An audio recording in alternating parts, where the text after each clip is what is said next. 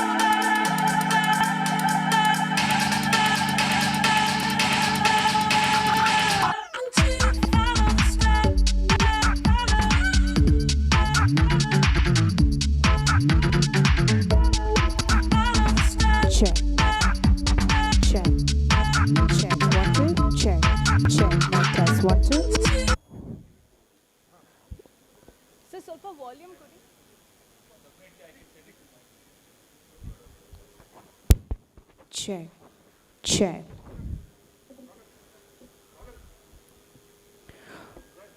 Once again, ladies and gentlemen, it's a humble request to everybody. I know all of you are a little busy setting up your stalls, but kindly requesting all of you to kindly come and join us in the conference hall, because we'll be starting off with our first panel discussion in the next 10 minutes.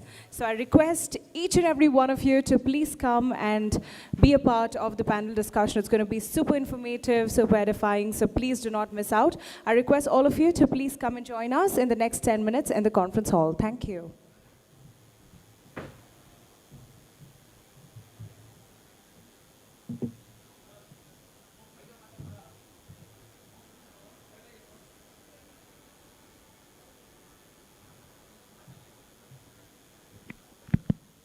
Check.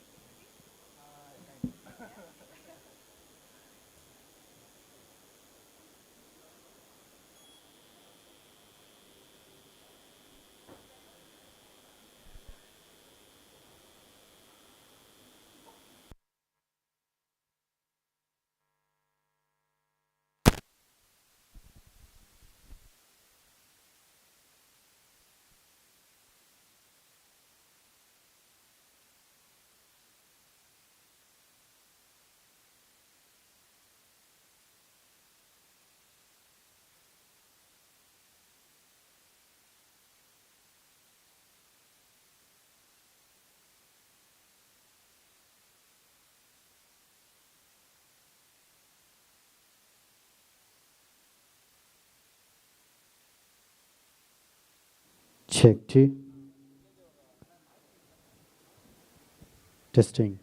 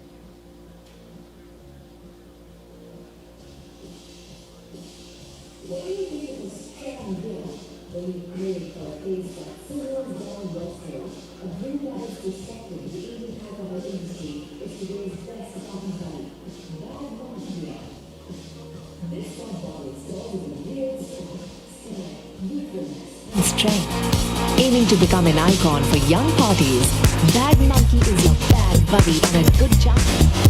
Because you should only be good if being bad isn't fun. Pick it up.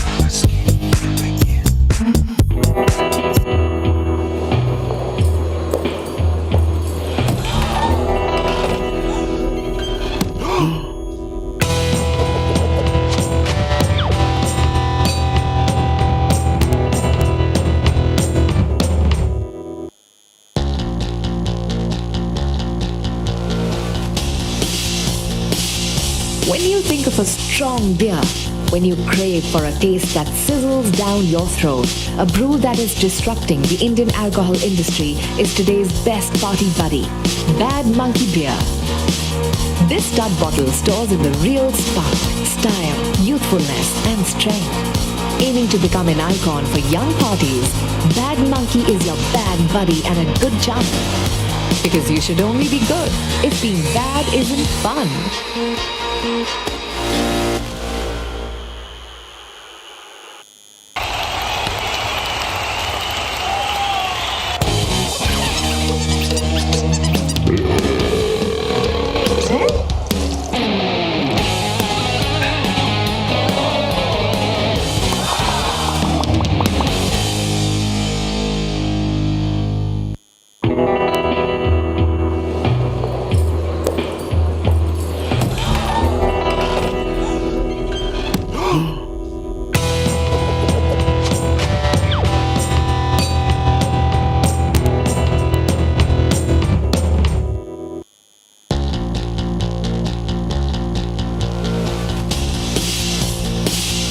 When you think of a strong beer, when you crave for a taste that sizzles down your throat, a brew that is disrupting the Indian alcohol industry is today's best party buddy, Bad Monkey Beer. This stud bottle stores in the real spark, style, youthfulness and strength. Aiming to become an icon for young parties, Bad Monkey is your bad buddy and a good jump. Because you should only be good if being bad isn't fun.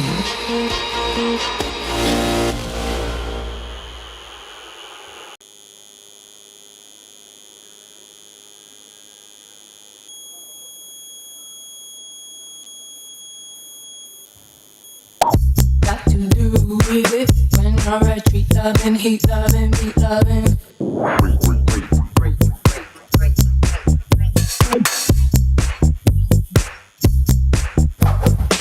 Whips ready for when I pick it up. Tricks ready for when you lick it up.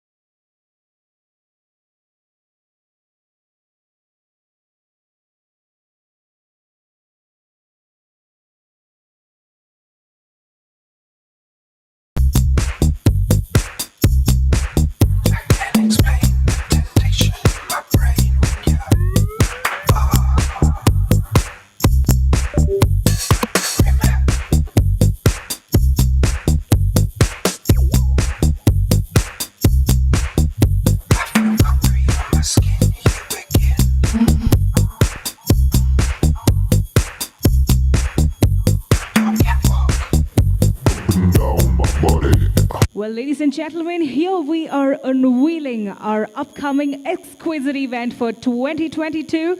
Ladies and gentlemen, introducing to you Interbeve, the bar and beverage show. So kindly block your dates for the 27th and 28th of September 2022. This is going to be exclusively for the bar and beverage, India's only show that is dedicated to the bar and beverage community. So looking forward to see all of you on the 27th and 28th of September. And this is the logo reveal for the same. Can we have a big round of applause as we are going to be coming up with this exclusive event after a successful venture by Brewer World that we are having, the Brewer World Conclave. So we are looking forward to see each and every one of you on the 27th and 28th of September. Thank you. Well, also a cue for everybody on the outside. We are here to start the panel discussion. The day two after a successful day one. So I request everybody to kindly come and join us in the conference hall.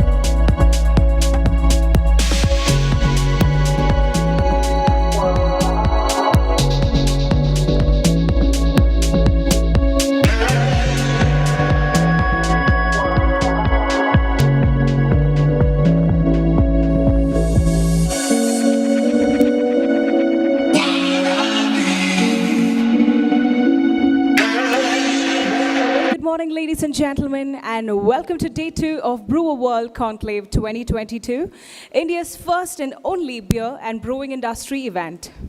Well, yet another stunning initiative of Brewer World, building India's first of its kind media communication platform for the beer and brewing community, connecting industry stakeholders. A platform for all the beer enthusiasts to receive latest news and information, participate, interact, contribute content, and thereby belong to the beer community. Well, like I mentioned before, after a successful day 1, here we are at day 2, and the Conclave is all set to host a dedicated exhibition, conference and awards for the industry, covering the latest technologies, product, equipments and solution available for the beer manufacturers in India. Here, the exhibitors would have the opportunity to meet, network and interact with their potential customers, such as beer manufacturers, microbreweries, craft breweries, OEMs, EPCs, companies, turnkey project consultants and more. So here we're having a power-packed event just like yesterday, and today we're going to be having the panel discussion, technical presentations and workshop. But to keep it more exciting, the second half we're going to be having the award ceremony. So I hope all of you are all set for the award ceremony. We're going to have a great evening and a great panel discussion coming ahead. So ladies and gentlemen, are we ready to kickstart day 2? I know we're a small crowd, but can I have some more energy? Are we ready to kickstart day 2? That's not the energy. See, Manu has mentioned to me that he's going to come. We are a small crowd, but we're going to have good amount of energy. Yes, Manu? Yeah? So are we ready for day 2? Yeah. Fabulous. All right. So on that note, let's kickstart with the panel discussion. And today's discussion is going to be about how to differentiate your brewery and get your brand across to your consumers in a crowded marketplace. So craft beer revolution is taking over the country, and this means a spurt of new breweries in every city across the country. This session will help the brewery owners, founders, and the marketing personnel to understand on how to stand apart in the crowded marketplace through brand positioning, marketing, and targeting the consumers. So ladies and gentlemen, please put your hands together to be welcoming on stage our panel moderator, Mr. Manu Mishra, founder, Khan Consulting. Let me take the honor of introducing you to our absolutely stunning set of panelists for the session. Please put your hands together to welcome Mr. Utkarsh Singh, founder and director, Design-Strategic Design Private Limited.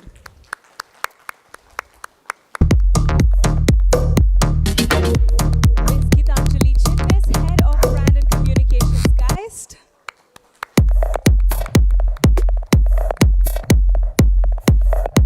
Mr. Rikangsh, founder and managing director, Breaking Bread Entertainment and Hospitality Private Limited. Last but not the least on the stunning panel, we have Mr. Mohit Mehrotra, associate director, AB InBev, 7 Rivers. Please put your hands together to welcome Mr. Mohit Mehrotra.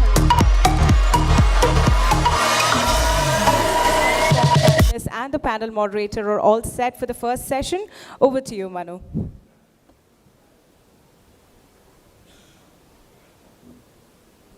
Thank you. Good morning, everyone. We're starting off the first panel of the day. The panel is on differentiating your brewery and getting your brand across to your consumers in a crowded marketplace. Research reports claim that the Indian beer industry is looking at a growth of 9 to 10% CAGR till 2026. The craft beer segment is the fastest growing one in the industry, by far, expected to grow at 108% during the same time period. This is historically reflective in the number of craft breweries in India today, going up from just a handful way back in 2009 to hundreds in 2022. Our discussion today will bring forth the views and opinions of our panelists on how they've managed to build and sustain unique brands in this marketplace, which is poised to get more crowded in the near future. So welcome, guys. Getting right into it, I wanted to start off with your brand USPs. So according to you, what are the USPs of your brand and how did you arrive at them? What thoughts went into the brand development? Rekhansh, you can kick us off.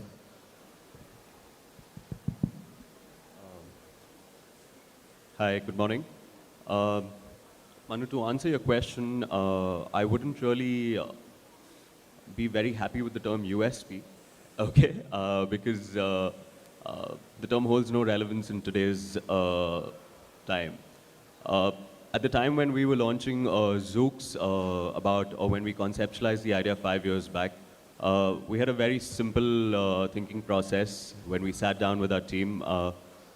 We were trying to get beer styles that were not very relevant and known in this segment of India.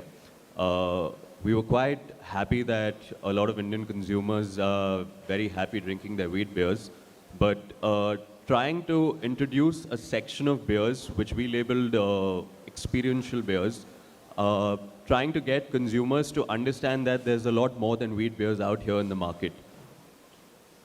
Going ahead with that strategy, trying to make them understand to break this whole routine of opting their first pint of beer to be wheat beers or not trying something else where they had to be taught, they had to be told. For that, we really had to train our staff. And the idea of being open to purchasing a pint of beer, obviously that came after a lot of free sampling. But yeah, I think over the past few years we've seen that grow. We've seen a lot of people not resorting to their standard wheat beers and moving on to something very different and something very inspiring, which gives us some confidence to do a lot more styles, which we're happy doing. Right, thanks. Geetanjali, what about you? Thanks, Manu, and thanks for having me here. I think for us at Geist, it's very important that we connect our USPs with the values of the team. We are very focused on building an organization that we are proud to come to every day, come to work to every day, and that's something that we want reflected in everything that we do. So things, I know this is an overused term, but authenticity is something that's very important to us. And with authenticity, it comes with being transparent about sometimes you make mistakes, sometimes you uncover new things, you uncover new experiences. And I think it's mostly about, bringing our customers along with us on this journey and making sure that we're very transparent about what we encounter as a brand growing this craft beer business in this country. Right, thanks. Utkarsh, your thoughts on authenticity in brand development? Good morning, everyone. Great to be here with all of you. I think I agree with what Rekhansh started by saying that USP is a much maligned and not non-existential word in the industry today. I think specific to breweries, most of them, and not just breweries, other businesses as well, they at some point I think lose their path. And that path, as Geetanjali mentioned, of that unified vision with which you start a business, and then it's like Pinterest influences architects and interior designers, other channels influence other people, and you start aping certain things which you think are working in the industry and not necessarily going to be aligning with the brand identity that you have for your business. And again, going back to specific to a brewery business, I think it's very essential that at least the founder or someone core to the founding team is a passionate beer person. Now, as soon as an industry starts to grow, other investing businesses, large businesses, they say, oh, let's get into this business. And they might have no clue about appreciating beer, but they're just investors and they're opening properties left, right, and center, as we're hearing about what's happening in North Goa now. So, and that starting team needs to sit down with all its key consultants, be it your branding and marketing consultants, your architect, people who are putting together all the key threads to what that business is going to shape up as. So, and sticking to that 6 months, 18 months, 3 years into the journey is very important to go and look back to that original vision paper that everybody signed together, that this is what my brand and business is going to be. Great, thanks. Mohit, being one of the most recent entrants in the industry, how did you guys go about, what was your thought process of setting your brand apart? Sure. So, good morning, everyone, and thanks for having me. So, for us, it was, we started to fundamentally ask this question that what does craft really mean, right? So, we did a dipstick and we found out that consumers sort of, they knew, but the understanding was still all over the place. One might think that the consumers don't really understand what craft is, but that's not true. And I'm not talking about just the connoisseurs or the aficionados. I'm talking people, beer consumers, right? And then we started asking the question that if the understanding is not quite there, I think we have an incredible opportunity to shape the craft culture, right? I mean, it's a lager-dominated industry, of course. 99.5% is probably lager, right? So we asked this question, and that what does craft really mean to us, right? If you look at probably the mature markets like US, it's a hop explosion there, but hops grow there, and that makes sense for them because they can truly call hops their own and make hoppy beers, for example, right? For us, we started taking a lot of inspiration from the fact that we are here in the land of flavors, right? If you look at our food, the kind of flavors, the kind of ingredients, it is extraordinary. It's not, I mean, you can't find that anywhere else in the globe, right? And we felt that why could we not tell that story through beer as well? Why could craft not mean paying homage to the homegrown? So that is how Seven Rivers was born. We're brewed for a flavorful India. That's how the tagline goes. And yeah, that would be our endeavor in the future as well as we launch many more styles. How do you take this incredible, diverse flavors, ingredients from this amazing country and truly run away with it? Thank you. For my next question, I wanted to ask the panel about market research. So whenever you guys got into the industry at whatever time point, there were other players around. How important was it for you then, and how effective was it to conduct some market research to understand what the existing offerings were then, as well as what the consumer expectations were? And how did that help you in creating your differentiators? I think not only labeling it for the restaurant industry, it's a very generic question. It applies to anyone and everyone. Market research, definitely very important. Understanding your geography, again, very important. But what I see most people forgetting, applies to me as well, is that you have a brand vision and a mission, okay? Each time we hear about a new place, whether it's a bar, whether it's a microbrewery, or whether it's a kitchen, we try and first understand, or at least the way I look at it, I try and understand how original they are. Yes, we have player A, B, and C selling the same product, but if I have to be player D, why would that customer come to me? So, just trying to understand from the success stories of people who have been veterans in this industry, the only common factor that I noticed, or at least as per my understanding, was that they had just one common thing in them, and they were original. Yes, every business involves a certain amount of risk. After a thorough SWOT analysis, which is the most basic step that you do when you set up a business plan, you have to understand that who your original hero is. Yes, you are a brewery, your heroes are definitely going to be the different beer styles, but again, when it comes to defining the styles of beers that you're going to brew and sell to the people, this cannot be done without the support of your team. So being original and making sure that your team understands what you're doing is the only differentiating or the defining factor, I would say, in today's time and for the future, for businesses to sustain. So the view on this particular topic, which is market research, I think, to be very honest, it comes down to what stage of business you're in. For us, 5 years ago when we started, it was a very simple decision about these are the resources we have, this is the budget that we have, what are we going to be spending on? So that's a very, I think, a very obvious question that teams need to ask themselves when they're starting out. That's not to say that there's no value to market research. I think marketing teams need to be a little more inventive with the way they're going about getting their information. Social media is an obvious channel. I think it's available to anyone who's setting up any sort of business, just to first understand the space that they're getting into, and then reactions to whatever you're putting out into the market.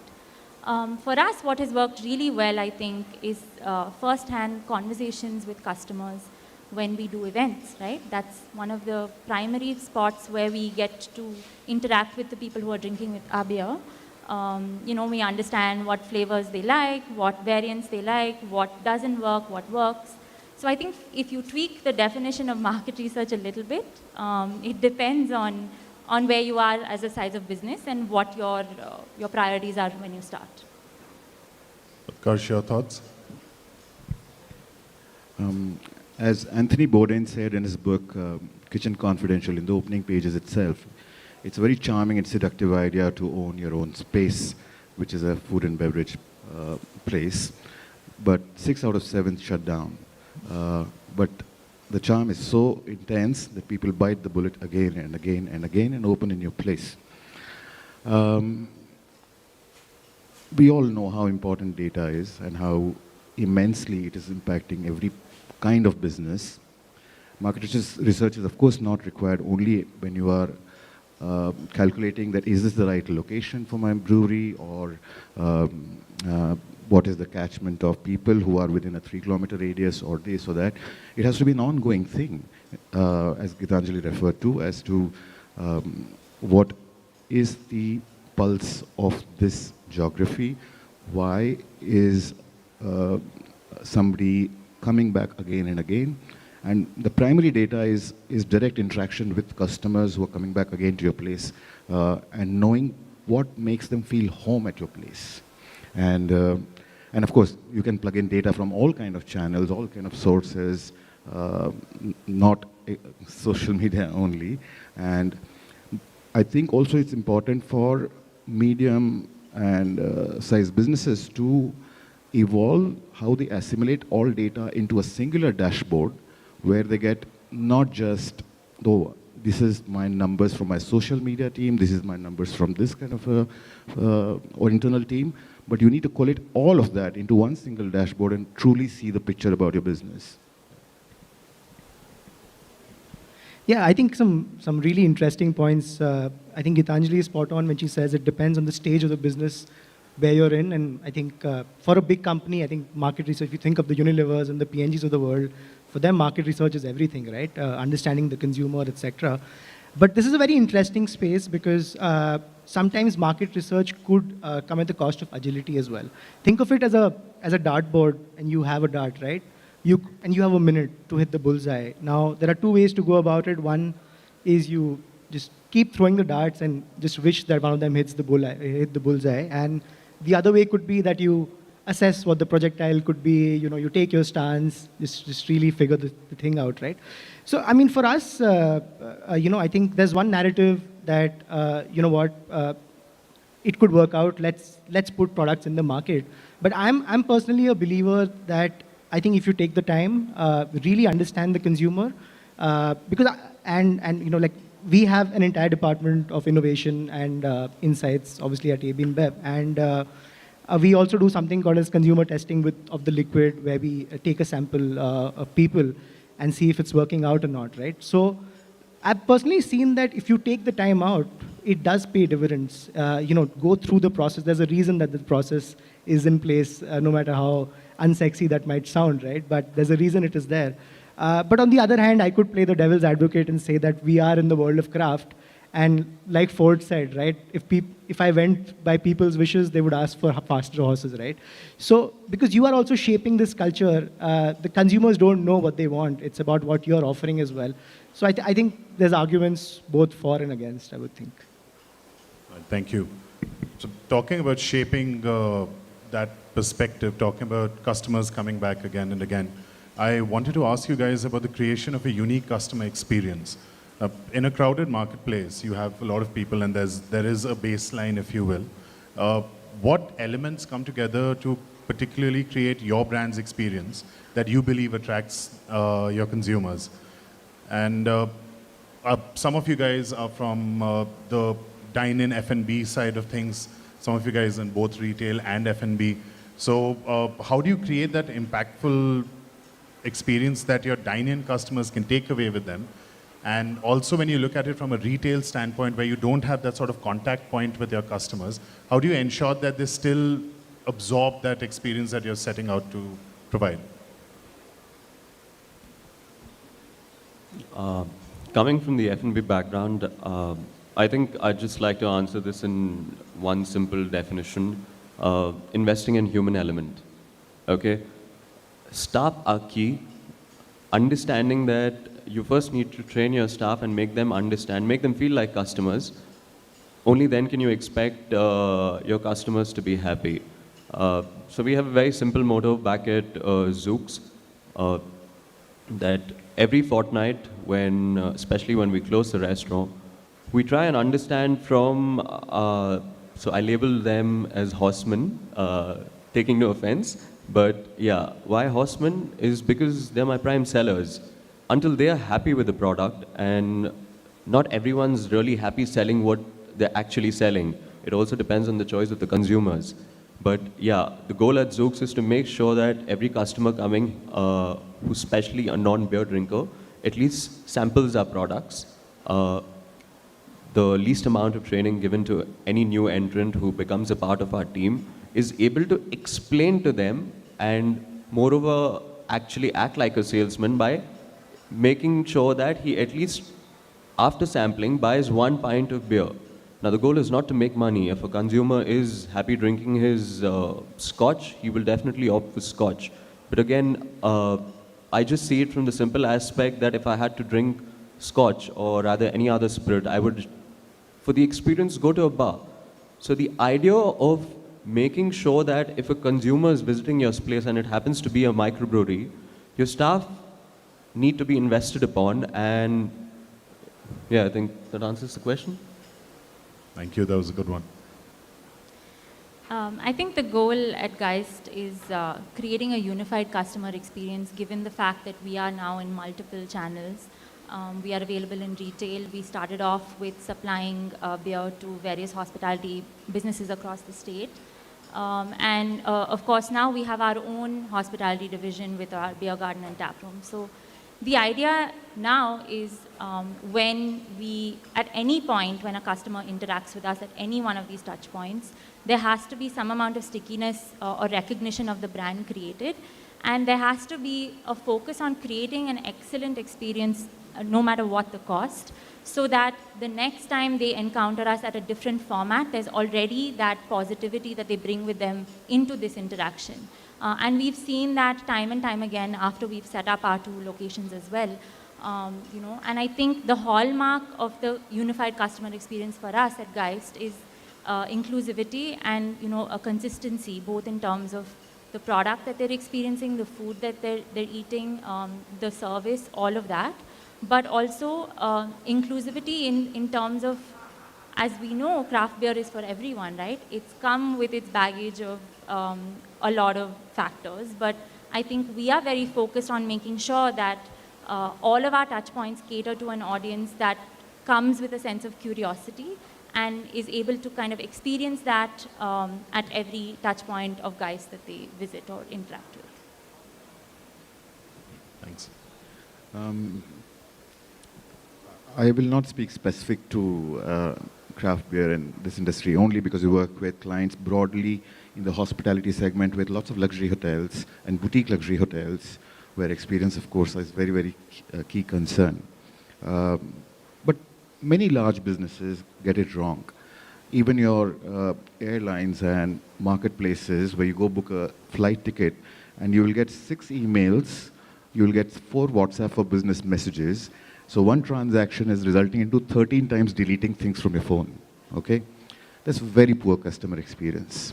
Coming back to, of course, the F&B industry itself, I agree with what Rekhan said about the human element. That first warm smile when you enter a place, instead of a hefty guy in black, the bouncer, who's checking what is the contents of your, whatever you're wearing, that itself is your starting point of the experience. I first of all say hats off to all businesses who operate in Bangalore and Karnataka in this space. It's a very brave thing to do. You work at probably in the most difficult geography in the world to be in a business like this. And I know what conditions and what challenges you face. Now, given the conditions that we operate in, most businesses now we're seeing the new businesses all a very large format and they offer everything. Their menu has minimum 75 items, if not more, in starters only. And almost every place has a ladies' night, has a hip-hop night, has the house night, and the much maligned word, a techno night in the week, okay? Where is the product identity? Where is the brand identity? Why not a small brewer, a small, very passionate brewer, could have just 2 tanks and have 8 tables, and people come there only for the food and the brew, and nothing else. So I don't need to give a class on customer experience. We all know what it is all about, how important the audio levels are in one side of, a property where the other side is a techno night going on. So I think there's lots of diluted experience in very large size available to us, and I hope the conditions become such that we create more potent experiences in future. Yeah, so I mean, we have a partnership with Taj, right? So I think just we are very fortunate that way that that ensures that the consumer experience at Taj, from a hospitality point of view, is amazing. And just cherry on the cake is the fact that it comes at affordable prices as well. So that's a good thing. But I'm actually going to take the latter part of the question, which is retail, right? I think the human element is absolutely spot on, but there is the human element of the middlemen here as well. And I focus on this only because this industry has around 60, 70,000 outlets all across India. Contrast this with FMCG, which is 100x times the number of outlets there are. In our industry, it's very important to have really good relationships with retailers, with wholesalers, etc. Your brand experiences at the end of the day, especially when the locus of control is so much more, depend a lot on these middlemen, on the counter salesman, on the retailer, on the wholesaler. I think that's one thing that we probably don't speak about as much, but I think it's very important because they are the face of your brand in places which you can't even imagine. I mean, Bangalore, we're fortunate to have a lot of walk-in stores where we can create a lot of fantastic displays and ensure that there's some semblance of rub off on the consumer. But think of the ecosystem in Bombay where there are hardly any walk-ins and it's all counters, right? How do you ensure that the brand values are traversing from one side of the counter to the other?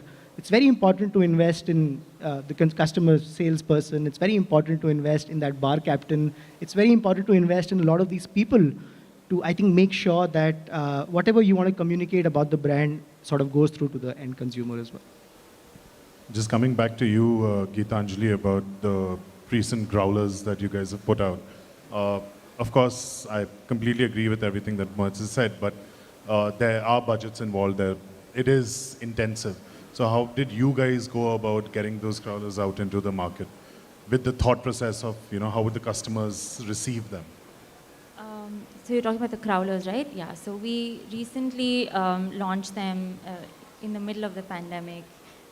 It was, I think, an important decision for us to make as an organization to make sure that the brand is able to achieve its original goal, which is get craft beer closer to customers, especially in a place like Bangalore where you're spending half the time driving on the road from one location to the other. So, I think at that point what really worked for us is, of course, the interest in the category itself of the new packaging format that we were bringing out. And it was important for us from a messaging perspective to reinforce that it is the same fresh craft beer that we were putting out in taps and at our locations. It was the same fresh craft beer that's going into this packaging format, right? Which is why we very clearly went with the term crowler and not can, because crowler is a combination of can and growler, and it brings in the freshness element. So I think there was overall in the community and a little bit of education outside of the community in terms of what is this new category that's coming out, what is this local brand doing with fresh craft beer. And then the question was, where can we get it? And then that was our primary objective was getting the beer out to places that would help us maintain the consistency and maintain the temperature and all of these factors that we believe in very strongly as an organization. So I think what really helped us at that point was just interest from the community in how do I get this fresh craft beer from this brand that I already know. Did you also get asked what a crawler was? Yes, of course we did. I mean, there's a lot of education done internally, like, the teams working on marketing and branding. That's one great thing I think about this industry is that you're constantly learning. It's not just that you're working in silos and that one team is doing something and the other team. You kind of have to be very integrated with what's happening in the team. And there's constantly opportunities for education.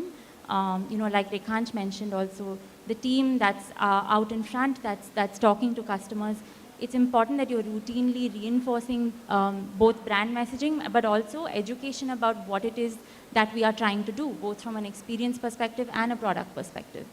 So. Thanks. So a lot of craft breweries base a lot of their decisions on the concept of relationship building. There is a very concerted effort at times towards relationship marketing. And emotion is a major driver of the consumer decision-making process, of course. So how do you focus on relationship-based marketing with your brand?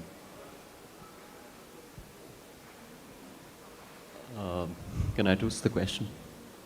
Can I twist the question a little bit? Yeah, absolutely. Go for it. So, not really knowing about the fact what relationship marketing is, I think I'll tell you what we do at Zooks. In one of our training modules, we focus on interactive marketing and accepting feedback.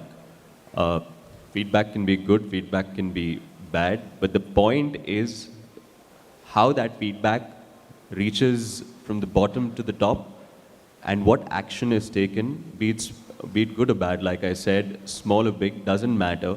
But we try and make sure that people are not reluctant. When I mention people, I'm talking to the horseman again, that good or bad doesn't matter. We're trying and we're striving to provide exceptional customer service. I would again reiterate the point that in spite of training staff enough every day, it's a continuous process, and you have to make them believe and imbibe in them that we have faith in you, and any feedback, good or bad, is acceptable as long as it first reaches us first. And like I said, you can have all kinds of softwares and data management systems, but it's of no use until you act upon these feedbacks. Now, if some consumer tells me that, why is the Hefeweizen beer yellow? I mean, I would obviously avoid a feedback like that. But yeah, at times we've had very interesting feedbacks, and I wouldn't say we take into a factor or we account for all these feedbacks, but yes, there's a lot of learning where we've done a few beer styles, namely 2, which has come out from consumers having tried those styles in different breweries. It gives us an opportunity where we're feeling encouraged that the consumer wants to even try that style in our place because he has the confidence that we'd be able to do justice. So all in all, we really feel that, like I highlighted, the human element, they have to be transparent, and transparency needs to work both ways, where you are clear with them of what your expectation is, and they are clear to us in what the consumer wants. So we're trying, and this is an everyday struggle, you're trying to narrow the bridge between the customer, the management, and your people who are representing your organization. So yeah, that's a daily endeavor, and this is what we strive to do every day. So Rekhanch, just to be with you for another second, you've spoken about the human element, you've spoken about their development and then the basis of interactive marketing. Generally, a lot of the times when somebody receives, great feedback is always good, right? But when someone receives feedback that might not be so good, the staff have a tendency of, instantly feeling fear, maybe thinking about retribution or any sort of penalization.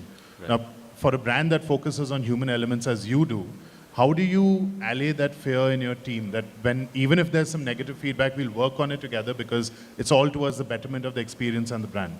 How do you go about that? Manu, what I feel is, since I've mentioned about the element of human touch, what we primarily did when we launched 3.5 years back, yes, we're living in the digital era where everything was digital, right from your reservations to your feedback. it all operated digitally. But again, the kind of feedback that we were receiving on the digital medium was all good feedback. And we said that there's something seriously wrong. And it took us some good amount of time to realize that everything cannot be good. Yeah, we're happy with our sales as well. But again, how do you grow?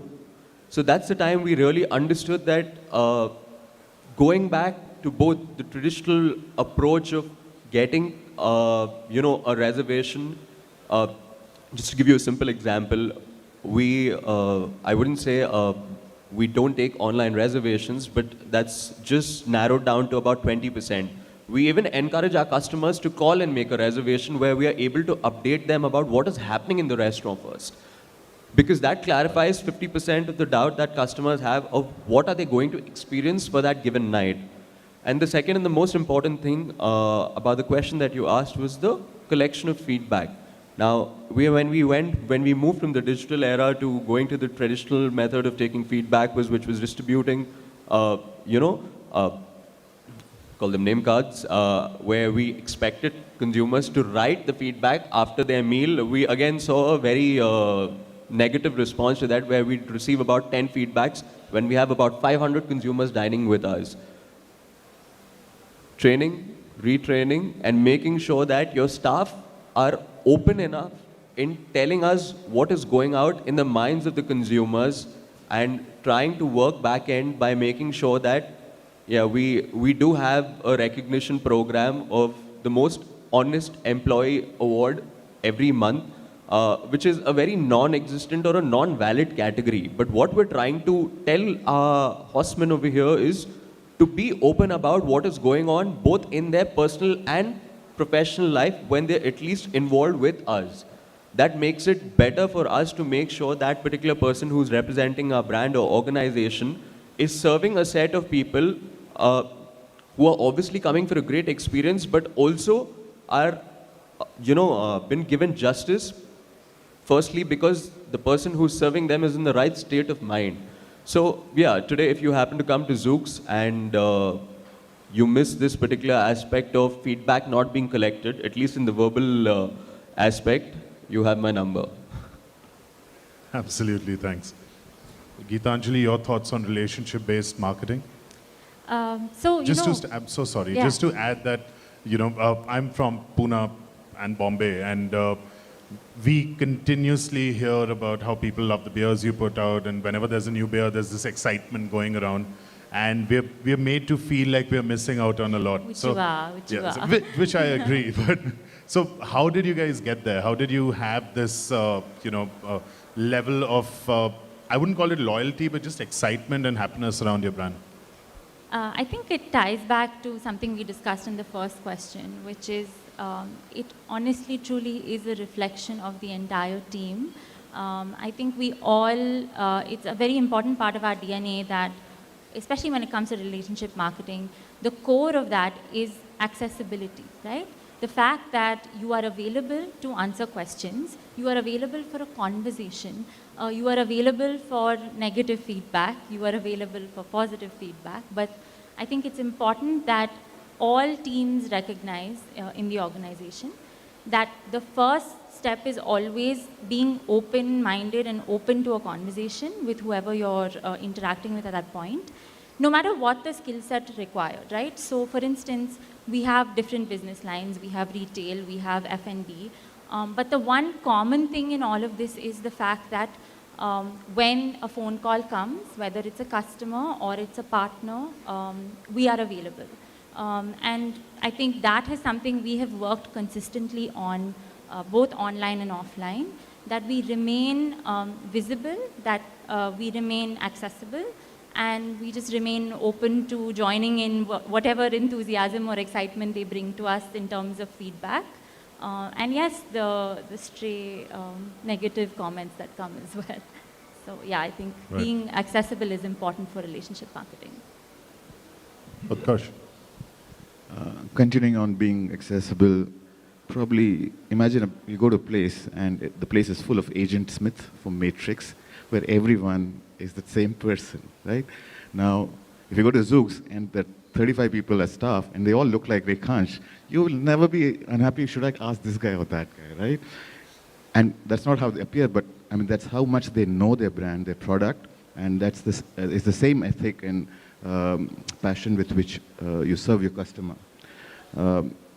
And again, almost all big brands make a mistake there. We all know the horror stories we go through with our Uber drivers, and of course many other examples. One of the most mind-blowing experiences for me was going to this denim store in Hong Kong in 2006, which is a craft denim brand, only hand-stitched denims. 5 stores in Hong Kong only, nowhere else in the world. So I walked into the store, and there were a couple of young kids who were there to assist you, and it almost felt like they walked into the store with me. They're not the ones who are working at the store, but they're exploring denims alongside me. Such smart staff. In 3 or 4 questions, they knew everything about me, why have I come to Hong Kong, where I'm staying, where I'm going partying tonight. And by then, they knew what kind of denims I'd like to wear. And they just went inside and got out a bunch of denims, and I liked most of them. So I'm answering something in between your last question and this question, but yeah, I think the Agent Smith example works really well out here. Another thing I would like to add is that anybody consuming a brand, there are those 10 or 20% of key opinion leaders who decide, let's go here tonight, or let's go do this. And in the cliques of Bangalore, it's very easily, you know, this is the Geist gang, this is the Toit gang, this is always championing this brand and that brand, etc.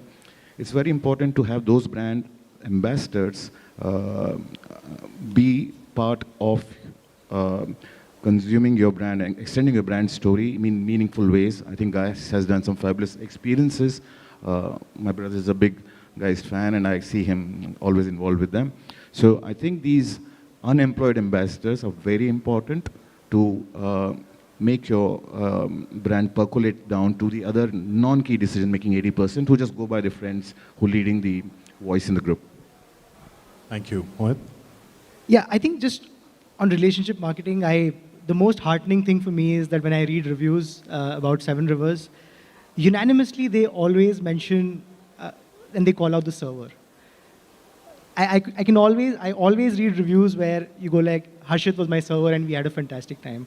I wish they would say a lot more about beers, they do, but it is so heartening that Harshit, Tirza, and so many of our servers at Seven Rivers, and you see that marked difference, right? I think Taj is associated with that fine dine image, etc. It's probably a bit of an incongruity if you think about it, but the way it's been bridged, it's fantastic. Like just the whole server philosophy, the food philosophy, etc. The way they really came around that, I think was a big win for us. But I'll take you up on the other part of the question, which is about emotions, right? So not just craft beer, if you think about emotions, how we sort of break it down, at least on our end, is we think about occasions and we split that into sports, music, and food.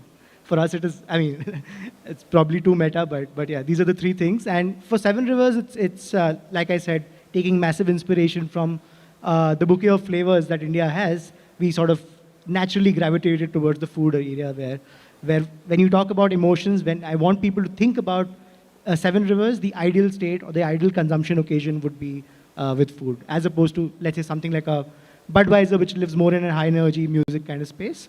So I think from an emotion point of view, it's very important for brands to identify that which consumption occasion do they primarily cater to. After that, you could keep plugging your brand here and there. For example, IPL is happening, sure, why not? But is that your primary emotional driver for your consumer? That's, I think, an important question to ask and address. So when you build this relationship, again, I'm just curious because you're in retail as well as in F&B. How does this relationship translate from one business vertical to the other? So is your motive to get people in and have them seated and give them the full experience, and then your retail products become what they pick up on a day when they don't have the time to step in? Or is it vice versa, where they're trying the products first and that's, that's inciting curiosity and then driving them into the dine-in experience? I think it's definitely going to be a bit of both. See, the thing is, when you enter retail with the number of touch points, I think inadvertently you're going to have more consumers consuming the can first before going to the brew pub, right? But the idea of having a brew pub is what we call as the brand spiritual home, because that is where the most fantastic is, like, the brand really comes as a whole when they're there, right? And yeah, and I think if you ask me, that's the rub off that ideally I would want people to take home. And then when they, it's like, okay, I had Seven Rivers at Taj, and you know what, it's also available at a shop near me. That would be the ideal, this thing. But I think it can be the other way around as well, wherein, like, people are buying the product off the shelf, and you know what, they're scrolling through Zomato and they see, hey, you know what, there's a brew pub here as well. So I think that's a bit of both, I would say. Right, thanks.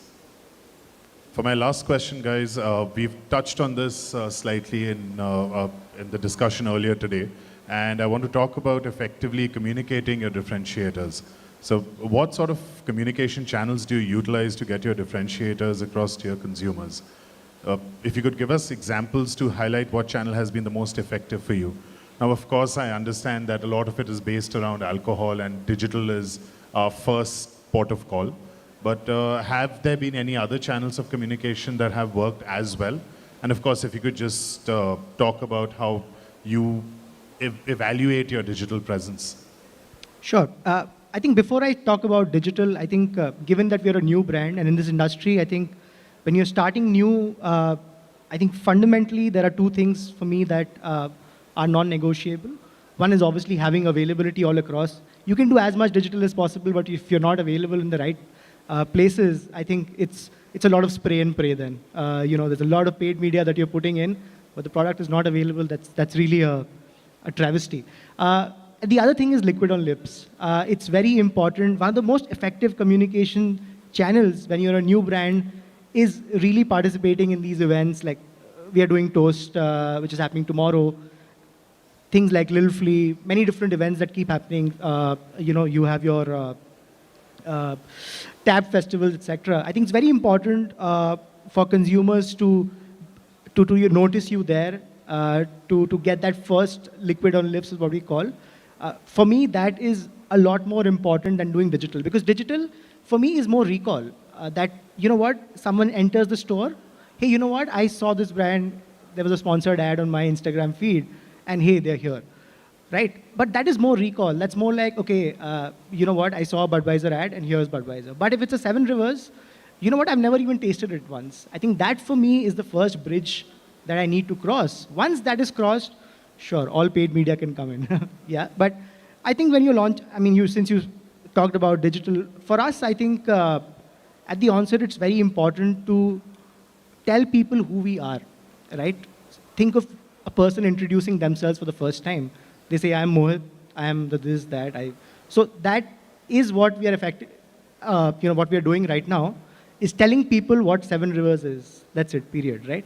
So again, that involves paid amplification, that involves a lot of help from PR aggregators, that involves a lot of help from the right set of influencers. So I think it's a mix and match of that.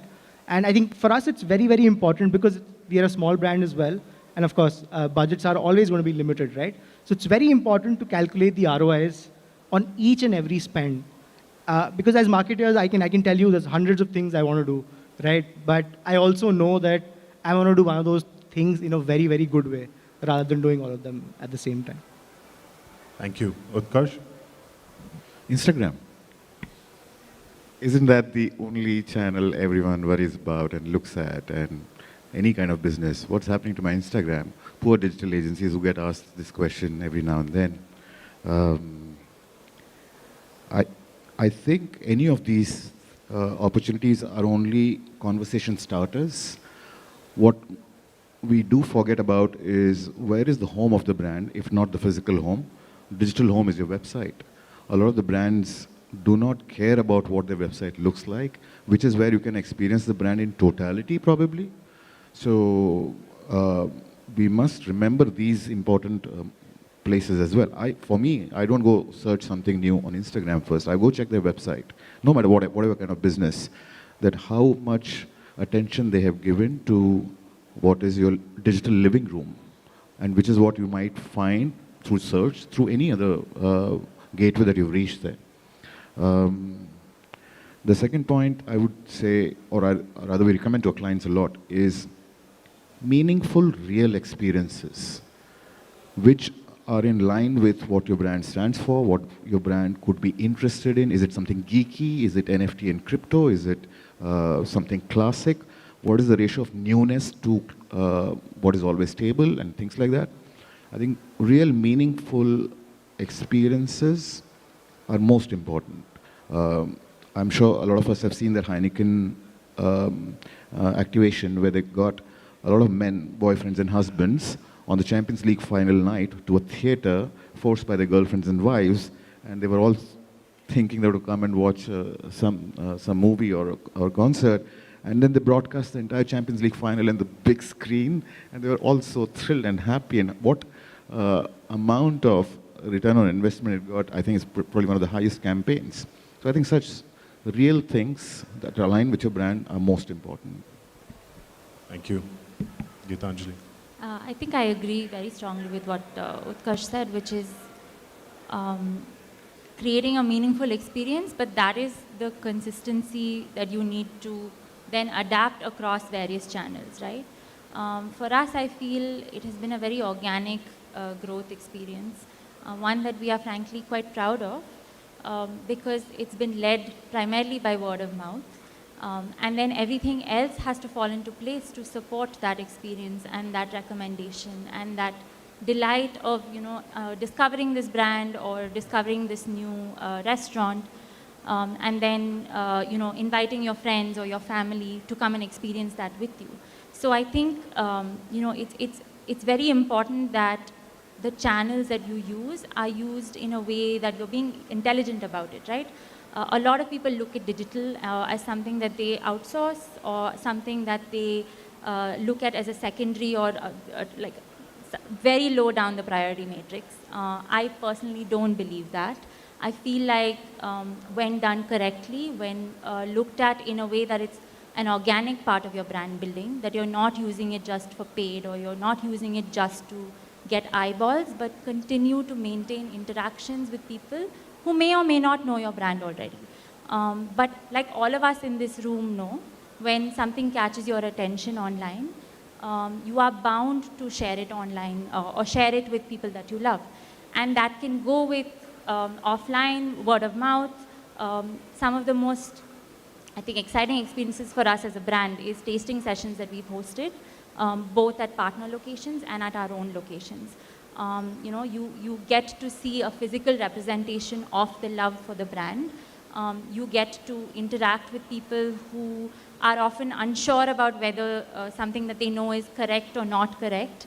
I think it's a really nice offline method of meeting the people that love your brand. But I don't feel, craft beer brands, especially today where we are right now, we have an opportunity to continue storytelling, to shape our stories, to shape the industry. And I don't think digital should be something that is seen as a nice to have. I feel like it should be a must have for people. Thank you. Vikrant. I absolutely agree with Gitanjali. She's got that spot on. But again, just not understanding or not really having any experience of the retail background and just talking about the F&B industry per se, it's got to be the team. I mean, I do believe in a mix of having, digital as well as traditional methods for taking this forward. But again, if you were to ask me about a mix in terms of a percentage, I would say it's 75% of word of mouth and 25% of digital marketing. Yes, you need to get the word out there, but that is not detrimental to the fact that you would pull customers. But what we have seen is that, like I've said throughout this entire conversation, that you need to be real. And you need to be real with your team, because only then they will be real with your customers. And good or bad, average or exceptional, consumers need to know what your brand is about and need to have a very clear understanding about how the experience is going to be. You can set consumers' expectations really high, but you need to make sure that that is effectively communicated. And being in the business for about 4 years, I think the most effectively this is communicated is by the members who are representing the brand and who are dealing with customers day in and day out. So if they have everything clearly told to them at the start of the day, I'm sure our day and the days of the customers who are visiting us goes really well. Even after 4 years of operations, you'd still believe 75% of the communication is still via word of mouth? I'd say 80%. So it's just gone up then? Yeah, it's just gone up because that is what a sustainable business model should look like. We can have ample amount of, we can have different agencies, we can have different forms of PR got into a brand and making sure that your brand is visible everywhere. I see so many brands having the amount of visibility where my brand doesn't stand a chance. But I think the customers who like my brand or who appreciate what we are doing only understand that by experiencing the product, the place, and the people. And that can happen only by physical interaction. So talking about the brief experience that I've had, this works really well. And I think it shouldn't work well for A, B, or C. It should work well for everyone because you get this right and everything else will fall into play. And that 80% or the 75% is just going to go higher. Great. Thank you so much, guys. I'm going to open this up to the audience now for any questions.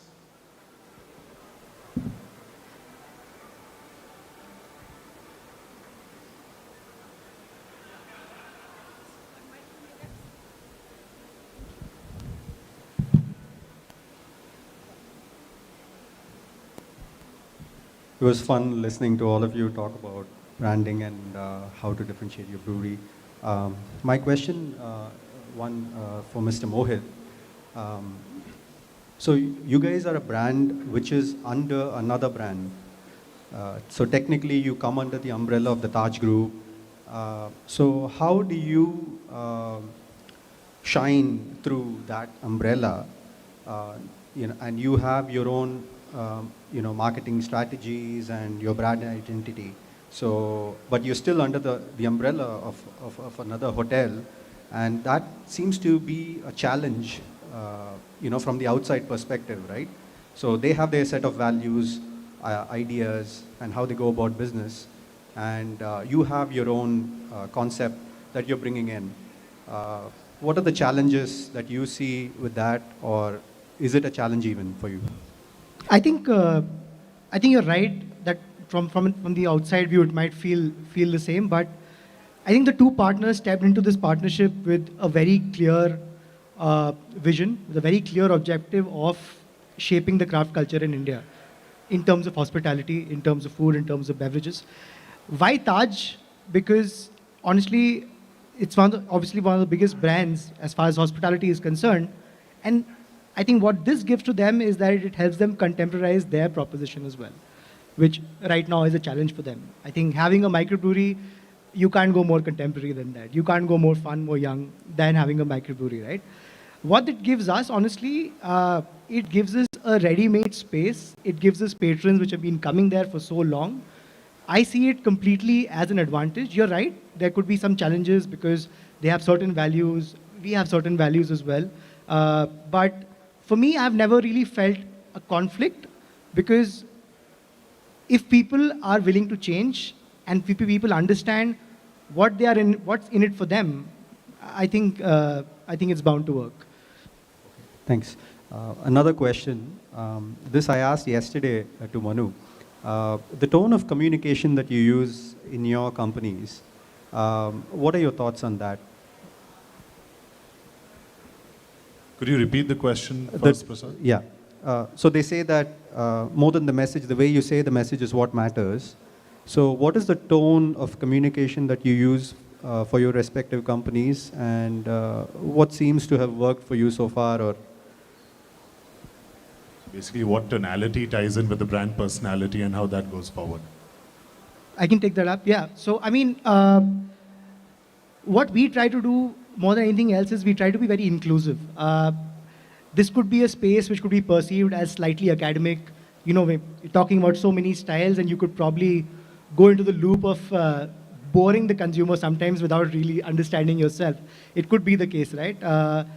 So what we've tried to do is to not be academic, too academic, try to be more inclusive, try to tell them that, hey, you know what, these are the offerings, this is what it's all about, rather than telling them that, you know what, this is what beer is, this is what it's supposed to be, but in a more familiar, in a more inclusive way, so that people can be more participative, rather than rather than feeling left out. I think that is what is very important to us as a brand. I think the way we approach it, it goes back to, I think, respecting where your audience is coming from and making sure that you are never talking down to them. You're never assuming that they don't know something. It is a collaborative effort in recognizing that we are all learning. We are all experiencing new things. And you are having a conversation. You are not dictating the terms of this conversation. I think that's where we've seen people respond more positively when there is an honest and open conversation. It could be an explanation for a decision taken by the organization. It could be sometimes, just the fact that a beer that was expected to be available somewhere is not available there when they went there. But in all cases, I think it's about recognizing and respecting that this is a conversation between two entities or two people. And I think it would be amiss for a brand to dictate what a customer should feel or how they should react. That is the central thought that we have at Geist. Rekhanj? I mean, I would label that question generic, but why it's important to answer something like this is, it's again a dual philosophy. Be open and be honest, okay? Today's consumers, consumers were smart yesterday, they're smart today, they're going to be even smarter tomorrow. You have to be open about what you're doing. I don't mean to say that, you don't retain your business secrecy, but what I mean by being open is be open in telling them who you are, what you are, and what you intend to do. Like if we have a lot of consumers coming and asking us where our second and third and 10th and 15th outlet is opening, and these were the questions, right, that we got after our first year, and our only response to them would be, you will have to be a little more patient. Because we didn't really see ourselves growing at the pace what customers expected us to grow at. Okay, so we were pretty open in telling them that this is not going to happen anytime soon. And why be honest about it is, we've heard stories, success stories of people being very successful in especially the F&B business, and at the same point of time, especially because of the pandemic, we have seen a lot of people not being, getting back on their feet. Now, you want to obviously avoid a situation like that because you do not know what is going to happen tomorrow. So yeah, be open, be honest, and as fast as you can, through your team members, clearly communicate the vision. Once they know what you want to do, and once they are moreover convinced with what you want to do, the amount of questions that you get, like how we're receiving, it stops. Yeah. Thanks.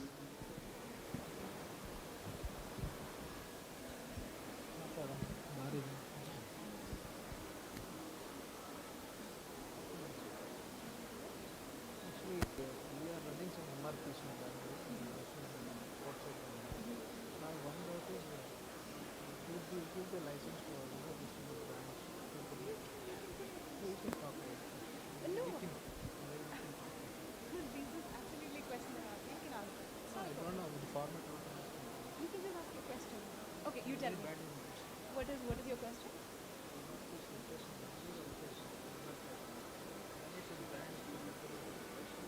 You want to put it out to some brand. Okay. All right, panelists, he wants to put across a question to you. So he has a few MRP outlets in Karnataka and outside. So I think he's asking if we could, how is it possible for him to source new brands in bulk to his business?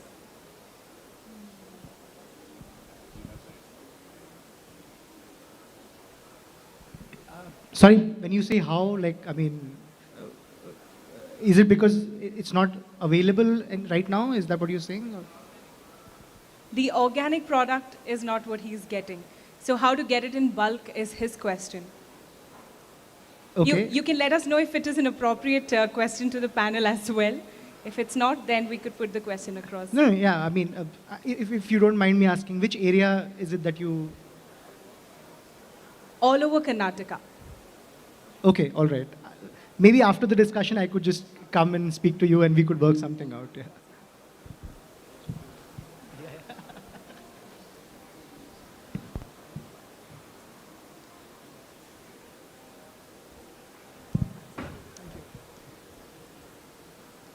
Hi, thank you for an interesting discussion. So I think the panel agrees about the power of word of mouth and the organic way of doing things. But with so many brands coming in every day, and so how do you lock in the long-term value? Like some brands, hospitality, like Starbucks could do it in some way. Do you guys have some strategies around that to lock in the advocate or the evangelist, stick around and not get because new is every time more exciting, right? So anything which has worked well for you guys?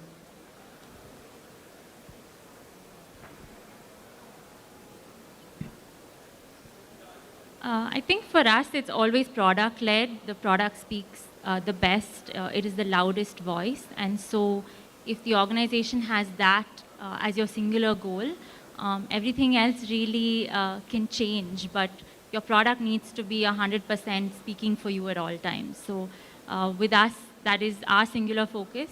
And I think the second part really is, I think, documenting what is important.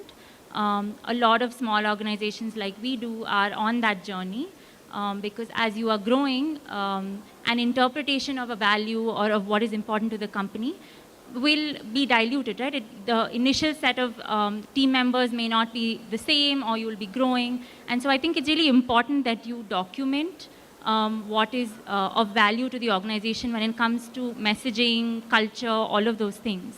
And then that is then passed on to relevant team members. I think I'm just going to segue from what Gitanjali said. Since you spoke about long-term, how to make sure that there's long-term stickiness of your brand, etc.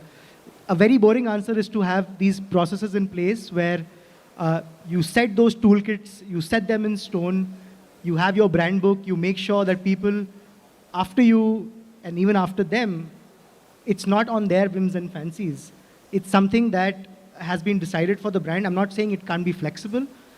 Even something as drastic as positioning can also change for a brand. I'm not denying that. But it's very important that it is not left to the whims and fancies of different people coming in and thinking, you know what, this is what I intend to do with the brand. There have to be hard no's. It's very important to know what doesn't work for your brand and what you're not willing to do. That is very important.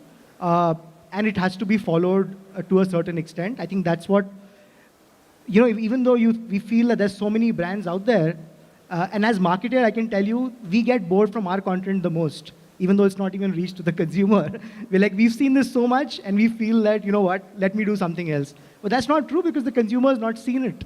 And even if he or she has, they've not seen it enough, trust me. So it's also that, I think. It's about continuously doing the same thing, knowing what you get right, and then just doing it to death, even though you're getting bored of it. Do we have any other questions? Can I ask you back a question? What is long term?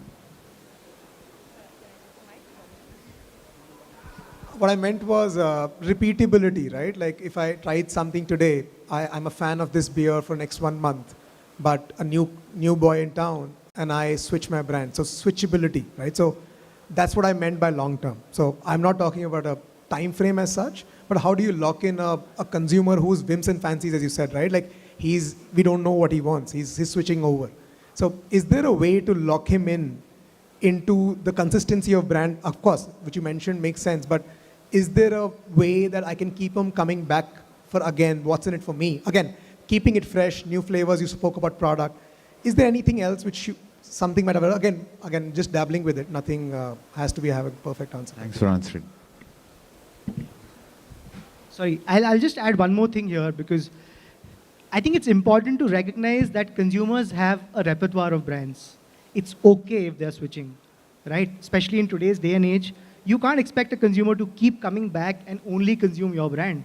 It is absolutely okay to recognize and appreciate the fact that there'll always be a repertoire. What you have to do as a marketer is to make sure you are in that repertoire. So there is awareness, there's consideration, then there's conversion, you know, the entire funnel, right? Just make sure you're there somewhere along with the brands. But I think it would be a false expectation out of your consumer that he or she should be consuming only your brand, I think. Hi, my question is to Gitanjali primarily. So when you are in the B2B2C space where you are supplying to multiple restaurants, etc., A, you don't really own the entire consumer experience, and B, your bandwidth gets blocked by issues such as maintenance and retention and frothing, etc., etc. So what kind of initiatives do you take to sort of build that community and ensure that the consumer experience there is in line with your brand values? And so, yeah. So since that was the first part of our business that we started with, I think we made significant investments in relationship marketing with the people who were going to be both serving the beer and buying the beer from the partner's end, right? So there's obviously the owners of the outlets, and there is the team that is interacting with the customers. So we made significant investments in terms of training programs for these people to continuously understand, I think, a basic education level of what craft is and why it's different from anything else out there in the market, and the hallmark or differentiators that Geist was bringing to the table. So training programs for anybody who's going to be interacting with your product.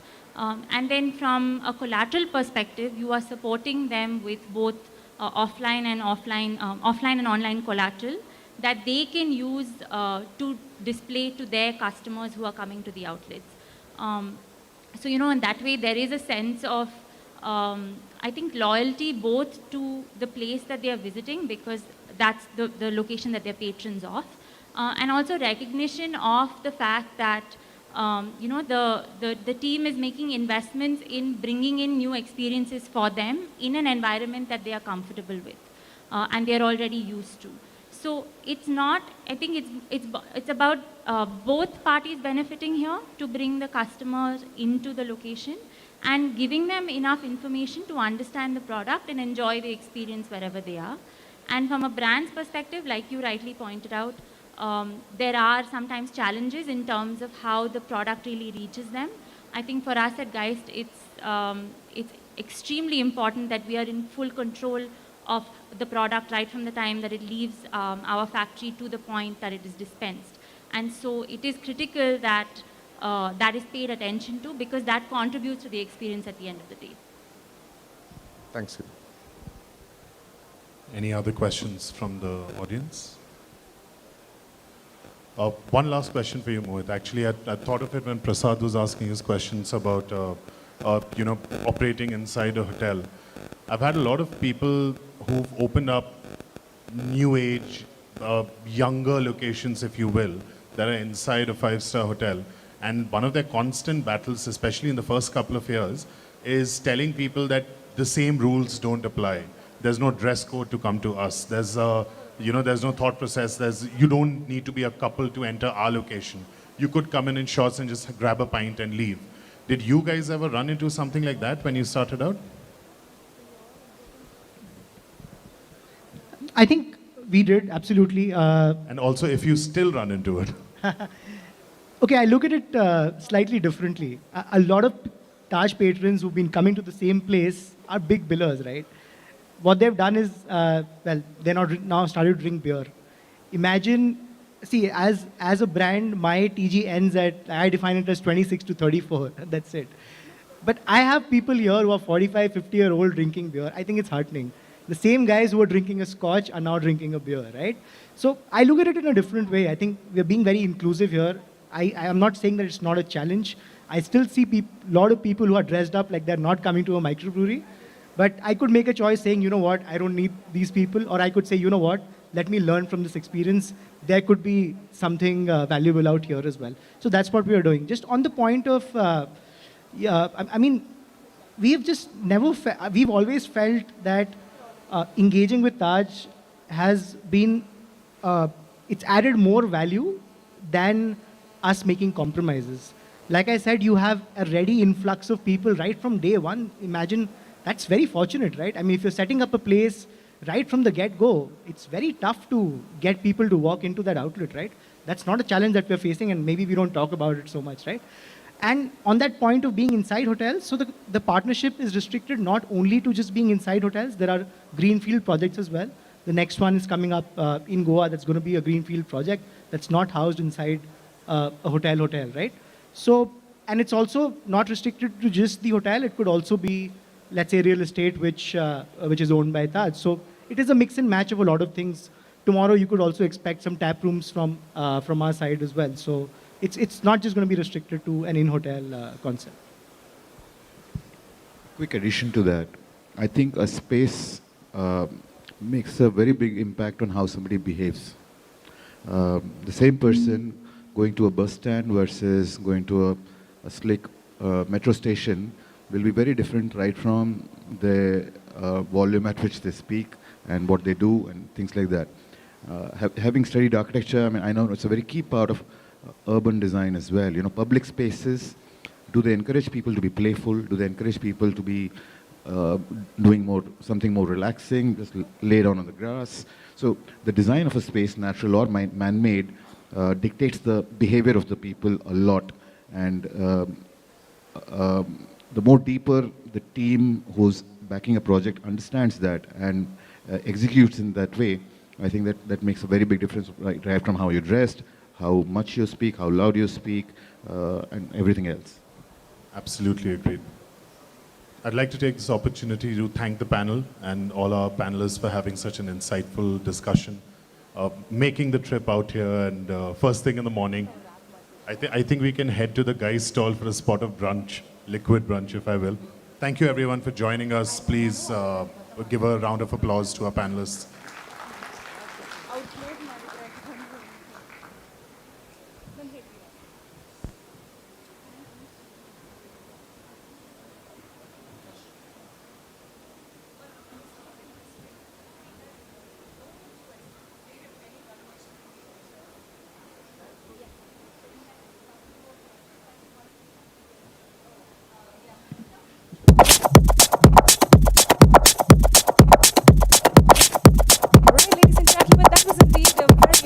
And very informative session. Can we give a big round of applause to the panelists?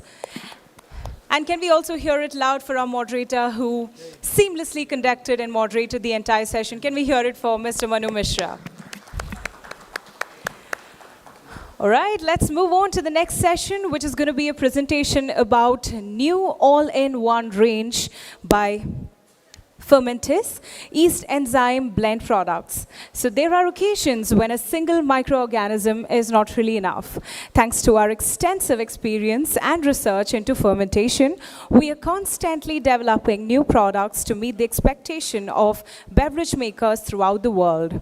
All-in-One is our brand of specifically blended products which can be made from a mix of organism, catalysts, nutrients, and more. A typical example of an all-in-one product are the mix of yeast and enzymes. The combination of both working together solution to make deliciously dry fruity beers and amazing aromas in variety of ABV levels. Ladies and gentlemen, please put your hands together to be welcoming our speaker, Mr. Hui, Regional Sales Manager, Southeast Asia Fermented.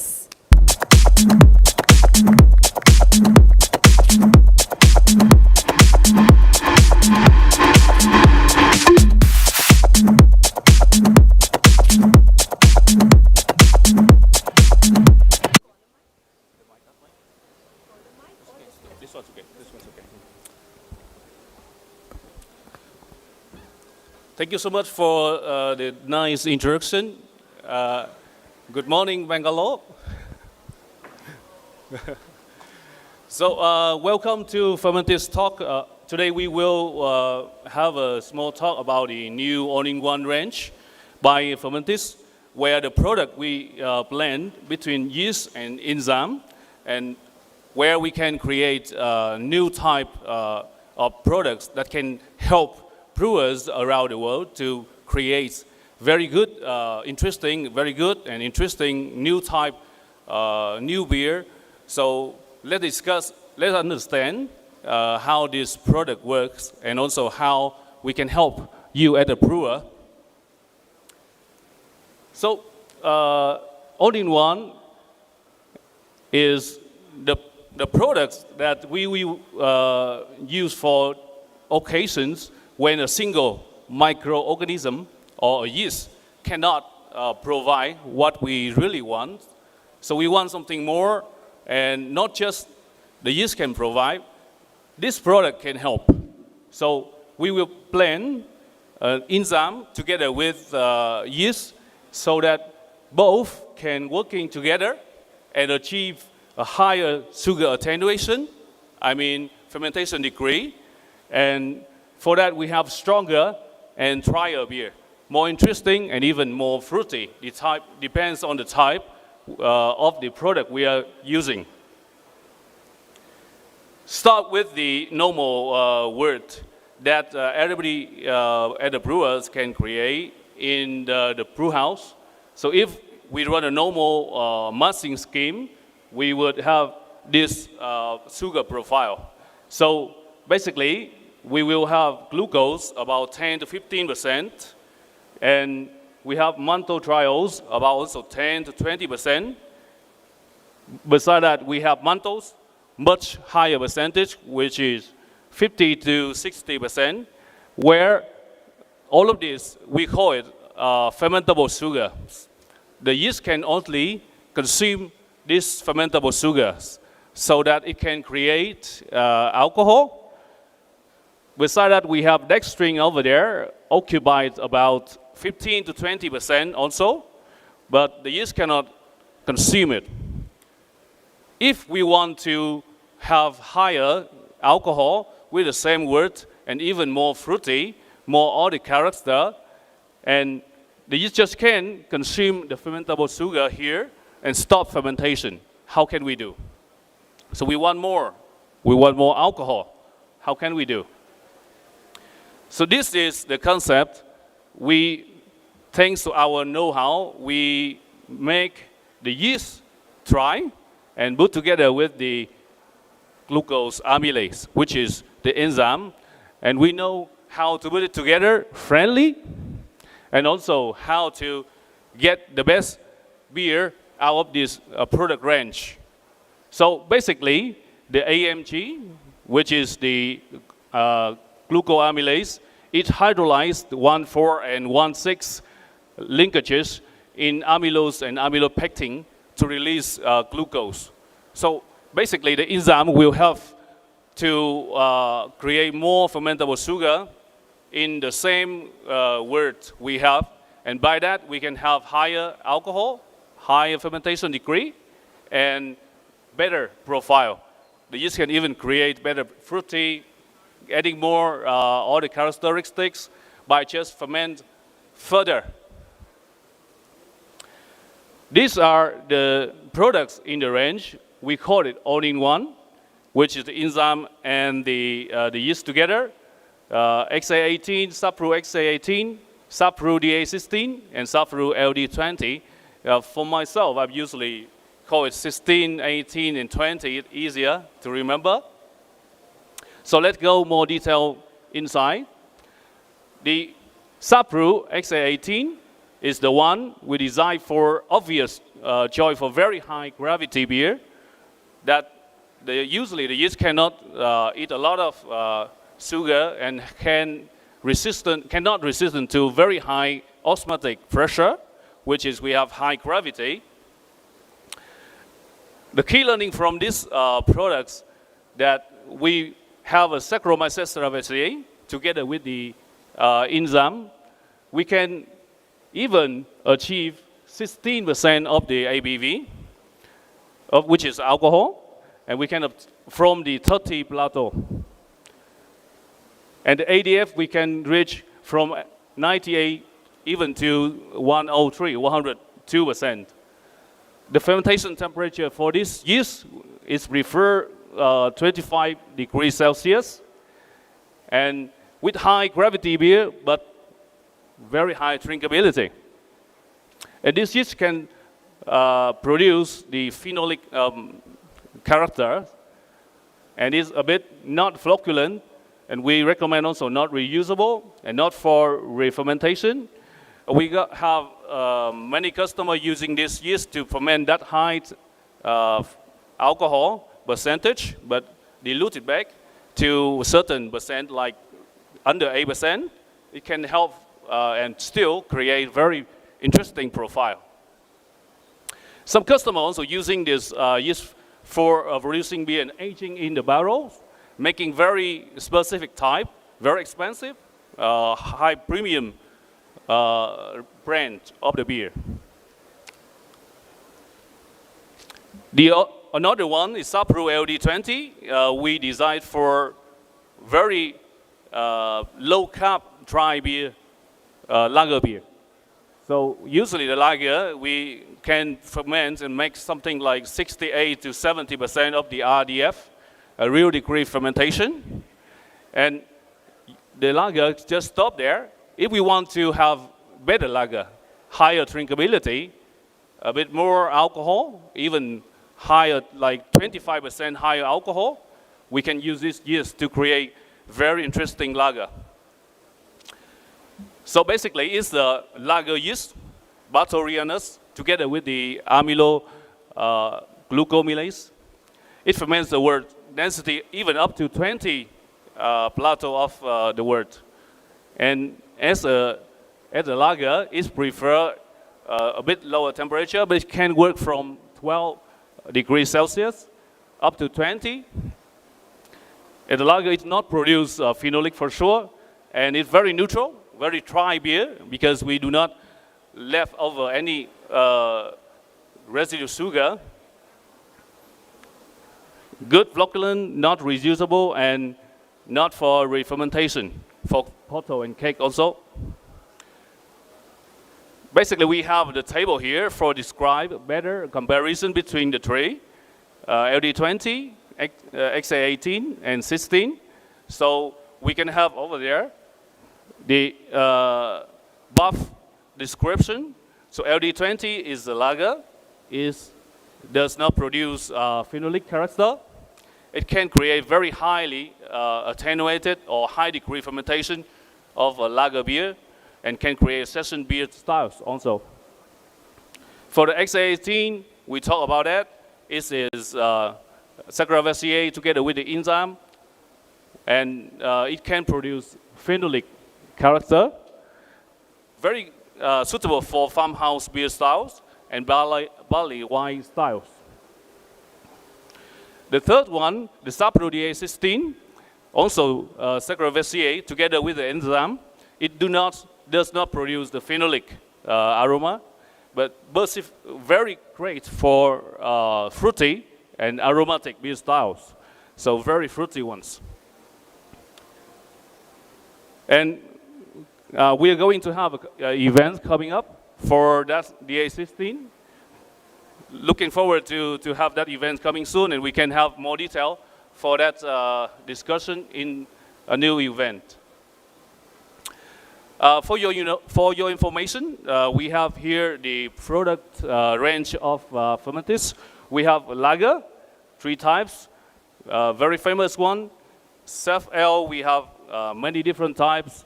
And here you can see the WBO6 over there, very famous for the wheat beer, Belgian wheat beer. And I believe it's very famous in India too. People love it. The Sub-Ale F2 for fermentation in the bottle. And all the Sub-Ale in all-in-one we just talked about, like XA18, DA16, and LD20. And the LA01, just for you know, we can produce low alcohol beer under 0.5%, and it's perfect beer for very low alcohol and still keeping the fermentation characteristic, not like the alcoholization method. Over there we have bacteria that can produce sour beer, very interesting new trend coming too. And we have a spring plunge, the product that can help to create a hazy IBA. which is kind of a protein together with the polyphenol in the beer, create very interesting haze, and we can create the hazy IPA, not like the hazy yeast as a normal, but look like exactly the same, better stable beer, very interesting. And the final one, fermentation add for nutrients for the yeast, that for hard condition fermentation, the yeast needs certain nutrients like the BR2 can help and can help the yeast to overcome the stress from fermentation, hard condition. And we also have a Fermentist Academy, just for you know. It's a tool that we launch in order to share and learn and also exchange knowledge between the brewer, especially about the yeast and fermentation. A bit hard for the last 2 years because the pandemic, but looking forward now we will have much more events from this academy so that we can meet you more often and we can exchange, learn knowledge and sharing knowledge together. So that's all for today, and welcome for question.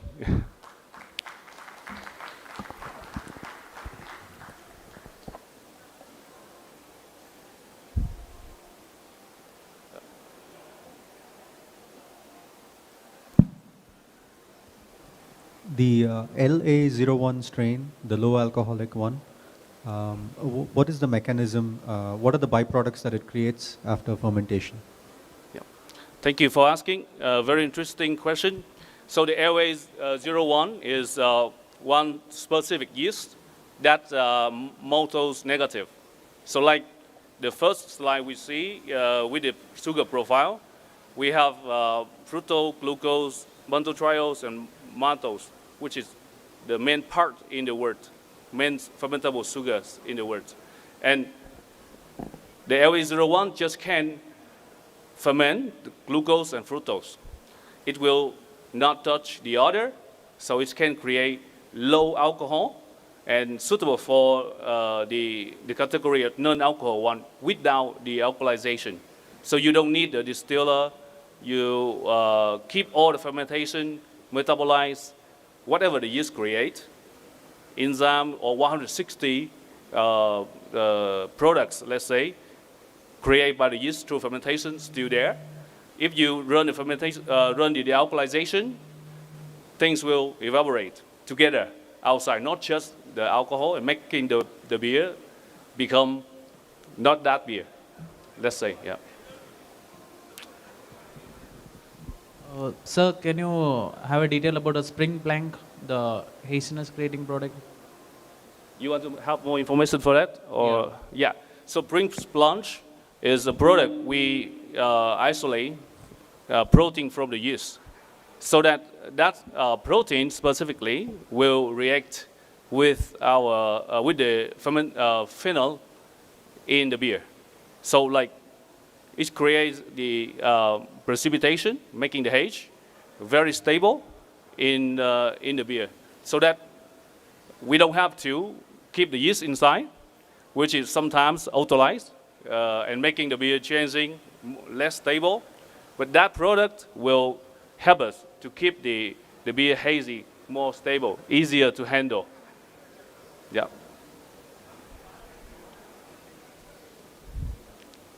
Any other questions?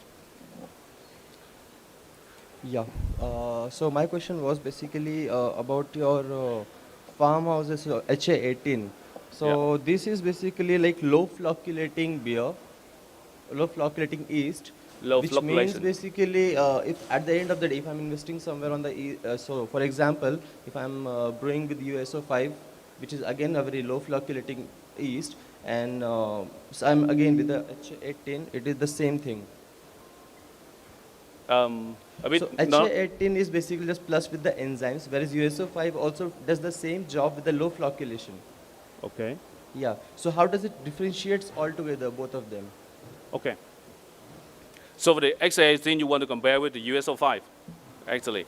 So XA18, we have phenolic character at first, It is yeast can produce a very high concentration of alcohol, and it can the tolerance very high. So it have to produce like 16, even higher, and it have to be survived. Skip fermentation, right? The USO5 is not going that high, actually, without enzyme, and will be not that dry. And there is no phenolic character in the USO5. That's the main differentiation. But the XA18 itself creates more portion of glucose and fructose, let's say, and the yeast can create even more ester, more specific profile, more than just the yeast itself. Okay, it works together in that way, yeah. Thank you.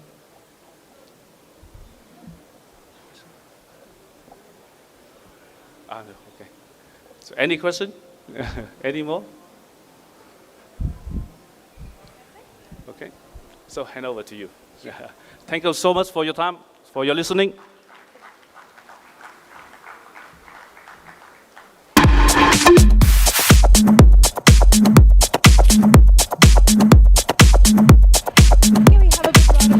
That was indeed a very interactive session. Thank you so much, Hui, for your time. All right, moving on to the last panel discussion of this session. The topic being the sustainable brewery and incorporating mission of circular economy to benefit the community. Well, making beer sustainably isn't really easy. From the agriculture that provides the ingredients, to the water supply, to the energy needed to heat and cool, all the water and beer brewing is costly. Costlier still is a small batch brewing, which is less effective at every step. There is no one-size-fits-all solution to the sustainable problems. However, there are multiple avenues that breweries can address sustainability: water consumption, waste generation, energy efficiency, and environmental impact. Shifting from a linear business model to a circular economy, especially for an environmentally unfriendly industry such as brewing, addressing aspects of incorporating different avenues such as innovative brewing techniques, renewable energy, spent grain utilization, water-efficient technologies, and more. Ladies and gentlemen, please put your hands together to be welcoming our panel moderator for this session, our co-founder, managing director of Brewer World, Mrs. Anita Raghunath. Let me take the honor of inviting our esteemed panelists for this session, Mr. Narayan Manipali, CEO, Geist, Ms. Elizabeth York, founder, Saving Grains. Last but not the least, Mr. Sudhir Jain, Senior VP Manufacturing and Sustainability, Bira 91. Ladies and gentlemen, please put your hands together to be welcoming our absolutely stunning set of panelists and the moderator. Over to you, ma'am.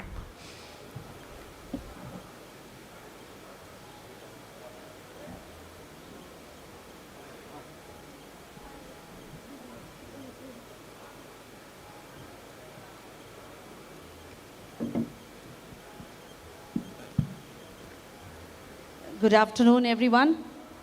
I'm sure we are a little delayed on the session, but I'm sure you all are geared up to hear from our eminent speaker. This is a very, very key subject and a topic which every industry today is, bound to walk the path. So I'm happy to moderate and, ask questions to our eminent speaker here. So sustainable manufacturing and green manufacturing is very key in today's world. And every industry is making that conscious effort to walk that path.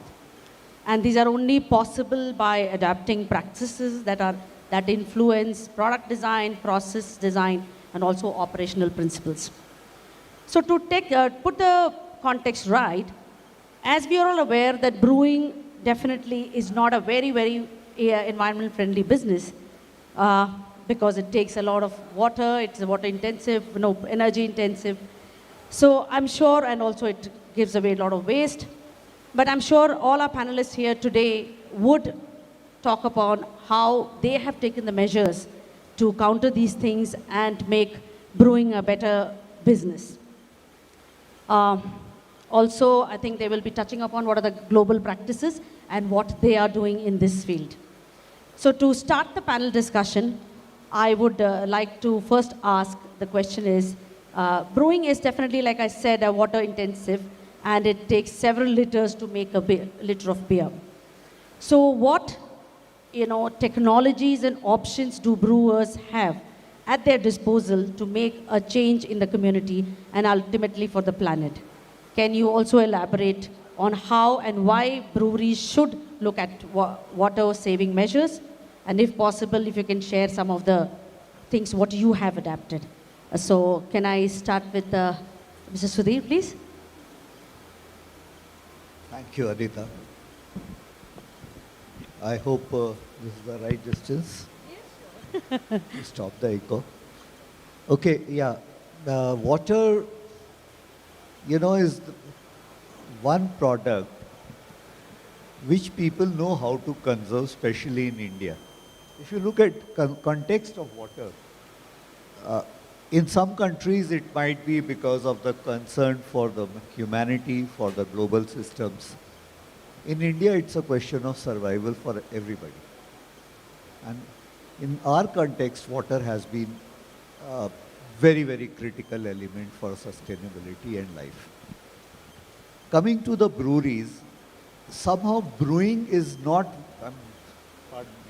is not very akin to Indian culture. As you know, you can't say thousands of years of breweries like you find in Sumerian and other cultures. So in India, what has happened is, breweries were established during British era, the breweries that we know today. And somehow water was never a concern during those days. So it got a bad name, if you ask me, for using too much of water. In some countries where water is abundant, the concerns were not so high. Recently what we have seen, and that's why I brought this background, I'll share some of my experience way back in 2004 when I joined United Breweries. Why water? We had some 16 or 17 breweries ranging from 500 to 1 million hectoliter of size. And we were facing a major problem those days, that the water tables were going down and the TDS of the water was going very high. So we had two options to grow, and we were growing. One option was to shut down those sites and go for new sites. Now you can imagine the capex that was required to put up new sites.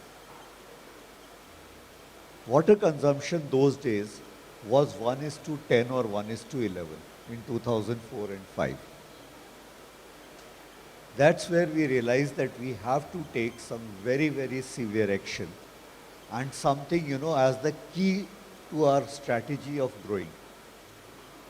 And we embarked on this water saving journey. I will get into the answers, the hows later. But what happened is that by 2010, from 1:11, for the country average, we had come down to 1:4. And in some of the breweries, we were as low as 1:2.5, 1:3. So then, the realization is very clear. Brewery is defamed because nobody bothered. If you want, you need only one portion which goes into the beer. Rest of all is actually a waste. Conservation is the key, because every later on step is adding money, adding investment. When you say recycle, reuse, it's all adding money. But conservation itself has so much of opportunity, which brings to the link to your circular economy. What is circular economy? Eliminating waste. So it's about conservation. It's about what in India we know. People who bring water from almost 10 kilometers of distance in, pitchers, they know what every drop of water means. Unfortunately, in corporate systems, we get lost into that. So coming to the house and technology, I'll come to that later. But just to set the context why water was so critical and is still critical. And in United Breweries, I'm happy to say that we never had to add a brewery because the existing brewery had a problem, except one, which is in Bangalore, near Bangalore. Then we had to go to Mysore. So that's the background of water and why water in breweries can do. Today people are working at 1:1.3 ratios also. So that's low, it has gone internationally. What would you say, Narayan, to start with, about water conservation and... Yeah, I think I'd like to take this discussion, obviously water, but I also want to talk about sustainability from other aspects too.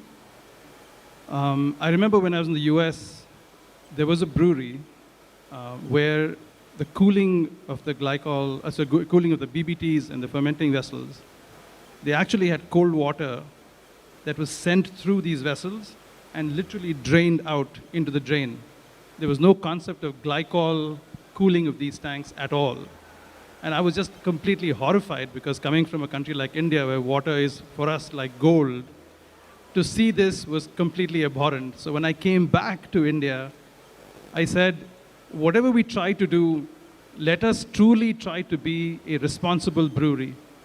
I don't want to just say, I want to be eco-friendly, I want to be responsible, without actually doing something about it.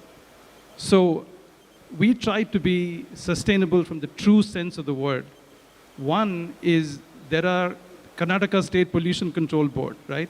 They basically have norms. So the first thing we said is, I've seen too many occasions in this state where the norms are either doctored, the results are doctored to suit the norms, and people are not being honest about it, or they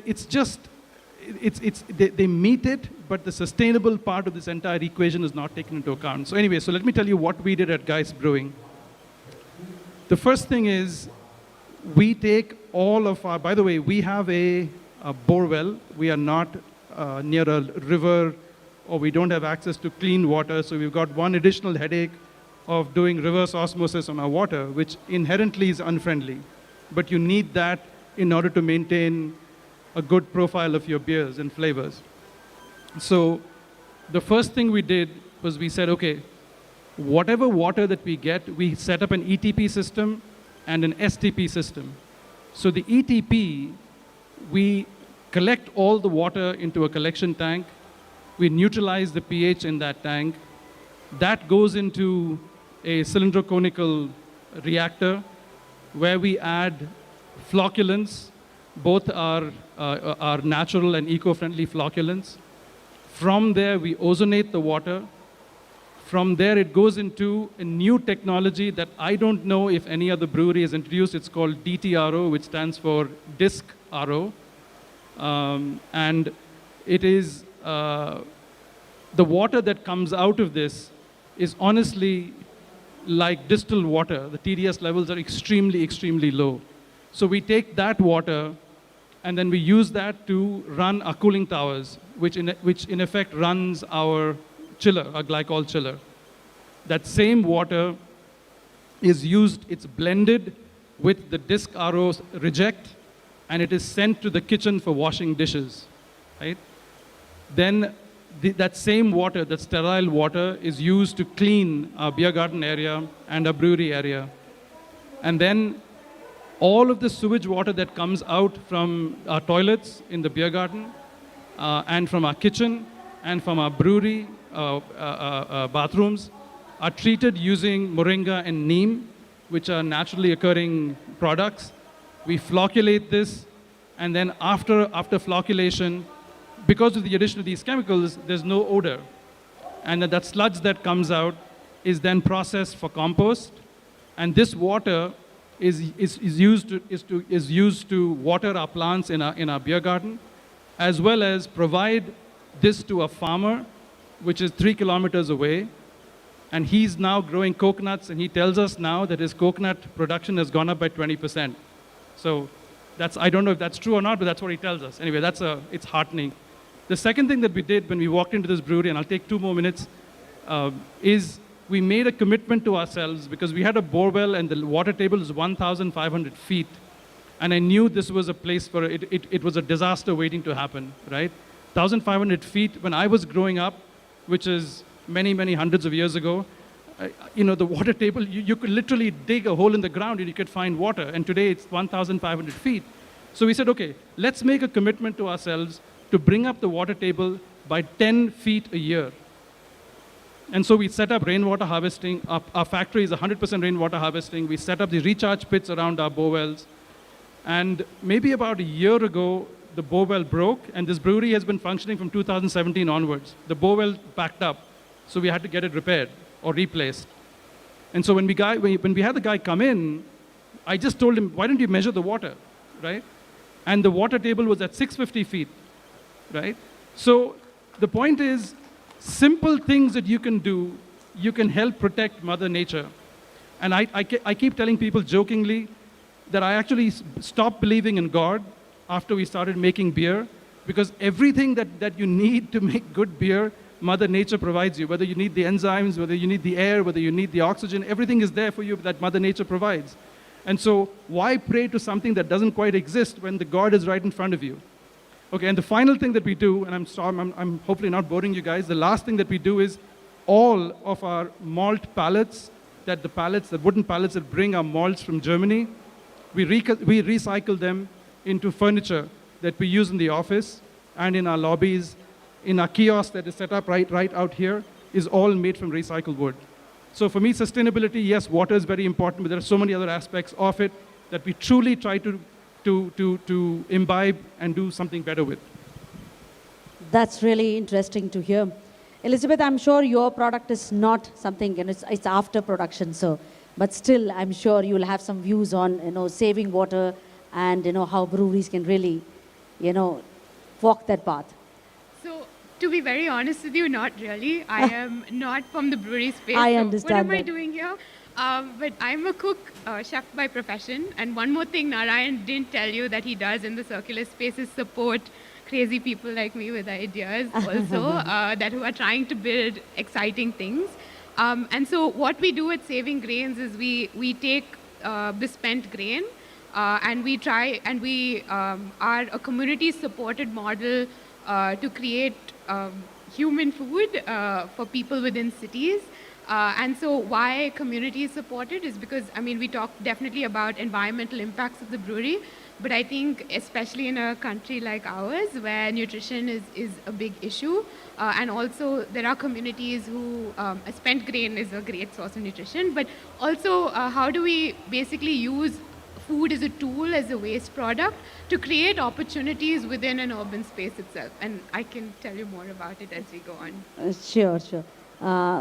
So moving on, I think you got a little bit of gist about what they do in the breweries with respect to water.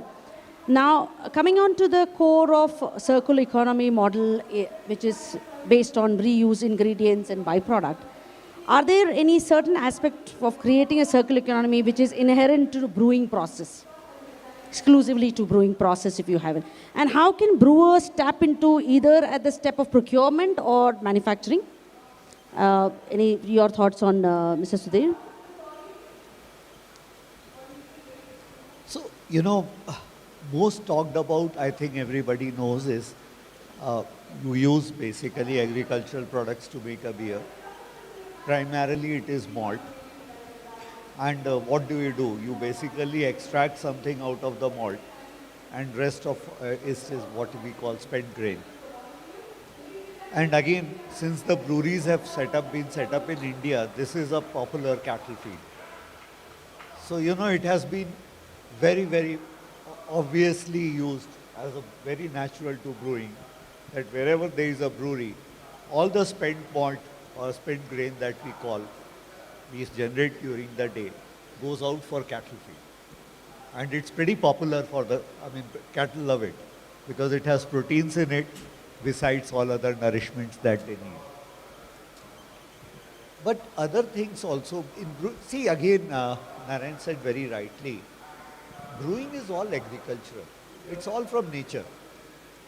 I won't take you through the brewing history, but I'm sure it is said that brewing was discovered, not invented. Unlike distillation, which is invented, which is a scientific process. Brewing is what nature gives you. And people really don't know whether farming came first or beer drinking came first. So, some people say because there were wild grains, because people were cave dwellers, there was no agriculture. And during those days, those wild grains, when they were soaked with rainwater and treated with wild yeast, they tasted very good. And when the agriculture started, people realized that, this can be done better. So, beer is 100% a natural product. Imagine grains grains fallen on the ground, soaked with water, catch some yeast from the environment. Lambic beers, I'm sure many of you must be knowing. They are still from the wild yeast that they make in Belgium. So this is nothing. So everything that you get, you can give back to nature in brewing. Even in India, because of, luckily, we are very cost conscious. So circular economy is in our blood. Today consumerism has gone up a little higher, otherwise. In my childhood also, we used to take those cotton bags for buying the vegetables, and today we are coming back to the same. Same thing in beer. Reusable bottle has been core to the brewing. I mean, using new beer is a new bottle for beer is a luxury for a consumer. Because the cost of bottle is very high energy consuming. So glass bottle is ideally reused, and it can be reused if properly handled. Unfortunately, in India, we don't have those systems. But it can be reused 12 to 15 times easily. So imagine everything is cycling in beer industry. You take anything. Few things which were not so far thought of are also becoming, of use. Crowns, for example. It's a good ornament. We just demonstrated that through colorful crowns, you can make necklaces. Use everything. So, Narayan, what would you say about how brewers can really use circular economy at procurement level or at the process level? Yes, I'm going to talk about one thing, and I'm going to leave the second part to Elizabeth because that's something that she and I and Geist have worked together. The one aspect I want to talk about is this water recycling that we do of the sewage treated water. We are now, like I told you, sending it to this farmer where he's going to be growing his coconuts right now. But we have struck a deal with him in order for him to grow vegetables for us that will be used at the beer garden. And the waste from the vegetables will be converted to compost, which goes back to him again. So a little bit of a circular economy here. The second part of it, I'm going to let Elizabeth speak about because she knows more about this and I ever will. Thank you, Narayan. So I want to talk about, the term circular economy a little bit before we talk about the model that we use.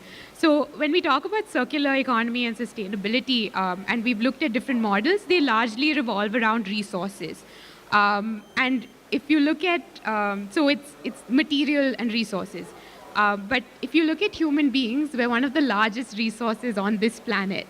So where do people fit into these models? And that's something that we're trying to build. How do we put people, and not just in terms of labor or doing the work, but also in terms of how do you think about product innovation, or how do you think about using new materials that are available around you? And so, especially when you have a product like spent grain that we take from Geist, we dry it out, we make it into a flour. One of the first things that we asked was, okay, instead of putting it in a fancy bread or in a brownie, which we currently do, So we work out of a community center. So we said, okay, what would you make from this? And Kaki, who makes jolada roti, said, why don't let's try chapati? Because it's our daily bread. Can we start like experimenting with that? And that's great because it adds, so obviously you can't use 100% spent grain, but you can use quite a decent quantity, which do increase fiber and protein content in it. And if that's doing something to add value to a whole wheat atta, that's great. So I think upcycling material and all the other fancy words, the circular economy. But I think the potential of materials that are discarded to actually benefit communities and what they need is something that's really exciting about the circular economy concept. By the way, I strongly encourage you to try her cookies and brownies that she made with spent grain. They're absolutely delicious. You can't even tell the difference. Just one more question on this. Like you said, it's there, circular economy is there in every part of industry, business in terms of brewing. Now, spent grains and what you're doing, not many people know about it. So how do you go about making more breweries, work with you and, have the same thing, and expand the circular economy from the brewery point of view? So I think the question I get asked a lot is that if spent grain is so delicious, and in Bangalore we have 80 microbreweries, on the outskirts we have so many more, producing tons of spent grain, why aren't we incorporating it more into what we eat? And I think one major challenge, as spoken about, is that, not really spoken about, but is the perishability of this grain and the handling of it as it moves, because it comes out as a wet mash. How is it handled? How is it processed and made into a flour? And these things are really important, especially when it goes for human feed and human consumption. So I think that I think a way to grow or a way to incorporate it or to encourage more people to kind of take up processes is to build one first and to build it collaboratively. I feel that's, again, another core aspect of a circular economy model, because it's about, so I'm a cook and I've been working with spent grain since 2018. I used to go down to Toit, and Matt was the head brewer at that time, and I used to go with my little bucket, and he used to give me some. It has so much flavor and potential, but this learning or this curiosity into further thought into how can we do more things with it only comes when people like Narayan or say that let's experiment together, let's try together, and let's build a process like this. And that's how more people come to know, and that's how it comes into our food systems. Yeah. That's really interesting. So moving on from there, Narayan, I would like to ask you, Geist is a zero liquid discharge. I would like you to elaborate on that and probably enlighten people about what it is and what you do. Yeah, I think for me, maybe I'll get some flack by calling us zero liquid discharge. The truth of the matter is, I define zero liquid discharge as not taking anything from the government and not putting anything back in government sewers or drains, right? So we said, let's try to be self-contained to the best that we can. So the things that I spoke about earlier were things where we said, whatever water we generate inside the brewery, let's just try to keep it within the brewery. In the early days, we tried, and it worked to some extent. Now with our production going up, we generate way too much of water, and we have to send it out of the brewery, although we don't send it into any government channels or government drains. So we send it to this farmer, right? So every drop of water that comes out is used in some way inside our brewery. So the first thing is, I told you we have a ETP plant. I invested over 61 lakhs in this plant, and for a brewery of our size, any CEO would have been thrown out of the window if we were a public limited company, because they said there's a stupid use of money, don't do it, right? But we said we're going to do it because we believe in it so deeply. So this DTRO plant gives us RO grade / RO++ grade, which we then blend back with our RO reject water and use it for cleaning our dishes, like I told you about earlier. It's used to clean our floors, which is sterile water. It's used for our cooling tower. So we do that. All of the water that comes out from the kitchen, from the brewery toilets, from the beer garden toilets are all treated again, and that water goes to the farmer. So We are trying to create as much of a closed loop system as we can afford to create. It's not perfect, but we define zero liquid discharges. Don't take anything from the government and don't put anything back and don't burden them with anything. Sudhir, what would you say? What are the practices you have in Bira?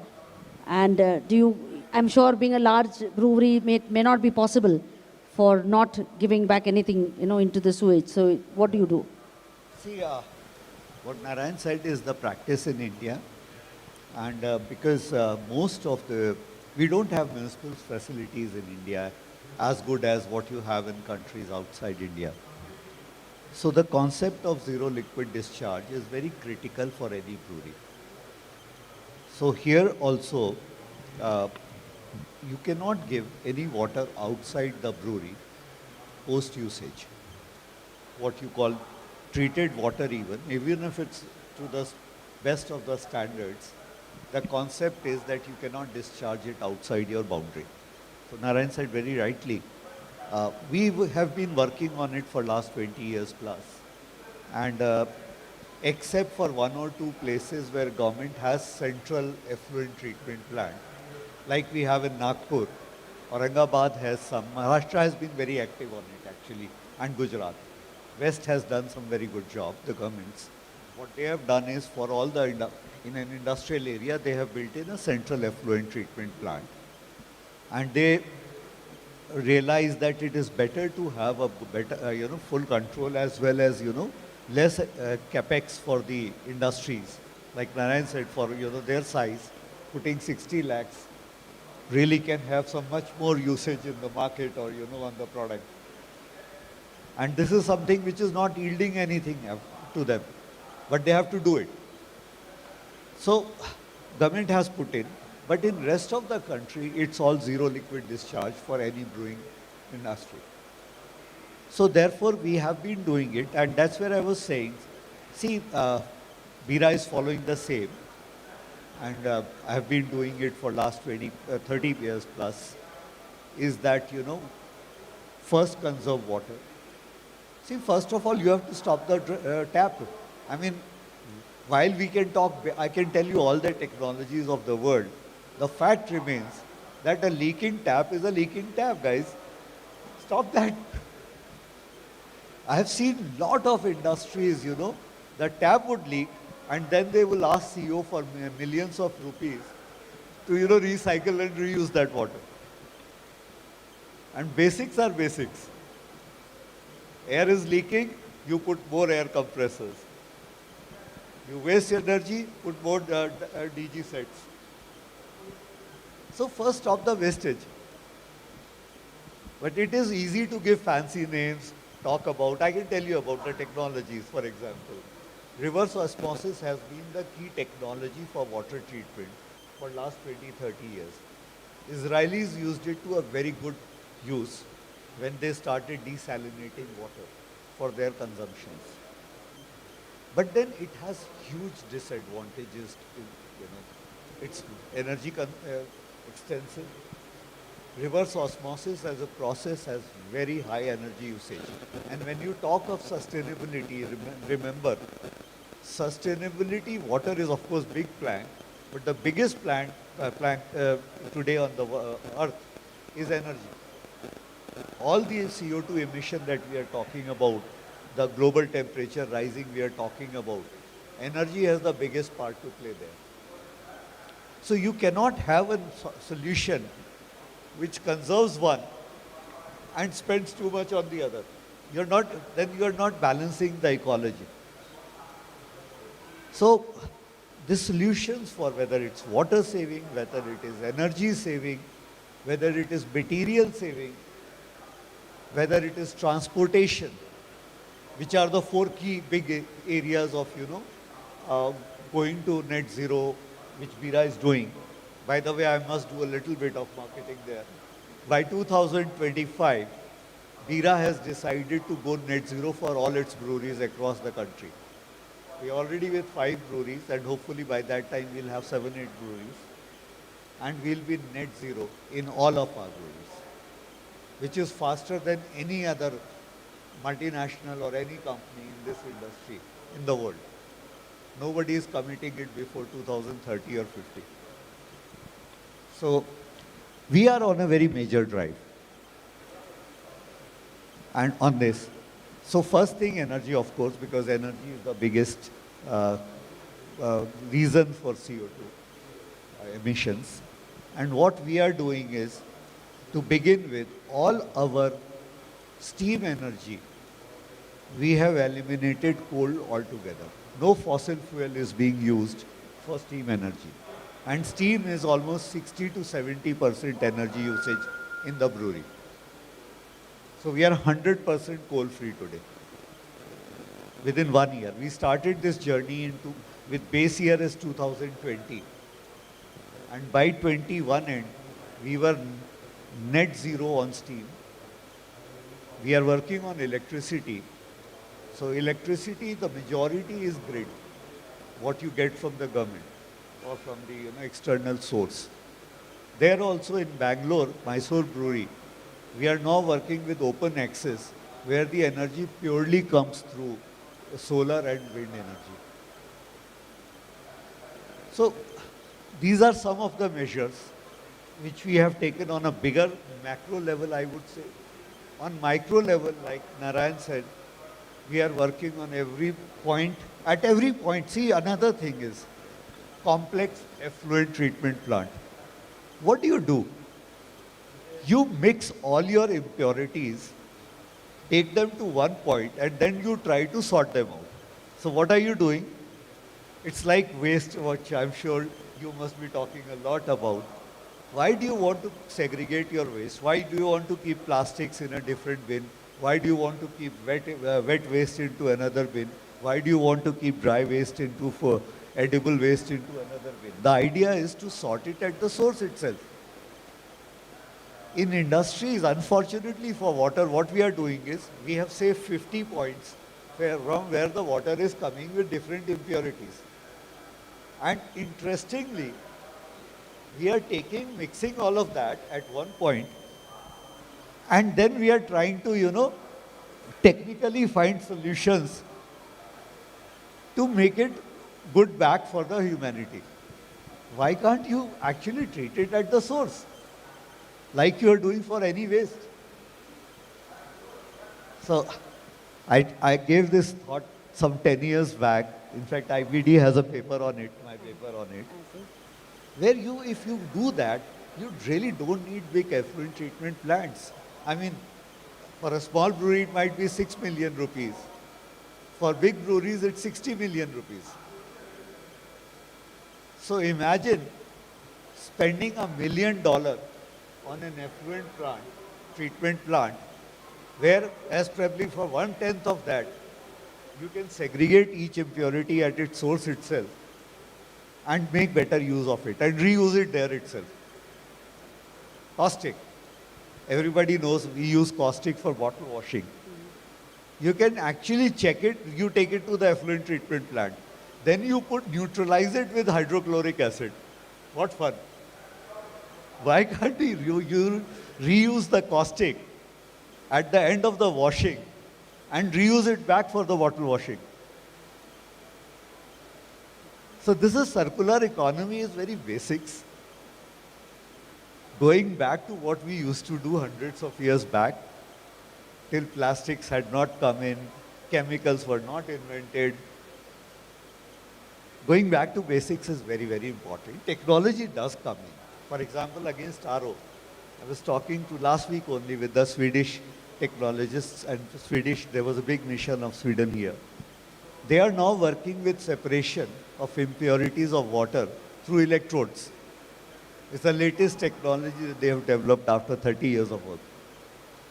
Very interesting, because RO is very energy intensive and you do not know what to do with RO waste. Nobody has an answer.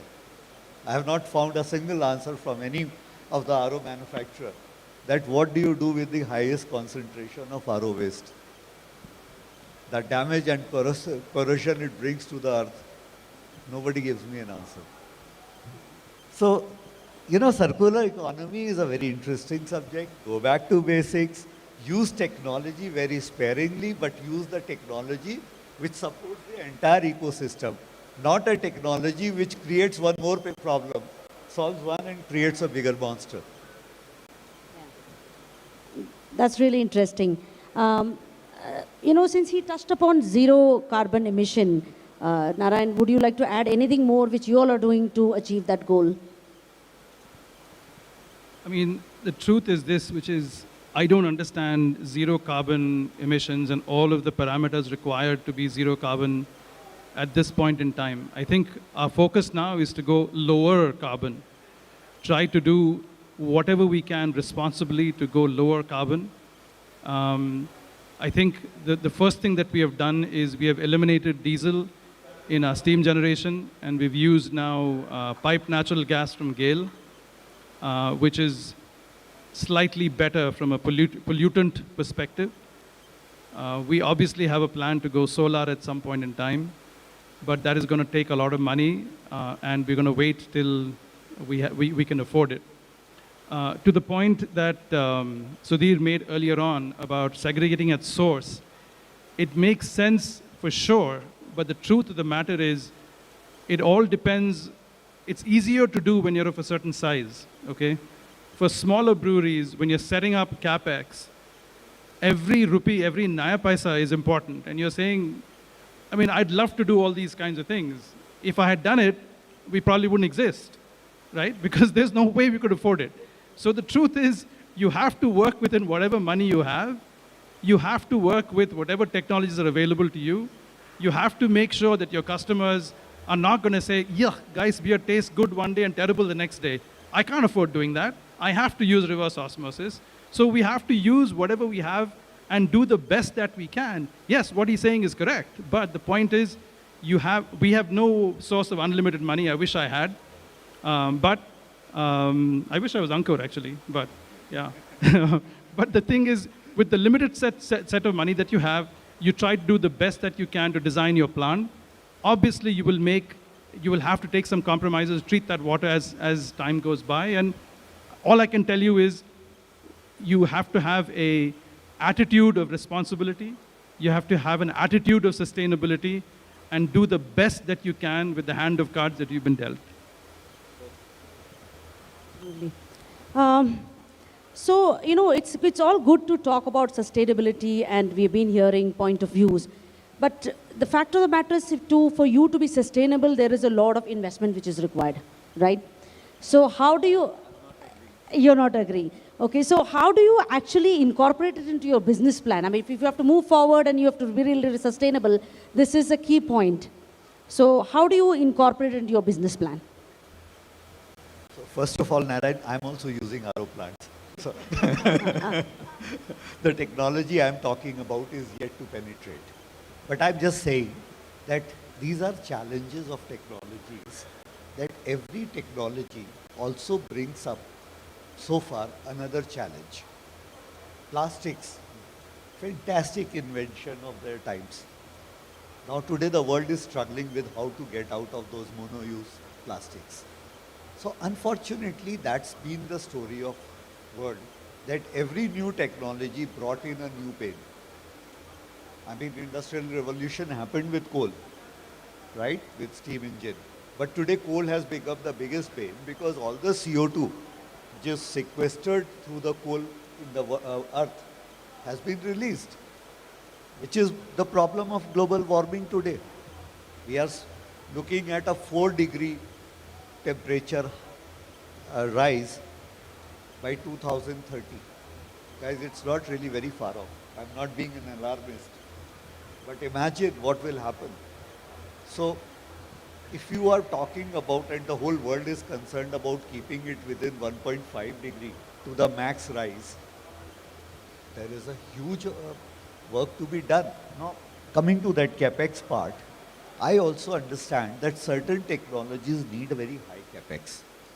But there are certain basic practices which don't need capex. So again, coming back to the same thing, what are we grappling with in our cities today?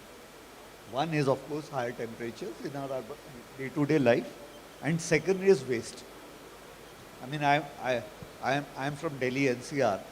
You must be reading about Delhi waste, those mountains near Gazipur, which nobody knows how to, get rid of. Now, all this waste, if properly segregated, may not really go there. Now, this is basic common civic sense, to put plastic bottles in plastics and, there's no investment there really. It's all about fundamentals. So, yes, beyond a point, for example, if I'm talking of net zero, I know I may be able to save 70-80% with very minimal investment. But to get for the last mile of 100, I would really need some big capex. So I agree with you. But 80% is 80% reduction. I around 30 to 40 paisa per liter for industrial use in Bangalore, Mysore. In Andhra Pradesh, they are talking of, and I don't know who gave them this bright thought, about 30, I'm talking 3 paisa a liter in Karnataka, they are talking of 30 paisa a liter. Will you believe it will mean crores of rupees of water purchasing for us? We can't afford it. The business will go kaput on this. So therefore saving water makes big sense, even if it means spending a crore of rupee. If I can get my payback within a year, at least I am then trouble-free for next few years. So the capex part, the investment, everybody says it needs huge investment. Many of the initiatives do not really need that investment. It's all about applying the basic technologies. India knows. I'm sorry, I'm just going out of way, but you might find it interesting. I run an NGO in West Bengal on my own personal level. And farming practices that I see, all the fertilizer and mud runs away because of the water when the rains come. Now farmers really struggle with that. What we have done is, mulching technology is an age-old technology. You cover it with some basic mulching paper, low-cost paper, and that saves your entire runaways. The crop has gone 7 times on tomato in just one pilot project. No money. I mean, I think we hardly invested in 10 farms some 50,000 rupees of that mulching paper. And the yields have been some 4-5 lakh rupees extra. But when you need to really, Narayan, when you need to really scale up and you need to be sustainable, you need to go, sustainable energy or, your supply chain, everything. It is a huge investment. So how do you sustain that and bring it to the business plan or, Yeah, so my philosophy is this, that the business of business is to make the lives of people inside the business and outside the business better, right? So there is no doubt that there's going to be investments that will be required in order for you to be more sustainable, bring in sustainable practices, bring in circular economies, et cetera, et cetera. The truth of the matter is this, which is, I have, for example, when Elizabeth and Guy started working together, the amount of investment that we had to make for that particular project was obviously very low, because she made all the investment. But the truth of the matter is that I think that there's a human level and then there's a money balance sheet P&L level that you grapple with. I don't know if I have the right answer for that.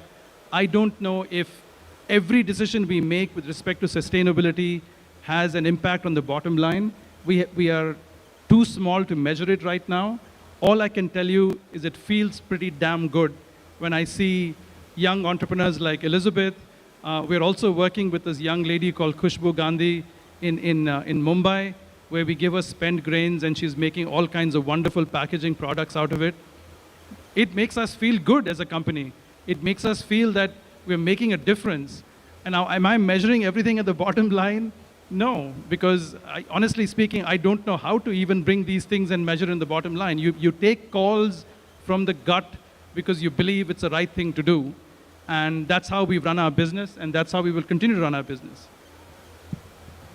Yes, Elizabeth, you'd like to add something?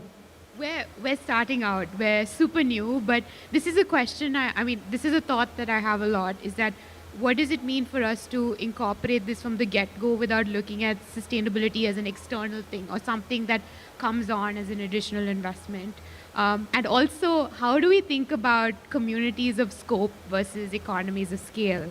So at the moment, we're building out our first prototype upcycling kitchen, and we're really thinking of, okay, what is the impact we can potentially have with people in the space, around the space, through products, and then extending that to also other chefs and bakers in Bangalore. How can they also be excited and use something like this?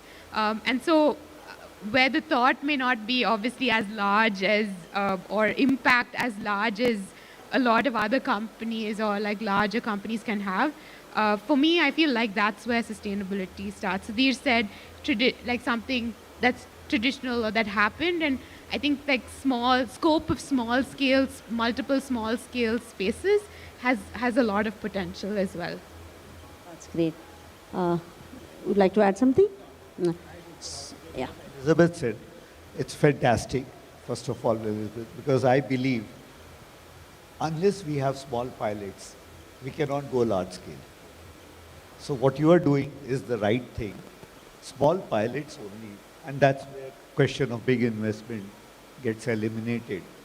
Because India is a big country, lot of scope, lot of self-help groups, which I think you are planning to build up. Such self-help groups with very slow investments, rather than having one big conglomerate investing billions or millions of dollars alone, I think this is where the answer lies. It's a very good initiative, and things like that need to multiply on pilot scales. So before we conclude, I would like to take all of your opinion about what is your suggestion to the brewing community, what they should be doing from each one of your perspective. What is their takeaway vis-a-vis sustainability and what they can really do? Even in a smaller ways, what would their takeaway from you would be? I mean, I think the first thing is learn from our mistakes. Just don't reinvent the wheel. Don't make the same mistakes that we have made, because God knows we've made every mistake that could have been made. So please talk. I mean, I'll be happy to share whatever information that I have. When you guys expand, and I hope, for example, I hope Catamaran is in 5 different states and 10 different breweries. I mean, I'd love to see this. And when you guys build out your next brewery, talk to us and learn from Sudhir what mistakes he's made. Maybe not as many as I have made, but I've made mistakes. So learn from us. So learn from us. We'll be happy to share. At the end of the day, I think we all owe it to the planet, because not one company or one person can do this. All of us have to make a change in a very, very small way. So let's do it. What would you say, sir? First of all, I have learned throughout my career, and I've got very good CEOs like Narayan, who were my bosses, who said, don't worry about making mistakes as long as you learn. So never hesitate to try out things. Unless you make mistakes, you'll never learn. Trust me, nobody can say that, We did it right from the first go. Always. I don't find any such person. At least I have not found anybody. So keep looking for new ideas. Wherever possible, go for it. And learn from each other. What Narayan said, I'll also say the same. Please ask and share. Elizabeth, what would you say? I think because somebody who's coming from outside the brewing space, I think what I find more could be really awesome is to be able to just talk to people. Yeah. And you never know where they surprise you, or reach out, and you never know where collaborations can happen, or what is that secret project that someone's been thinking of that resonates with maybe something you're thinking of. And these are kind of exciting things, and I've had the privilege to have conversations like with Narayan or with Vidya and Gitanjali, and just be able to and just be open to also sharing. even though they're not people from your space or from a parallel industry. And I think those collaboration spaces and like conferences, I guess like this one, are like really great for that kind of thinking and new insights. So yeah. So with that note that we can collaborate, learn from each other's mistake and reach out. I think this is a small community. I think we all can reach out, help each other to grow. So we would like to end this panel discussion, and I would like to thank all three of you for making the time to be here and sharing your knowledge on sustainability. And if any questions, we would like to, yes.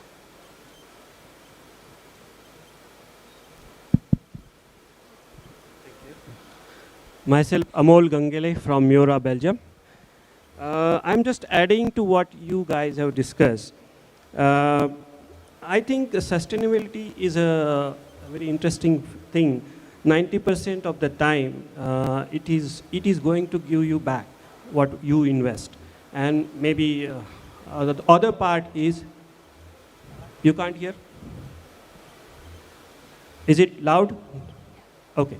So 90% of the time, or maybe more than that, whatever you invest for sustainability, it gives you back. It's like a fixed deposit, and you reap the benefits in future when it is crossing the break-even point.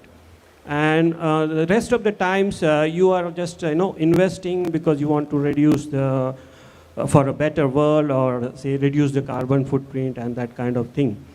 I would like to mention, sustainability is, in terms of brewery, whatever experience I have, it may be not very different for bigger breweries and smaller breweries.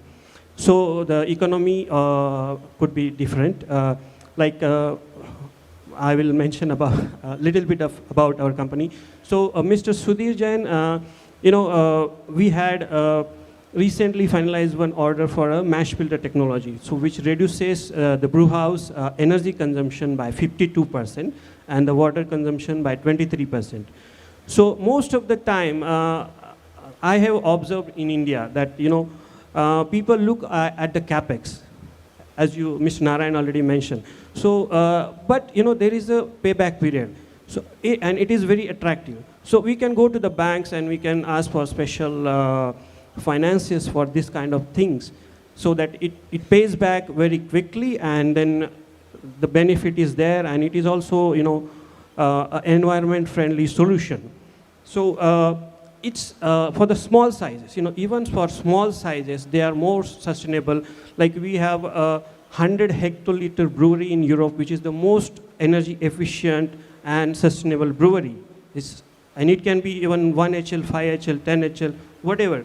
So, so technology is available, and we should think about the introducing it to the smaller breweries. And sorry, I would like to come here. You have a specific question for any one of them?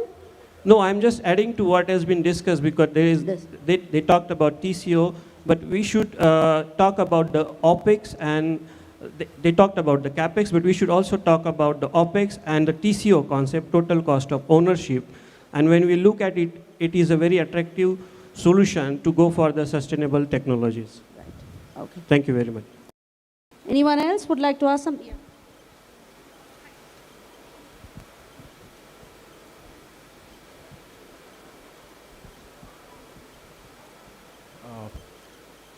So in terms of a circular economy, one of the things, which is a pillar. So in terms of circular economy, one of the things we've understood is reusing materials is pretty critical there. And as some of you all also mentioned, from a brewery standpoint, it's happening, for example, with water being reused, spent grain being reused, yeast also. I think most breweries propagate yeast. So when it comes to hops, since hops is a pretty expensive resource for brewing, have you all tried reusing hops, at a commercial level? For example, like the aroma hops being used for bittering for a next brew, because some people say they've tried it and have gotten pretty interesting results, but a lot of people say that it's not really feasible. Have you all tried it at a commercial level, and what might be the challenges of actually doing it? So the answer is no, we haven't tried it yet. There are plenty of research papers that talk about how aroma hops can be reused, especially after dry hopping, because there are plenty of aromatic, volatile organic compounds that are still present that can potentially be reused. It's an interesting area for us to look at some point in time. At this point in time, we haven't done anything about it. We'll take one more last question. Hi. This question is for Narayan and Elizabeth. We spoke about reuse of spent grain. I want to know about specific learnings you might have had on handling spent grain, how we could perhaps store it for a little longer until a vendor comes and picks it up, or how can we store it without it causing a big stench? Yeah, so our spent grain goes to 3 different sources right now. One obviously is the easy one, which is sending it to a farmer. And we send it to a farmer who's got sheep, cattle, and pigs. That's an easy solution. And as Sudhir mentioned earlier on, animals love it because it's got a taste that appeals to these animals. So it's great. I've also been told that milk production in cows goes up 20% when they eat spent grain. No proof, but this is what I've been told. The challenge for spent grain storage is this. It will start to degrade / re-ferment or start spoiling in about anywhere from 24 to 48 hours. Right? It'll start to smell. When we have kept product for Elizabeth, what we've tried to do is keep it cold, and we flush it with CO2 to minimize oxygen contact. And even when we send it to Khushbu, we flush with as much CO2 in the bag and then send it by overnight bus as soon as we possibly can.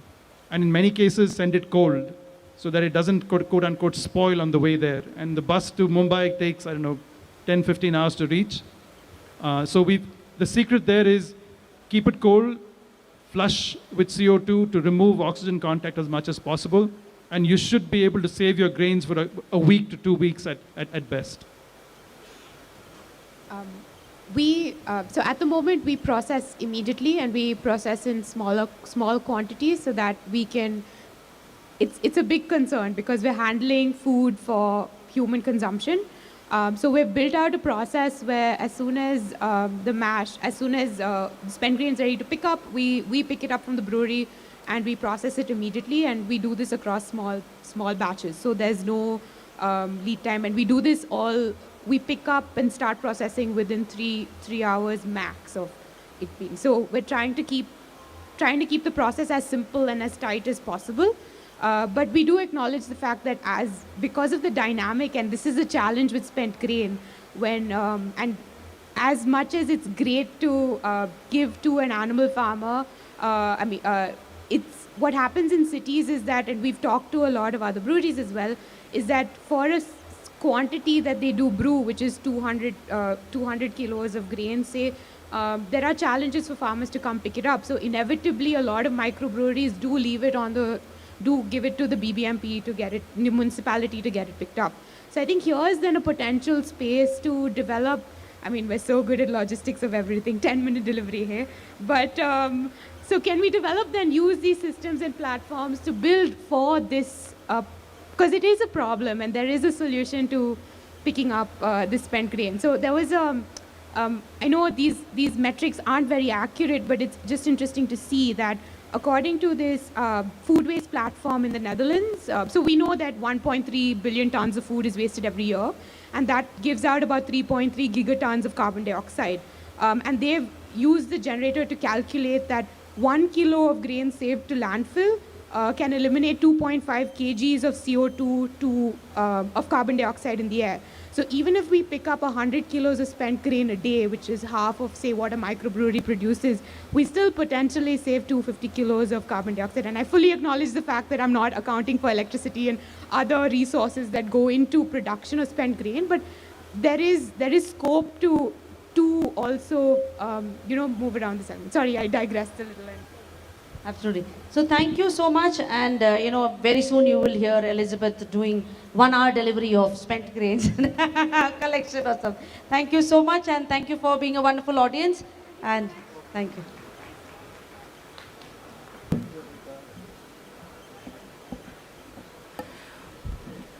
Well, thank you so much for a stunning session, and it was a great honor to have all of you with us on board. Ladies and gentlemen, can we give a big round of applause to our absolutely stunning set of panelists? And let's hear it loud for our moderator who conducted the session absolutely seamless. A big round of applause to Anita ma'am. All right, ladies and gentlemen, with that we come to the end of the panel discussion, but I would like to keep all of you informed about the workshop that we would be having in the next 30 minutes, which is a certified workshop by VLB Berlin.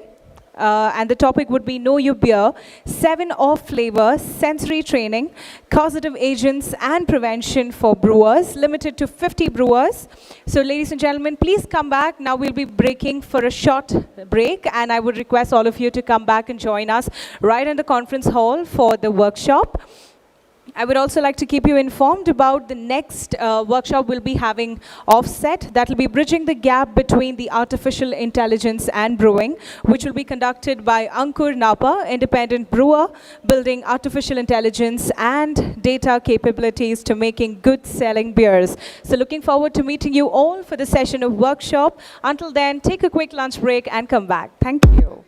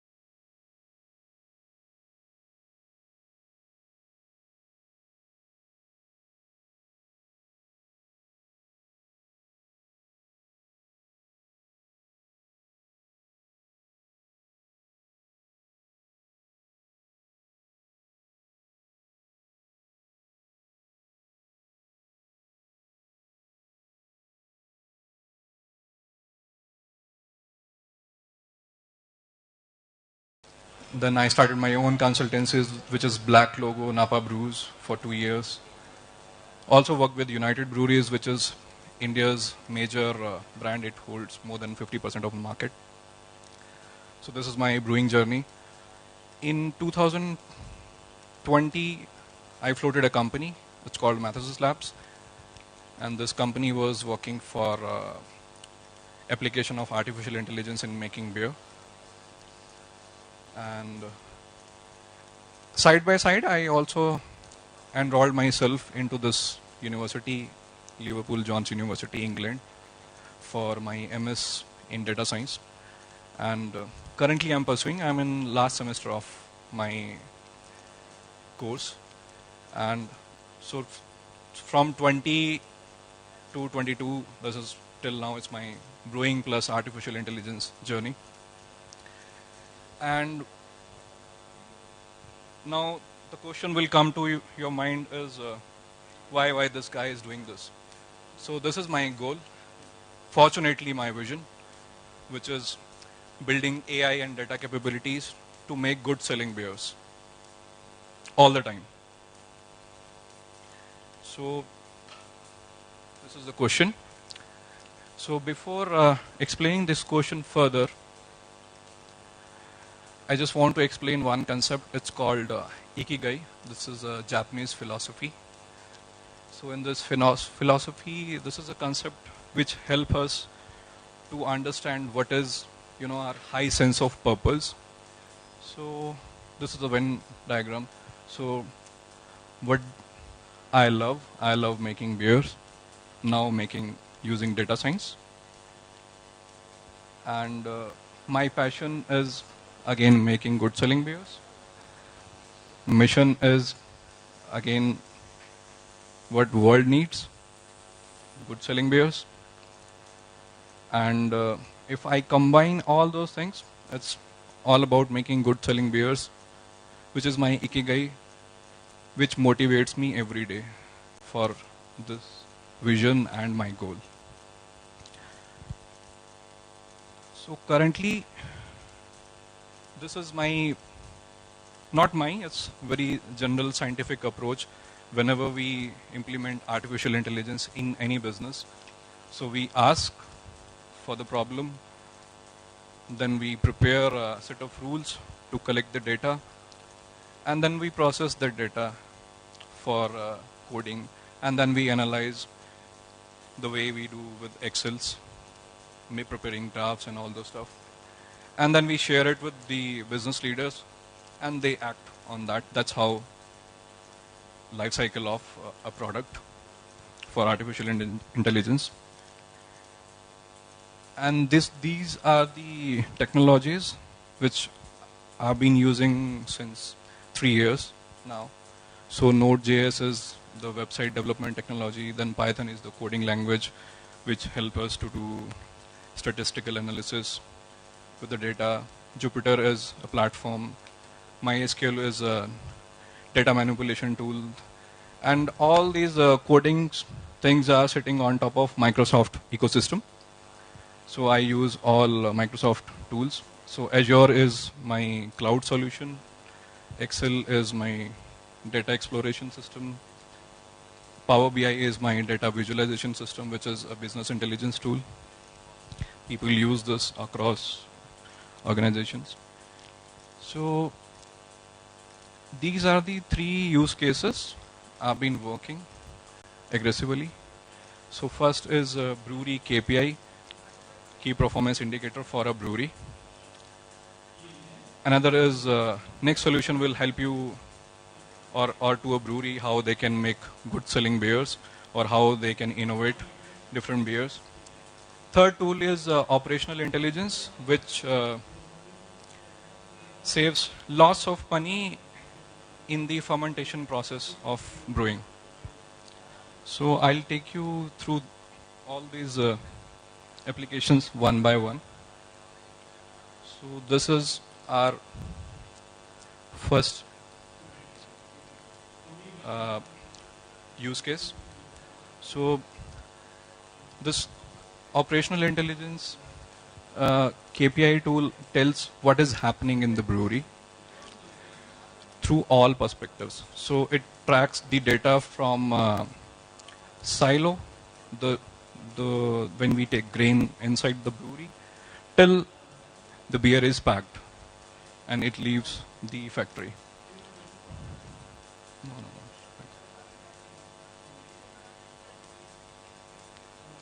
So I'll be taking you through the application.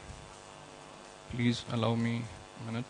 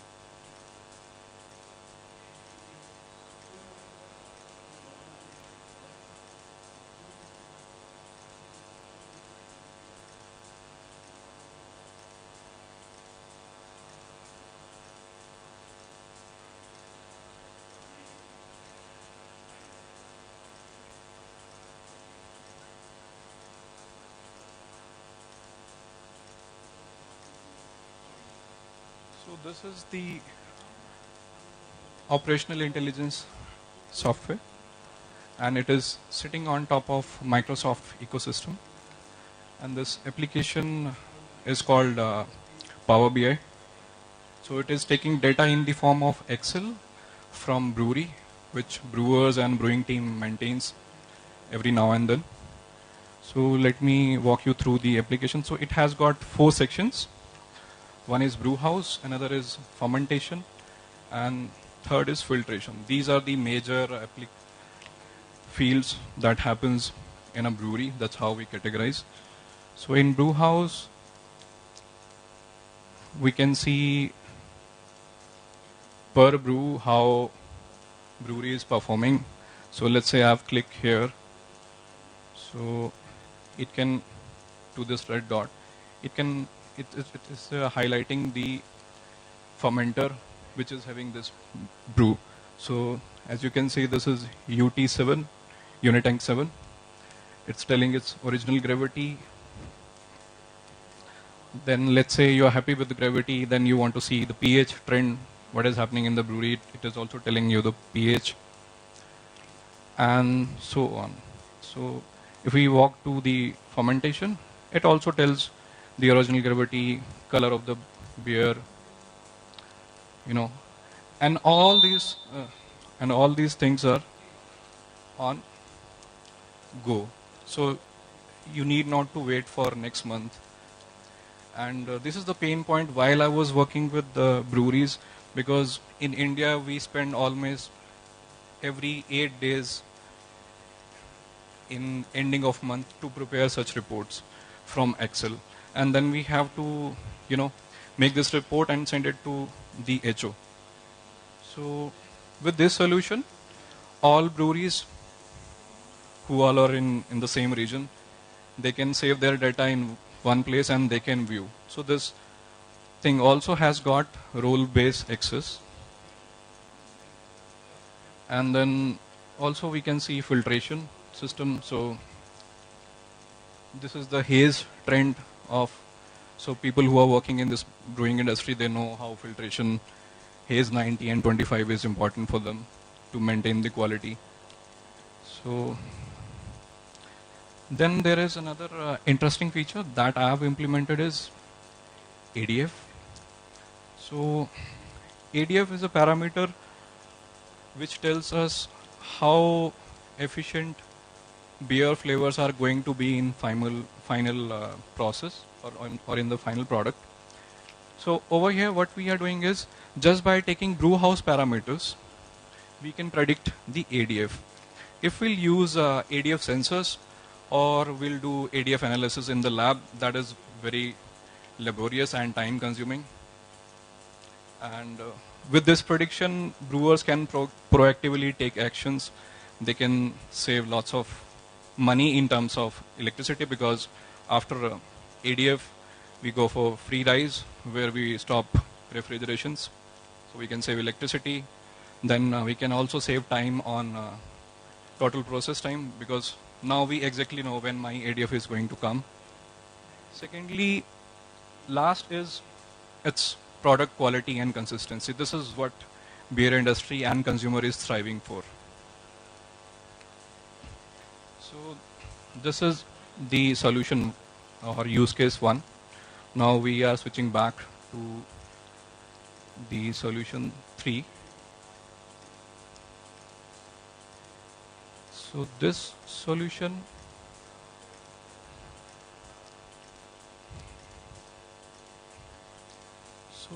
this is a solution which one can use for new product development, because most of the microbreweries or craft breweries are thriving for this solution. So beauty of this solution is even known brewers can also use this solution.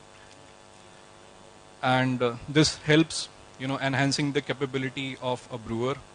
He can work on different recipes, or he can have different recipe. So I'll be giving you a quick demo of this.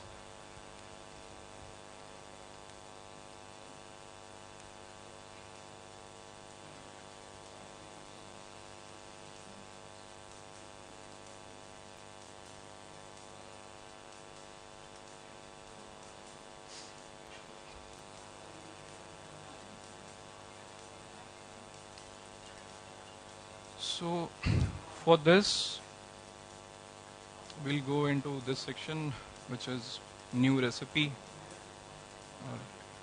So right now, I'm feeding my old beer inventory into this, which is my amount of malt I have in my beer factory, amount of hops, and the previous brewed beers. So all of them are going into this. And I want this to generate a few recipes for me. On a traditional way, it's very cumbersome because brewer thinks a lot, they go for different inspirations. So after uploading this recipe, I'll click on recipe prediction. So over here, it gave me the recipe option 1 and option 2. Okay. And all instructions are generated automatically with the help of artificial intelligence in this. Now we can also send this recipe for brewer's approval, because at this moment this recipe is generated through artificial intelligence, but it is the brewer who is going to brew this recipe. So this whole solution is not to replace brewers, but to enhance their capabilities so they can brew better beers. So once we send this for brewer's approval, it comes here, and now brewer can review this recipe because it has got role-based access. Let's say someone from sales department, he does this exercise for creating a recipe, and he'll be sending this recipe to the brewer. Now brewer has access to edit this recipe. So he can edit all parameters in the recipe, mash, yeast, fermentation, and then finally he can brew this recipe, which will be decreasing the time for innovation. Now, and today after COVID era, now anyone can brew this recipe virtually, various places. Better example I can show you through my phone is this whole app is also accessible through the phone. So we have to open same website.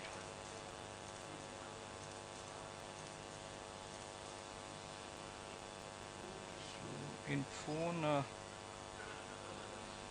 we can just take a photo from, let's say, Copter 7. So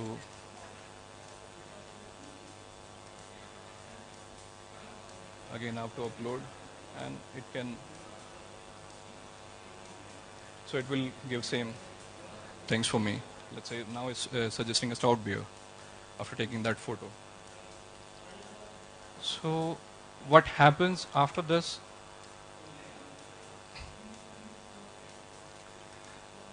It also gives the consumer palate preference or their prediction, how consumer is going to perceive all those beers.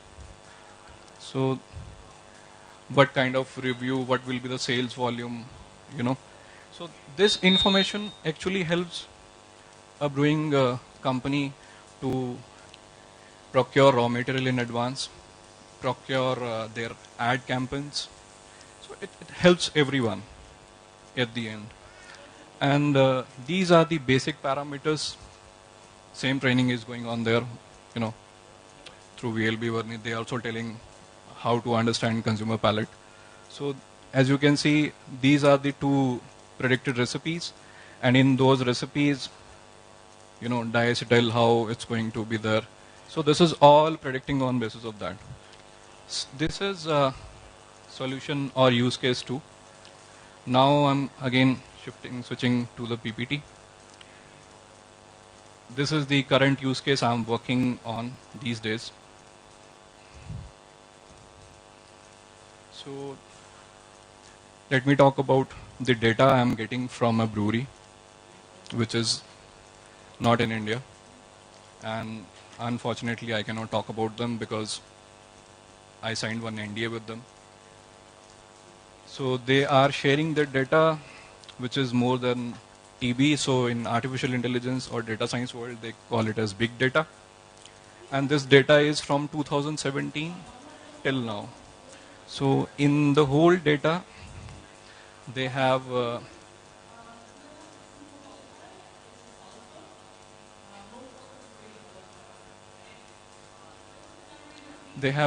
than 43 fermenters. They have more than 43 fermenters and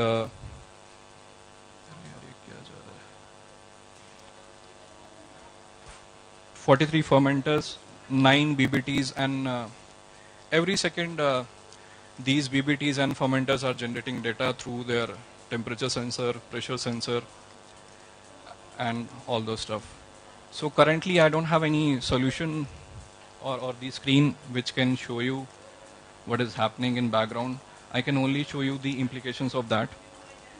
So again, this is an operational intelligence problem where we are working on ADF, which is very crucial index, which I explained in use case 1 as well.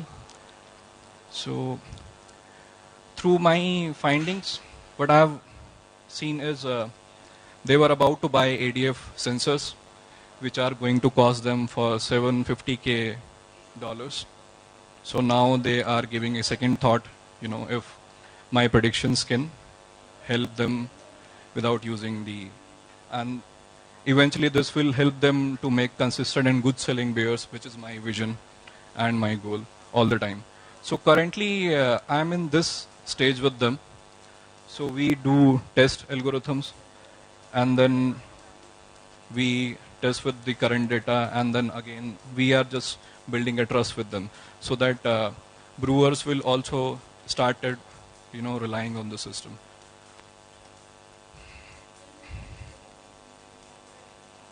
So any questions, please? So if you want to shoot down your questions later on, this is my email ID, ankur@ivert.in. ivert is again intelligent word. This is my number. Thank you.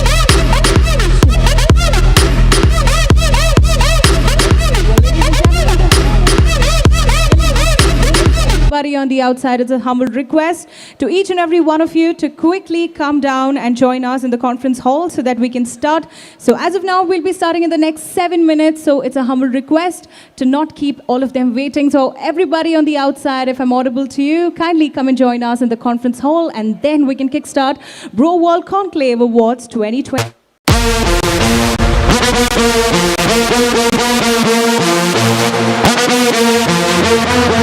Push me, and then just touch me, till I can get my satisfaction.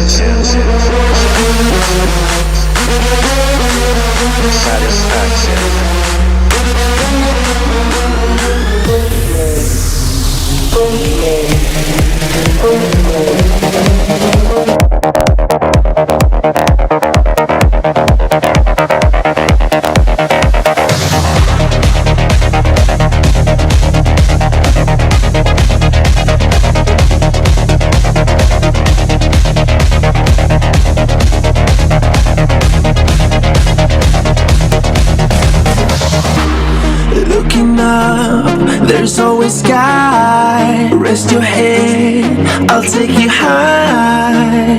We won't fade into darkness, won't let you fade into darkness. Why worry now? You'll be safe. Hold my hand, just in case, and we won't fade into darkness. Fade into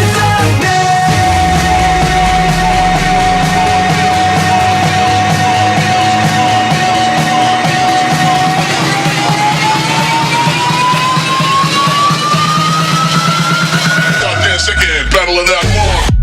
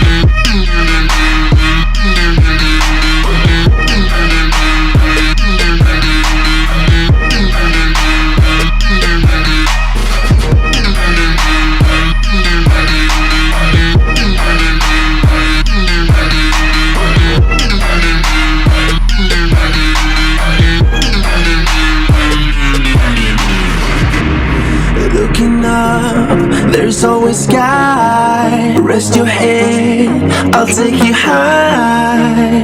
We won't fade into darkness, won't let you fade into darkness. Why worry now? You'll be safe. Hold my hand, just in case, and we won't fade into darkness. Fade into darkness.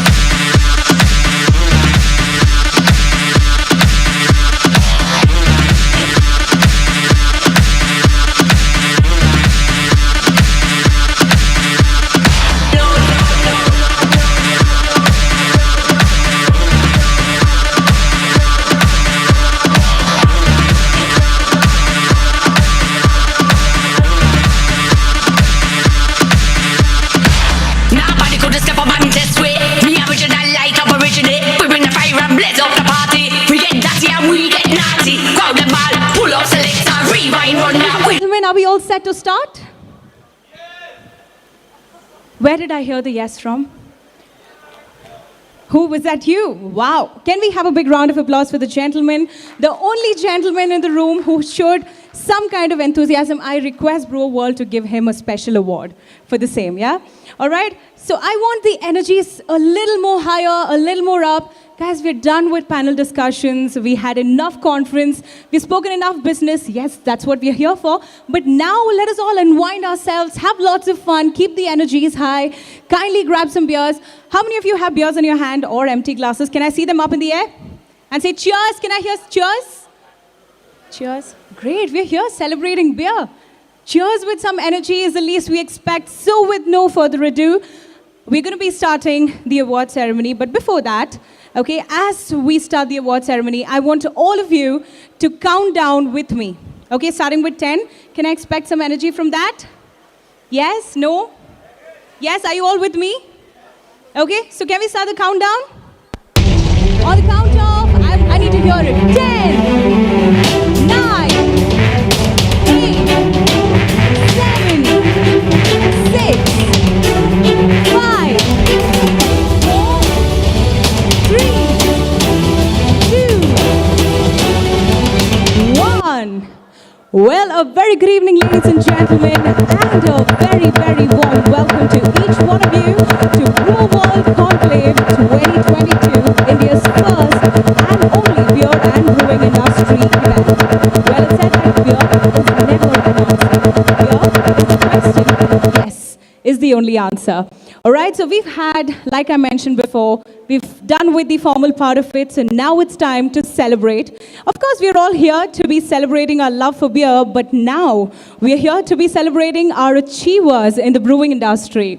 The evening where we recognize and honor brands and individuals who have helped the industry grow on a whole. This is the first initiative by Brewer World, and our motive is to make this an annual property and continue appreciating the ones that are excelling in the industry. Ladies and gentlemen, with a big, big round of applause, may I please request you to invite on stage our co-founder and director of Brewer World, Mrs. Anita Raghunath. Thank you. Like she said, I think we need to have some more energy so that we can continue with our enthusiastic arrangement here for awarding our Excellence in Beer people and their initiative. So good evening to all of you. We are extremely delighted to put this event together. And if you all know, like I said in the beginning when we started, that we had our challenges and COVID had some other plans, and we still fought everything, and all of you here are today winners because we passed through all those difficult phases, and we are here today to celebrate beer and the people of the industry. So can we have a round of applause for the people of the industry? Yes, we are a community and we are here to celebrate beer and the people in the industry. So thank you so much for being here, and thank you so much for giving us that encouragement to continue with the work we are doing. And like I said, we started with the content platform, and the natural progression was to do an event where we can create a community, we can interact with people, and allow you all to interact with your own stakeholders. So I would say humbly that we have made a small beginning, and we have bigger vision. We would take this event to an international scale, and we would need the support of all of you. So can I expect that support from all of you? Thank you, thank you. Okay. So today, we are here to honor the excellence in beer, and we have two category of awards which we have started. One is the Beer of India Award, which was, taken through a complete JCP guidelines process, and a lot of people enthusiastically participated, and we have done whatever best we could do to be fair and to do the process in the way it is required. So I would like to say that we have my team. I'm very, very proud of my team who took the initiative to travel everywhere, do this thing, and I want you all to give a round of applause to my team who did this. Thank you, thank you. And the next set of award what we are talking about here is the Brewer World Award, which is the award which Brewer World is giving to people where we have, from our internal process and from our association in the industry, we have understood the kind of work they do and what they are, their vision is, and how they're aligning, how they're helping the community, and the vision they have in terms of marketing and initiatives they've taken. So this is just beginning, and we would like your guidance and feedback to see how we can really improvise on these kind of things and do a better job next time. So the evening is yours, and we are here to celebrate. So let's encourage all the people who have won, and all the people who did not win, let's work towards winning it next time. Thank you so much. Thank you so much, ma'am. Well, moving on to the awards, like ma'am mentioned about the Beer of India Awards. So we've all been familiarized with the major award competitions in the beer and brewing industry, right? So the World Beer Cup, the European Beer Star Awards, the Great American Beer Festival Awards, all of whom have been established themselves in the brewing industry globally. However, India too has proven to drive consistent growth within the beer industry over time. Within just 10 years, India has developed over 250 brew pubs. The newer developments in Mumbai, Pune, Hyderabad, Goa, Kolkata, Gurgaon, and of course, Bangalore.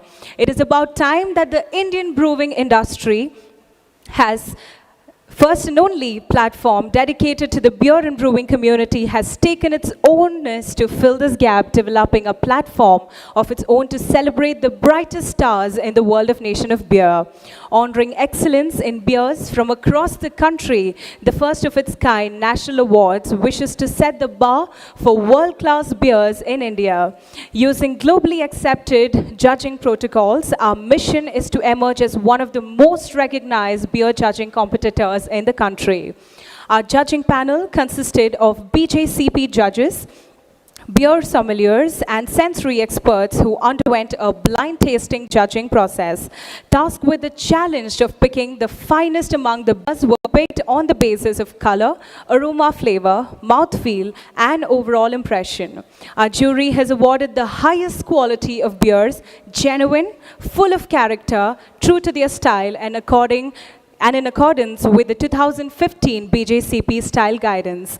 We applaud all the participants as we join in the celebration and the best of the best brewers and brands in the country. So ladies and gentlemen, as we race closer to the monumental moment in the Indian beer and brewing industry, we present to you Brewer World's very first edition of the Beer India Awards 2022.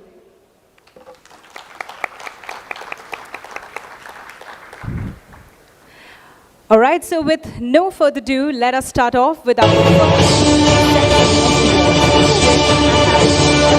instructions with all of you.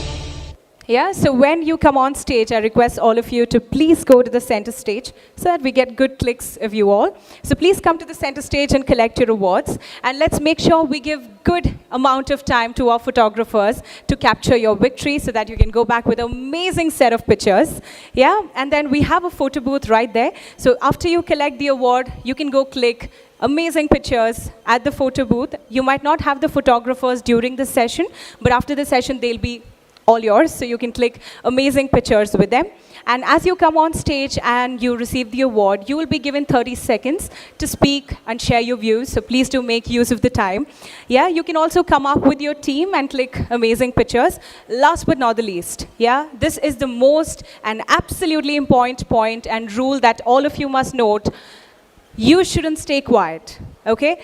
We are all here to appreciate each other, support each other, so when every person comes up on stage, every award winner steps on stage, the applause must be thundering, yeah? So I want all of you to give a big, big round of applause for every award winner that comes on stage. Can we see a trial? How are you going to applaud for the award winners? Stunning. Even if the energy is a little more higher, I wouldn't mind. Well, so let's start off. Are we ready? Yes? Can I hear a louder yes like he did? Are we ready? Fabulous. All right, so let's start off with the Beer of India Awards. To do the honors, firstly on stage, it's my pleasure to be welcoming Mr. Manik from Timnis Products India to kindly come and join me on the dais to give away the awards.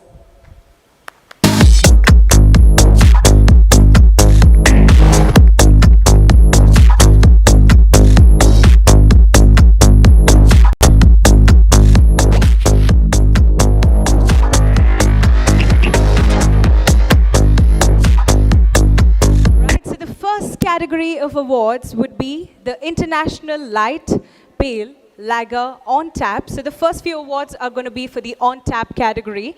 All right, so we have categorized to gold, silver, and bronze. And the award winner who's taking the award for the International Light Lager on tap, the gold award goes to Mannheim Craft Brewery.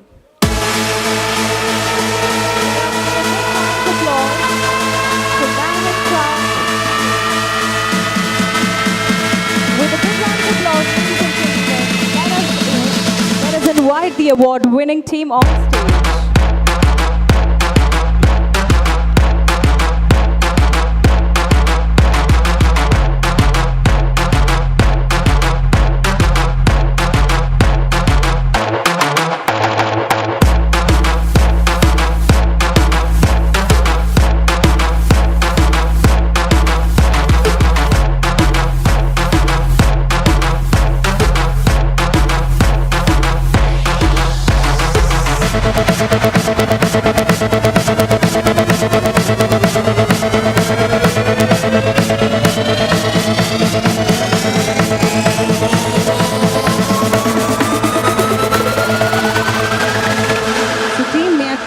You to speak a few words to the audience.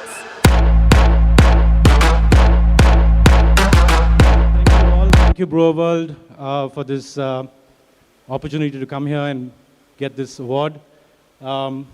Great show. Thanks, all of y'all. Great beers. Thank you. Thank you so much and congratulations. Let's move to the next award, which is the silver in the same category, and the winners for the same. Let me call up Arco Craft Beers.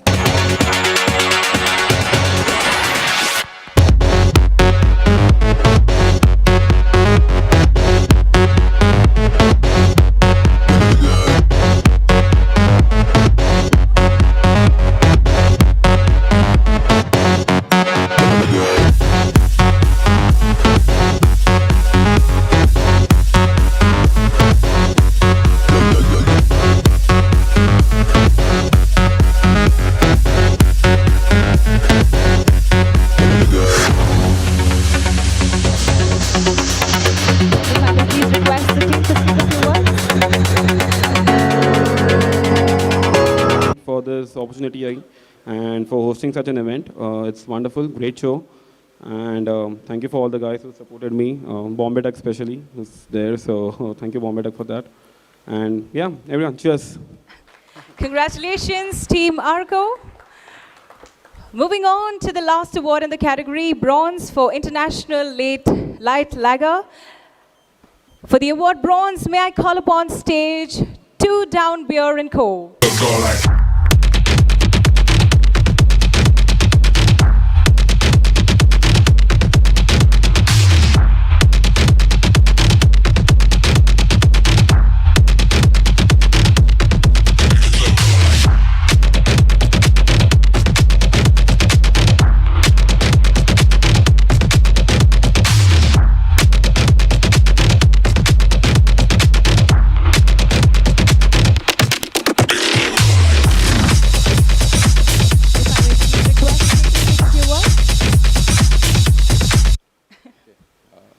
Thank you, Brewer World and everybody. I'm glad that this is our very first lager and it won the award. Very proud of this beer, and I'm glad that the jury also liked it. So thank you very much.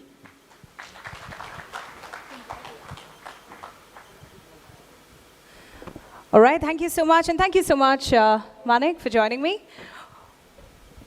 Well, I have a small request to all the award winners who are coming on stage. I request you to tell a little more about your company and where you're based out from, because maybe a lot of them in the audience are not aware of it. You can also say a little about the beers you serve or the kind of background you're coming from, so that we have a better idea of what the award was won for. Yeah?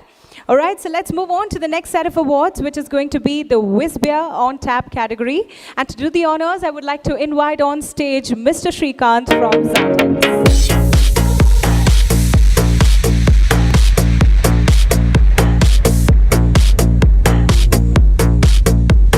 Why do I feel like Shrikant has a good fan following in the audience?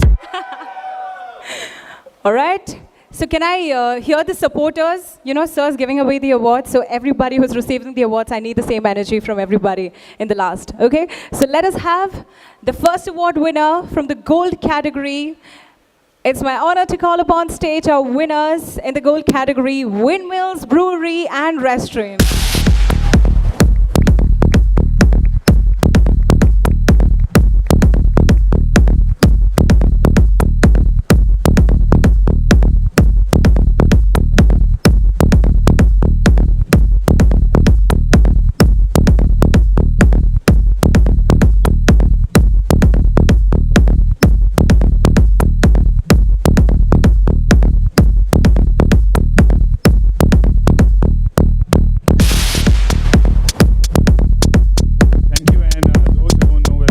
We are right across the corner, walking distance, right? Come and try our beers. Love to host you. Thank you. Yes. Yes, thank you. Let's all join there together for after party now that we know where the place is. Yeah, so congratulations, team. Let us move on to the second award winner, the silver. For the Wisbeer on tap category, we have Effingate Breweries.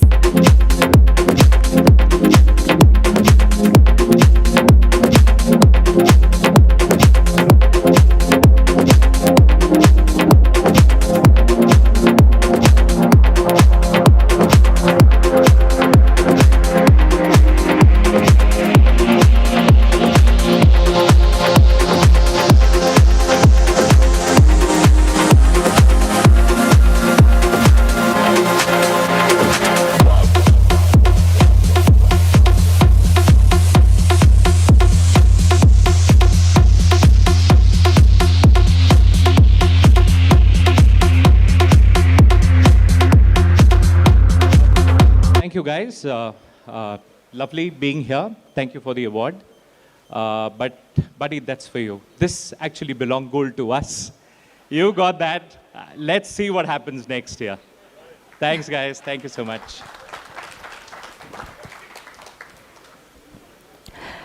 The bronze in the Weissbier category on tap.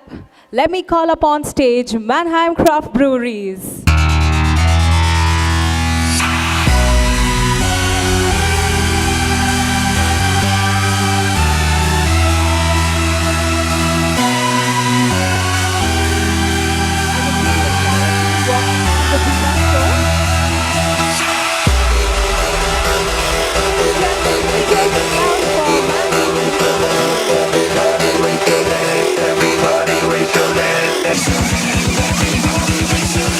Everybody raise your hand.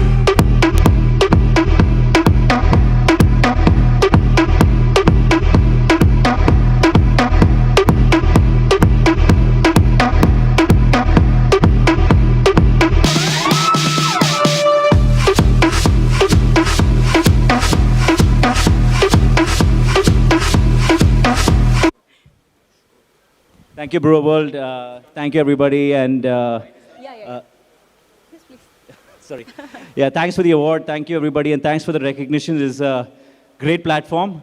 And, so we hope for many more to come over the next couple of years. Thank you. Thank you so much. Thank you so much, sir.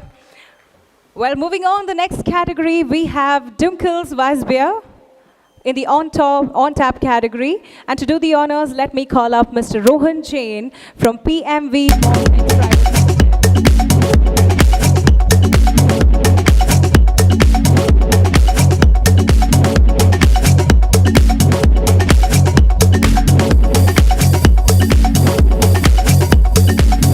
Well, with a big round of applause, let us call the Gold Award winning category 24K Craft Brews.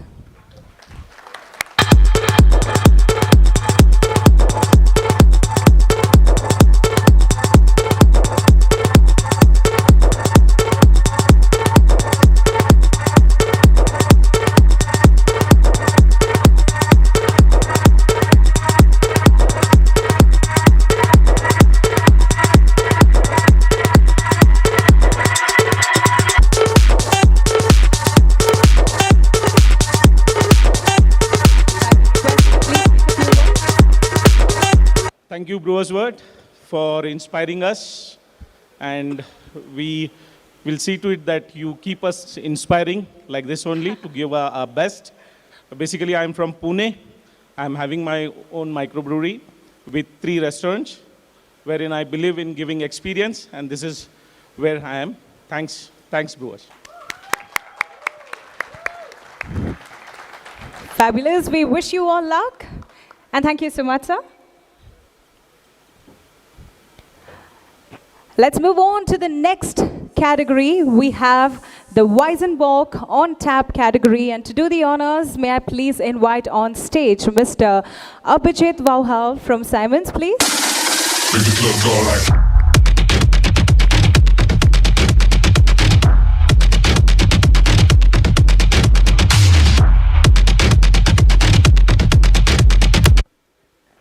And in the category Gold, let us invite on stage our award winners in the category Weizenbock on tap, Independence Brewing Co.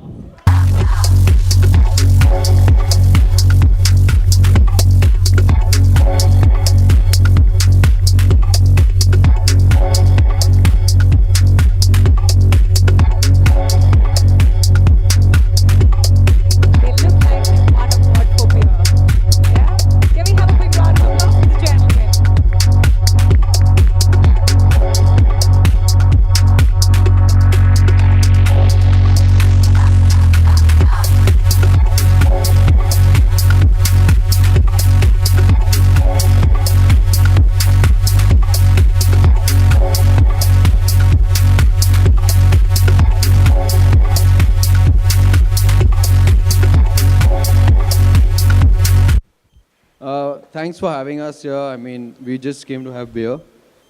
And that's the only motive we had. And it's great to, visit this for the first time. And congratulations to Shelly and the entire team. And we're just going to keep brewing. Thank you. Congratulations, team. Keep brewing. Let's move on to the next set of awards.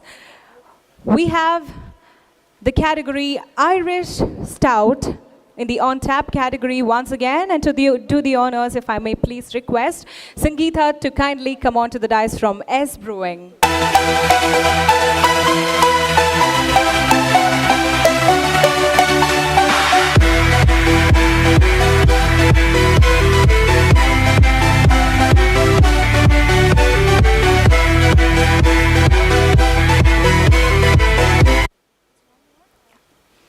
And from the Irish Stout category, the Gold Award winner goes to Windmills Brewery and Restaurant.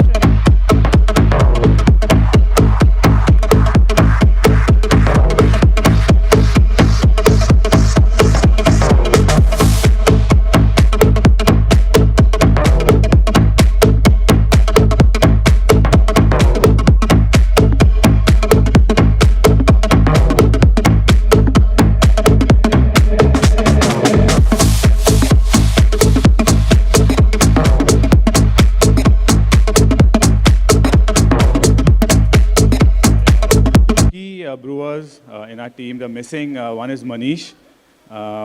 Thanks to him, wherever he's in Germany somewhere doing some coursework, and our brewmaster Callaway, he's in Dallas, Texas.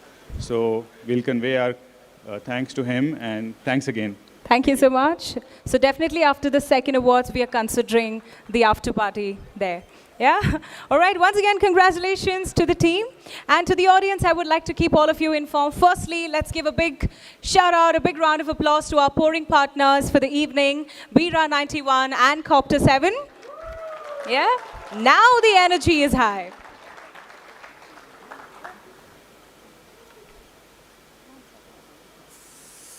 Thank you so much, Sangeeta. Thank you.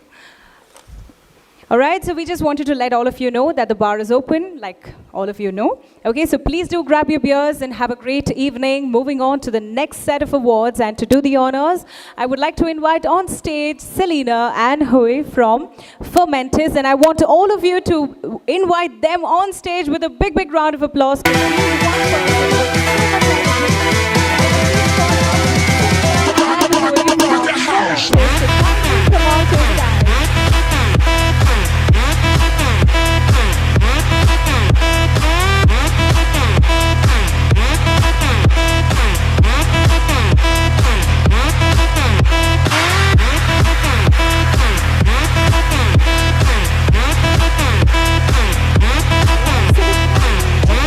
award is American IPA on tap category.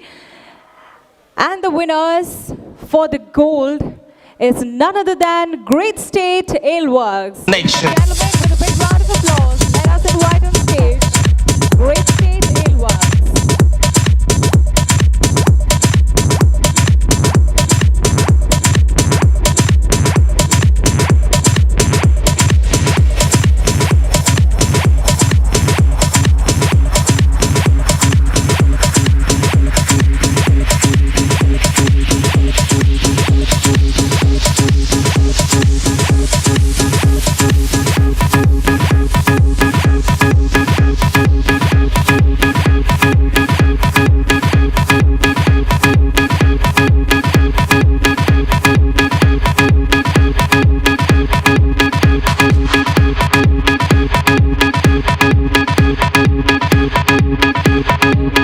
I would like to thank Brewer World for giving us this recognition and giving this kind of platform for all the breweries. And thank you, everyone. Cheers. All right, congratulations, Great State Ale Works. Moving on to the silver in the category American IPA on tap. Up next, may I please call up with a big round of applause, Bombay Dark Brewing.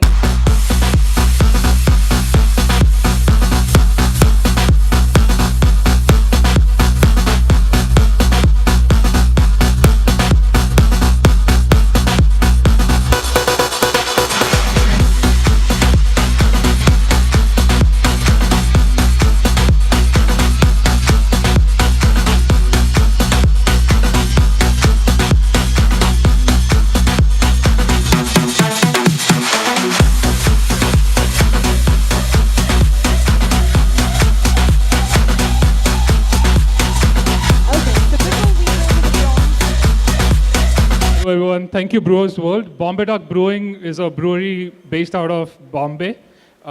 We work with a bunch of restaurants, so we are predominantly a production brewery. We started this company sometime in 2016, and Bombay Dark literally translates to Bombil. Bombil is a type of fish, which is along the coastline of Bombay. That's how the name comes. For anyone visiting Bombay, we totally encourage you to come down to the brewery, visit us, and spend a day with us. There's a lot of barbecue that you can do in the backyard. Totally fun, and our brewers are more than happy to host you for the day. Thank you, everyone. Thank you so much, and congratulations. All right, so before we move to the Bronze Award, I would like to inform the award winners that these are our candid photographers who's going to click amazing candid clics of you. Okay, so when you come on stage, you need to look straight to the podium, and that's where the still photographer is. Okay, so these are all candid photographers. You'll get amazing captures from there, but I want all of you to go center stage and look straight to the camera. All right, so moving forward, we have the award Bronze, and ladies and gentlemen, let's call up our award winner from the category American IPA on tap category.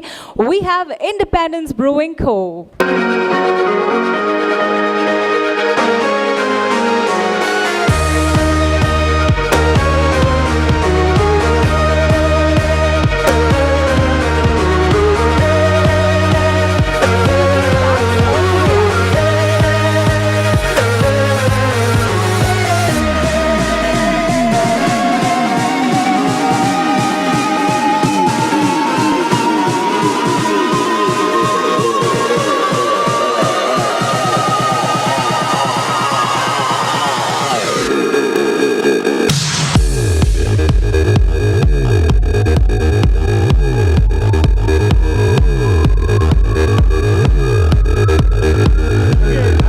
Say one thing, this is a complete lie. We were supposed to be gold, but it's okay. Let the kids win sometimes. All right, thank you so much, sir, and thank you so much, Selena and Hui, for your time. All right, let us move on to the next set of awards. The next category of awards is the New England IPA on tap category. And to do the honors, let me call upon stage Mr. Jatin Patel from DBKSP.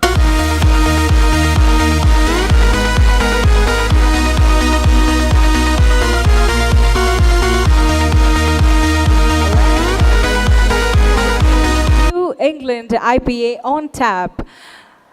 The winners in the gold are none other than Brewdog India. Ladies and gentlemen, can we hear it for Brewdog India?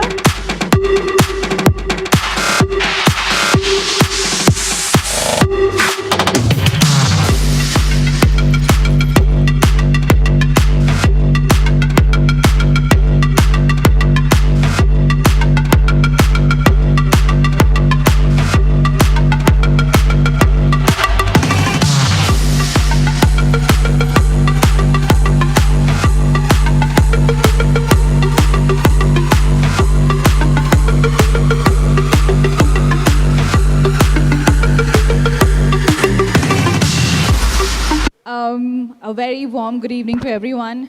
Those of you who don't know us, we are Brewdog. We're here from Bombay. Brewdog is a brand straight out of UK. It's like a legendary craft beer brand. And we at ACE are super, super excited to bring this brand here in India. And whenever you're next in Bombay, please stop by. We're in Bandra, we're in Kamla Mills, and we're soon coming up in Gurgaon, and our expansion plans are crazy. So yeah, good beers. Rahul, Tejas, he's a head brewer, and he's the man here, Karan Jain, he's a CEO, so round of applause for him, please. Oh, I completely misintroducing myself. I'm Shahira, and I'm the head marketing here. So we're just here for good beers and having a good time in Bangalore. Thank you so much, Brewers World, for having us here. We're super excited, and we hope to get some more of these, you know, your hands are free. So yeah, have a great evening, all of you. Thank you so much. Thank you so much. Brewdog India, I think Sir's the one who actually looks like in the attire to collect a beer-related award. Yeah, so can we have a big round of applause for him? Okay, moving on to the category New England IPA. Silver is banked by none other than Great State Ale Works.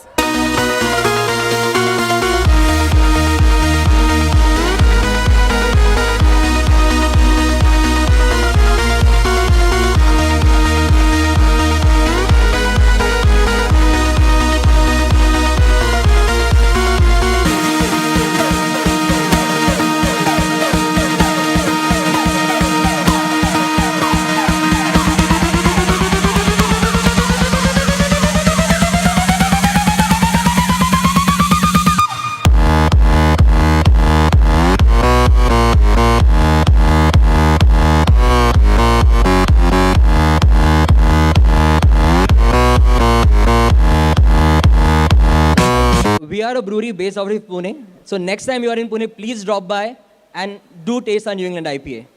Cheers. Congratulations. Well, moving on to bronze. Once again, ladies and gentlemen, with a big round of applause, let us invite Windmills Brewery and Restaurant.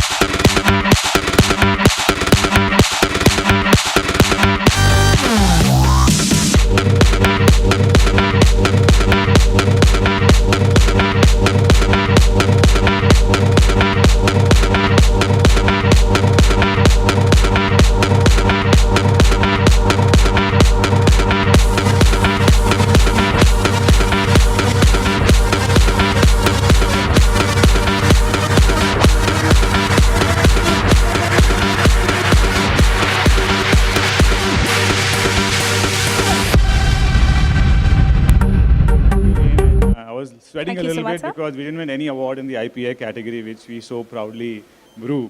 So thankfully we scored. And I was supposed to say thanks to DVKSP, okay? Thank you. Thank you so much. And once again, big round of applause for Team Windmill Brewery and Restaurant. Well, let's move on to the next category. Belgian wheat beer on tap category. And to do the honors, let me invite on stage Shubhra from Lihoy. All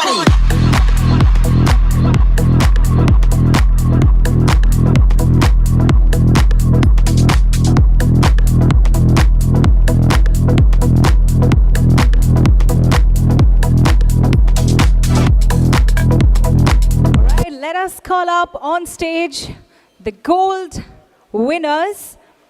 Once again, we have Brewdog India by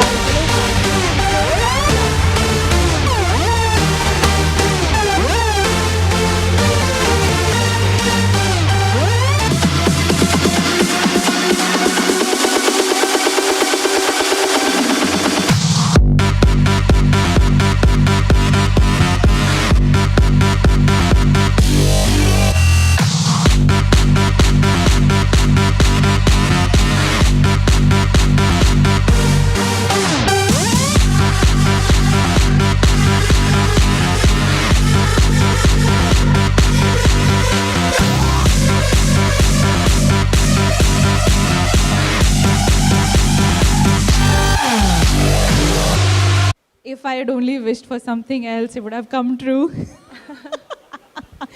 We're so excited. We were actually thinking, okay, we got one award, now we can eat. And we were literally chewing. I was like, oh God, it's us. Jaldi khao, jaldi khao. But thank you so much for the recognition. I think it's great. It's so motivational for people to actually think of even stepping in the industry or doing something like this. Thank you for all the encouragement, and I wish for more. Thank you. Thank you so much, and once again, congratulations. Let's call up our next winners on stage.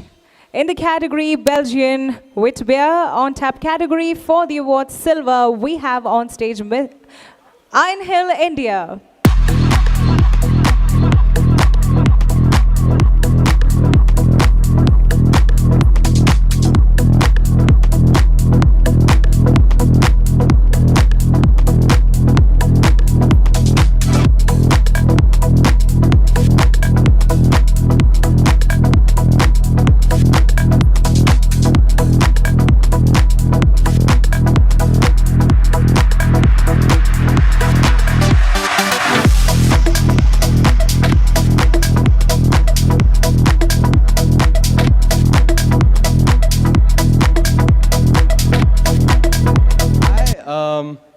Yeah, I'm very happy we won an award. We do an amazing job, and yeah, finally we got an award. But we don't do it for us. We do it for you and for everybody. And yeah, thank you. Thank you very much.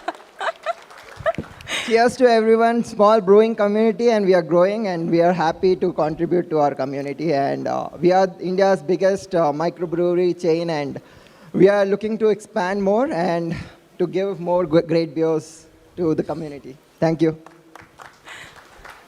Congratulations, team. Not really being biased. I'm really happy that all of you are winning awards, but when I see Iron Hill, that is probably one place that I usually go. So I'm so happy that they won an award. So when you say, where do you hang out in Bangalore? So we say, oh, let's go to Iron Hill. Yes, a big round of applause to Iron Hill. Let's move on to the next award. In bronze, we have Uru Brew Park.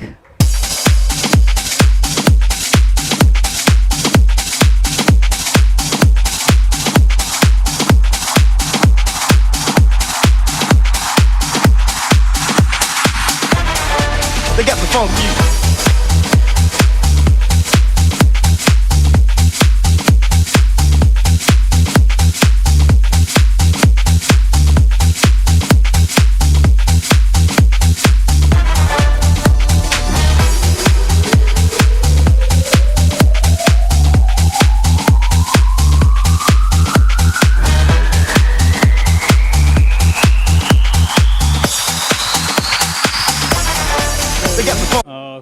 We are Uru Brew Park, located at JP Nagar, Bananagatta Main Road, Bangalore. So my name is Suraj, I'm the brewmaster, and he's Rohan, our assistant brewer. We are very happy that we got an award for wheat beer, because wheat beer is like all of the breweries in India has a wheat beer, and getting an award for wheat beer is a most challenging thing. But we are very happy for that, and thank you Brewers World for the invitation and the award. Yeah. Thank you so much. Ladies and gentlemen, the next category is Saison on tap. And to do the honors, may I please request Mr. Hari Menon from Ace Technologies to kindly join me on the dais.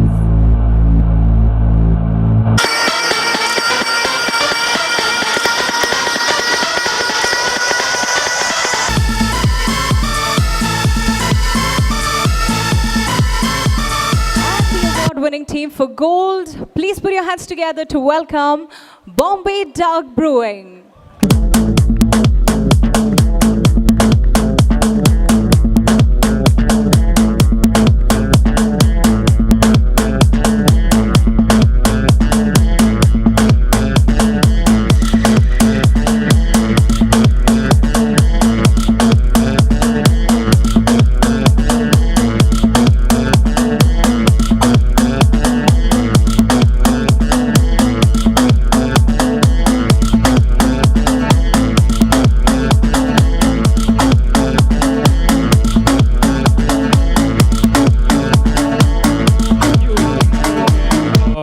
to the judging panel, to Brewers World, and to the entire community. I'm glad a lot of Bombay breweries, Maharashtra breweries are making the noise here. And I just wanted to say about the previous category that we won IPA. I think it was completely Maharashtra, except for windmills. They button everywhere. But I'm glad that that kind of weather that Bombay has and Maharashtra has is just completely promoting IPA. That's why Bangalore is not getting anywhere. But thank you for this award. Thank you for this award. Bye. Thank you so much. So in the category, the winners for silver is none other than Caldera by Grade. Caldera by the Grade, can I have your gold?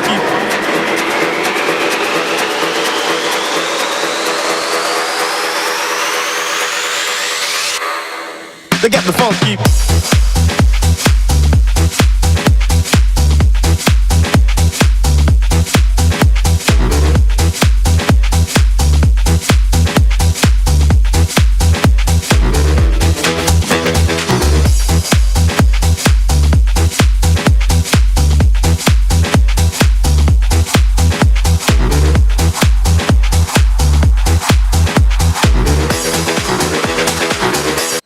We had a ginger saison on tap. I actually made a gingerbug, removed the yeast from the gingerbug, and through bioprospecting, we got that, harvested that yeast, and we propagated it and added. Thanks, man. So we got that into the saison. So it's typically a farmhouse ale. So I ensured it was a farmhouse ale from a farm which was outside Calcutta. We got the ginger from there and isolated the yeast and put it in the beer. It came out really good. Thank you, guys. Cheers. Congratulations and thank you so much, sir. Thank you so much. Well, let's move on to the next category. We have Belgian Triple on Tap category. And to do the honors, I would like Mr. Sumit Saha from CHR Hansen to kindly join me.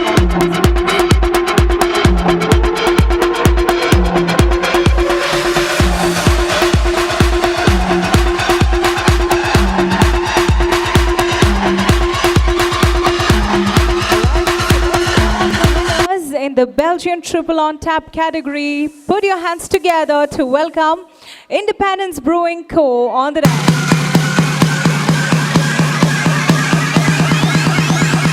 One, two, three.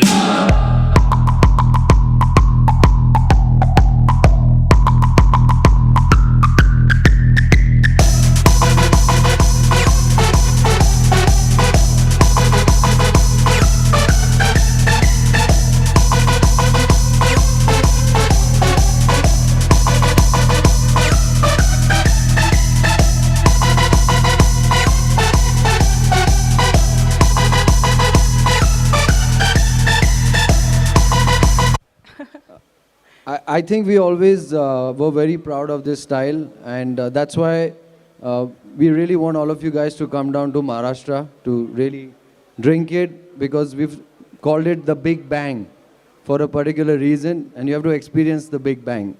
So thanks a lot. Congratulations, team. Thank you. And thank you so much, Mr. Sumit Saha. Thank you so much, sir. Thank you. Yeah. Thank you. All right, so let us move on to the next category, light lager. In the category packaged, let's call up the first award winner. So before that, to do the honors, let's call up Mr. Akshay Mane from Hypro.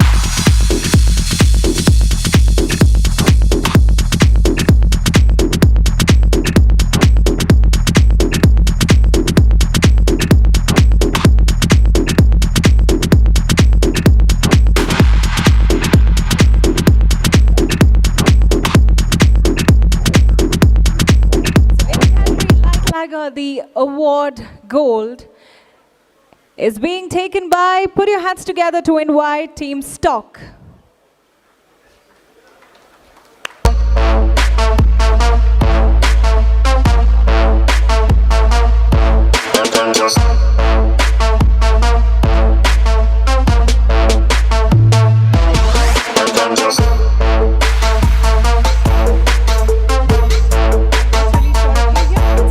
Round of applause to them and congratulations. All right, let's move to the next award. In the same category, silver is being taken by Team Simba.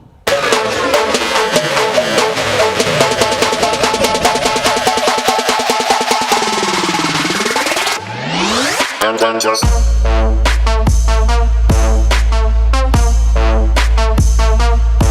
and then just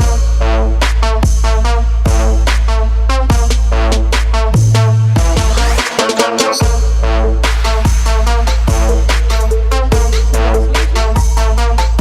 and then just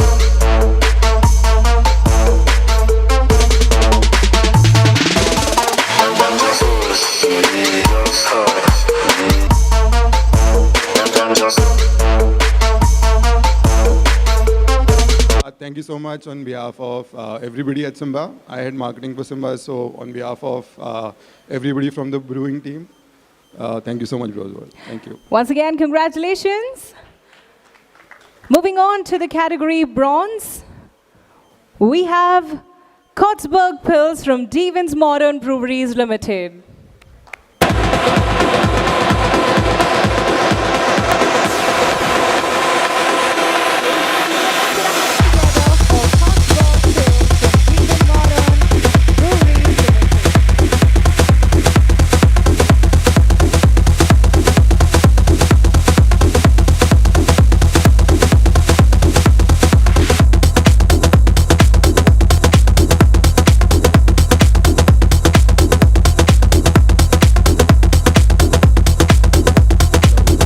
Thank you. Thanks, Brewer World and the jury members for giving us this opportunity.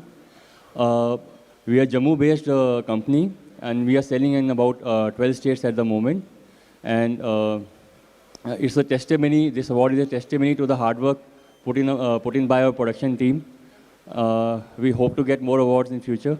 And this is the first award we are getting in Bangalore. Thank you. Thanks. Congratulations and thank you so much, Mr. Akshay Mane. Thank you so much for your time. Well, let's move on to the next category. Did you all get distracted by the beer counters? Why do I not hear a thundering round of applause? Let us appreciate each other. Let us be there for each other. So I want you guys to give a big round of applause to every award winner that comes on stage. Well, on that note, let's move on to the next category.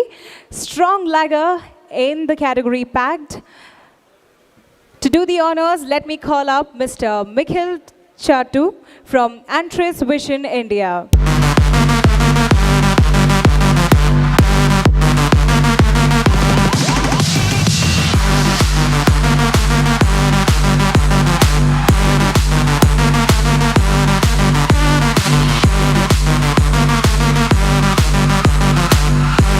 All right, so for the gold award, let us call up Godfather Legendary by Devon's Modern Brewery Limited.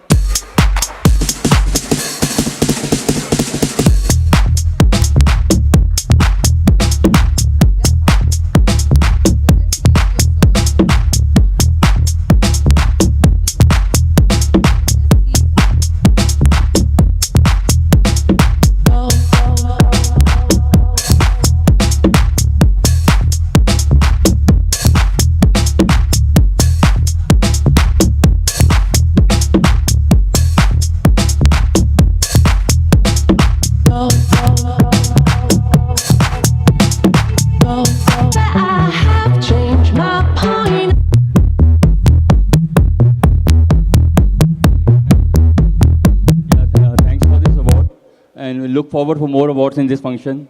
Yeah, thanks. Thank you so much and congratulations. And for silver, once again, ladies and gentlemen, please put your hands together for Simba.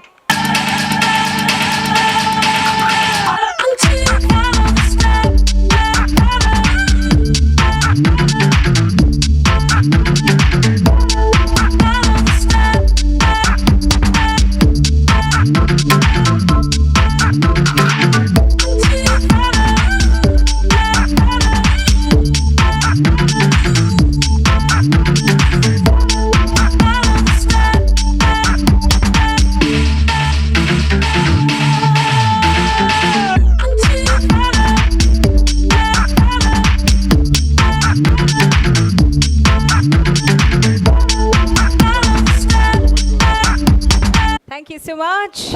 Last but not the least, for bronze, let me call up on stage Be Young Crafted Strong Beer. Onto the dice, please. You see the red light. You see the red light.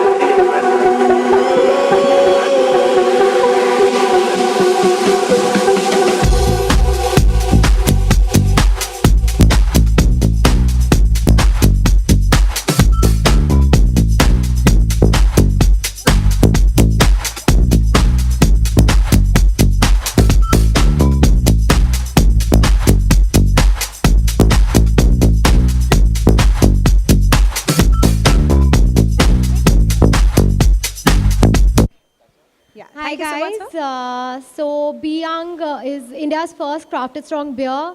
We're up there in North currently. We're growing multifolds, and we cannot wait to wow the southern market as well. So cheers to that. Thank you so much and congratulations. Moving on to the last category. In the set Beer of India Awards, we have the wit beer packaged. And to do the honors, let me call upon stage Mr. Arun Kumar from Spectra A.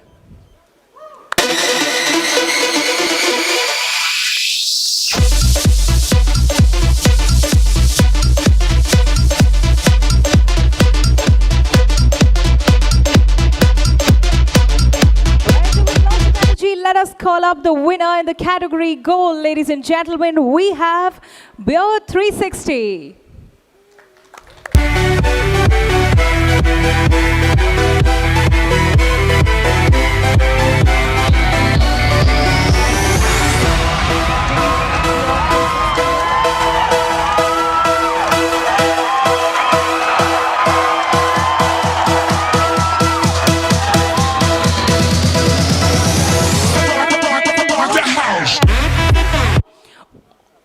We have Six Fields Blanche by Divan's Modern Brewery Limited.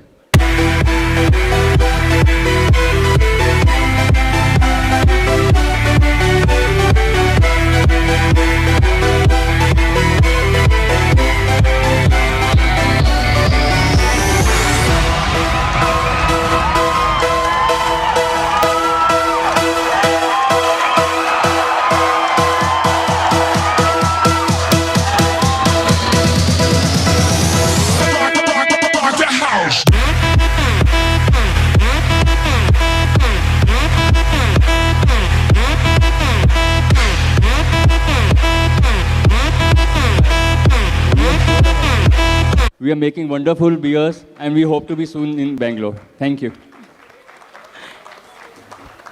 All right, thank you so much. I see even after a lot of insisting, none of you from the team came. I saw that. All right, so once again, congratulations to the team. So let us move on to the last, but not the least, of course, the category bronze. May I call upon stage Hu Garden from AB InBev, India.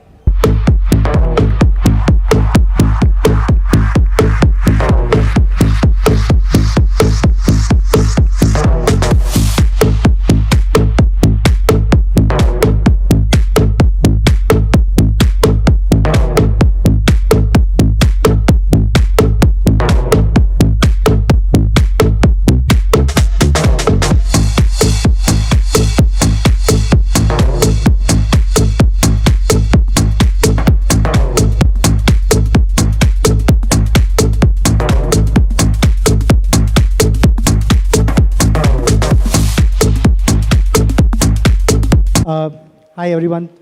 Thank you Brewer World for this award. Hu Garden is also on tap in Bangalore, so I'd urge all of you to grab a cold one on a Saturday afternoon tomorrow. Thank you so much.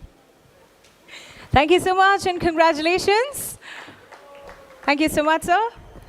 All right, ladies and gentlemen, with that we come to the end of the Beer of India Awards. Can we please put our hands up in the air and give a big round of applause to every award winner who has won an award for Beer of India. Keep doing the great work, guys.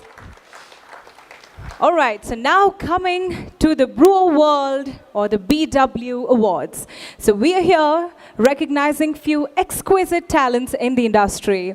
BW has been in the industry since 2017, and over the years, we at BW have been closely watching the brands and the activities, and we have also worked closely with plenty of them in executing their marketing and communication initiatives in the beer and brewing space.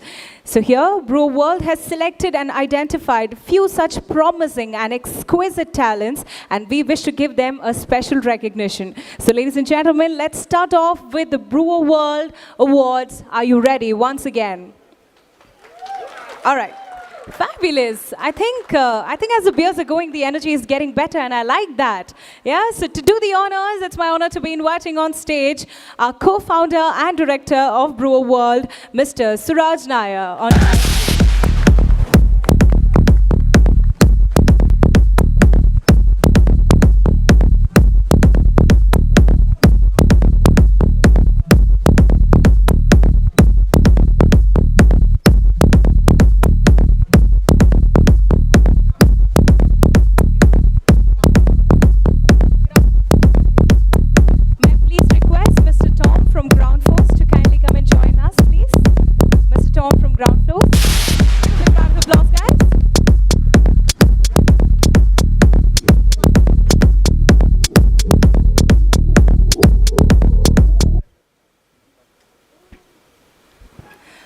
All right, so the first award in the category Brewer World Awards is for the excellence in innovative brewing in India.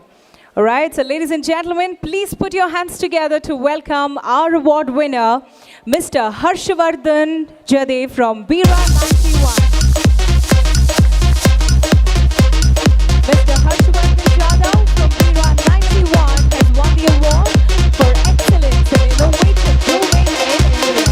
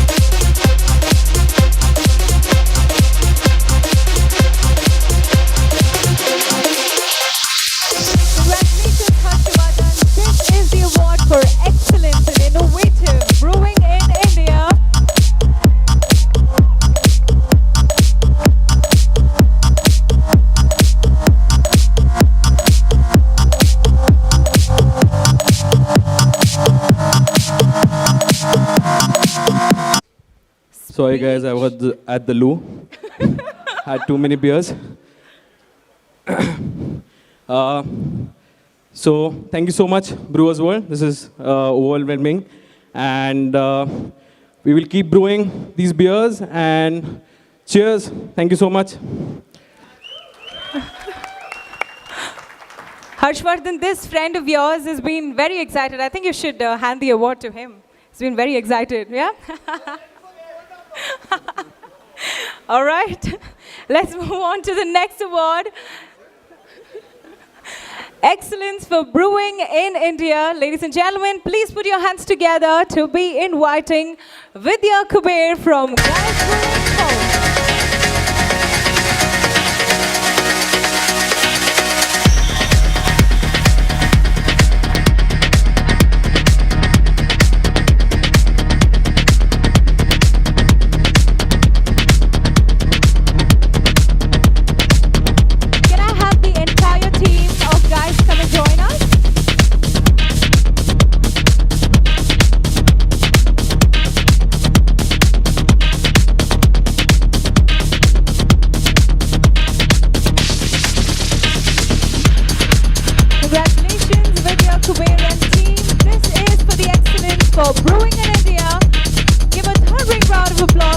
entire fantastic team.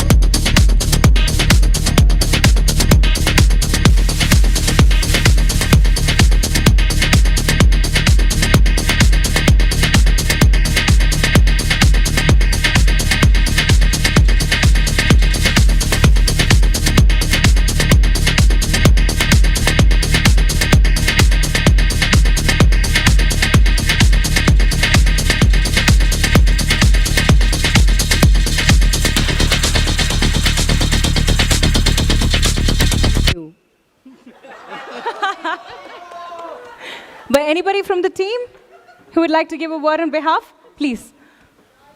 Just come back up here, come back up here. Can I have the team back on stage?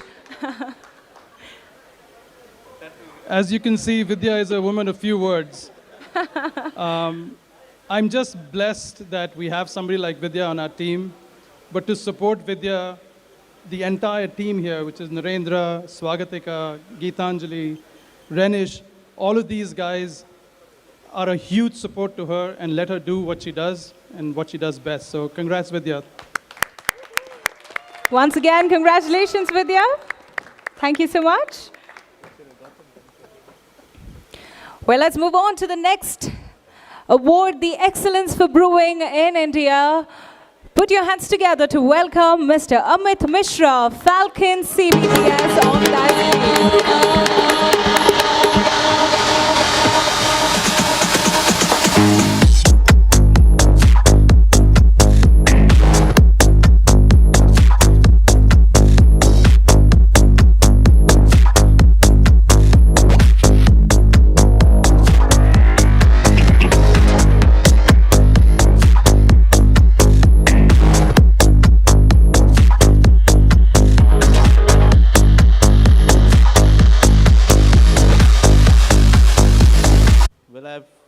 Tried a lot to think of a speech till now, but I couldn't. I just want to say thank you so much, everyone. And it's good to see the entire community here after 2 years. So lovely seeing my friends. Cheers, guys. Thank you. Thank you so much and congratulations. Let's move on to the next award, the fast growing imported beer in India. Let's call on stage Stungan.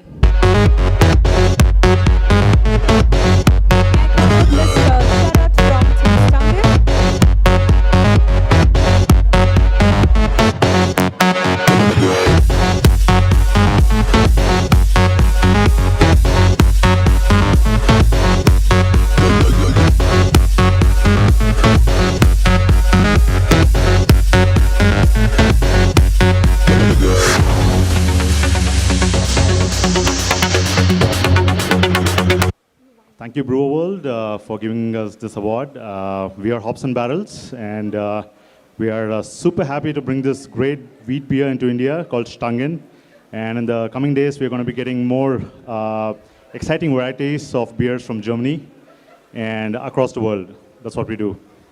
Thank you. Yeah. Thank you so much and congratulations. Moving to the next award is the Launch of the Year Tap Room.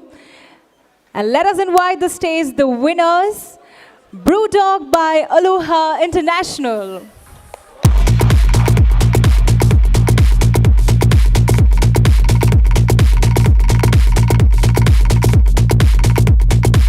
This is the Launch of the Year Tap Room Award. Congratulations, team. On stage, ladies and gentlemen, can we hear it for Brewdog by Aloha International.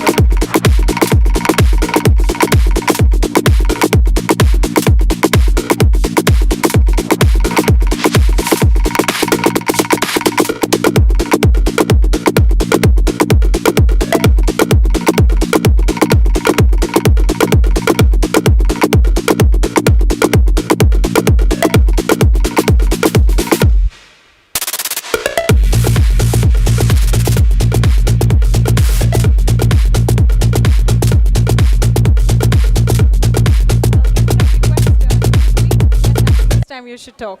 Definitely. Thank you so much, guys. We are completely overwhelmed by the response we've got. And thank you, Brewers World, for such a good experience.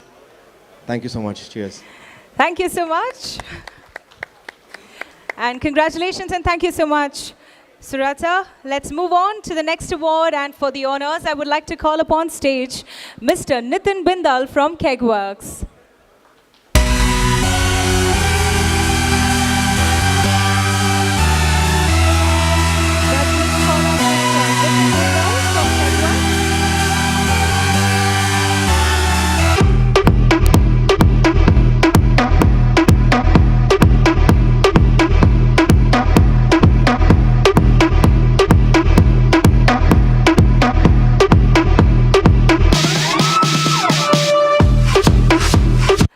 All right, so we have the Launch of the Year packaged award that is being sponsored by Kegworks.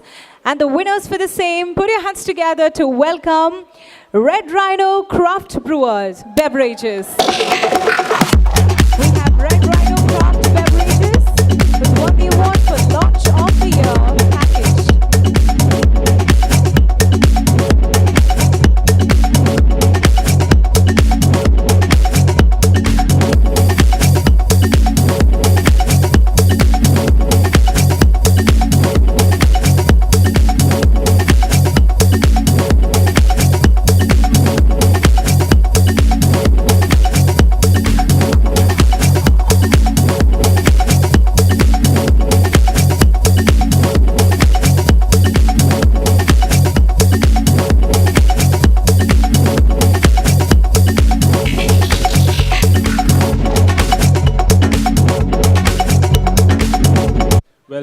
We have just launched 6 months back, and people are accepting us really well.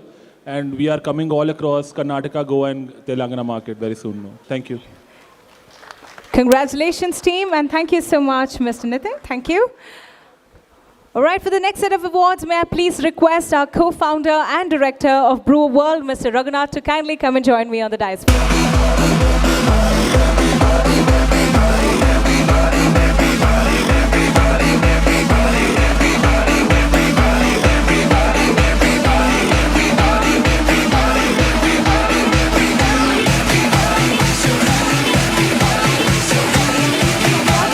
Ready to give away the awards? All right, so let's call up for the excellence, the award for excellence in innovative collaboration.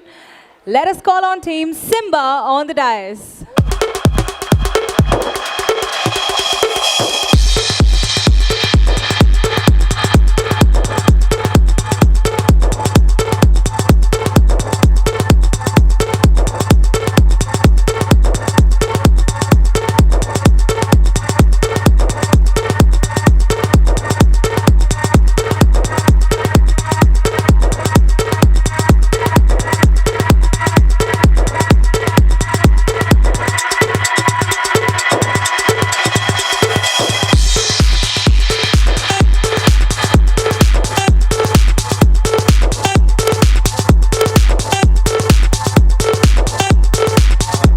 Much, Brewers, for recognizing us for our collab efforts.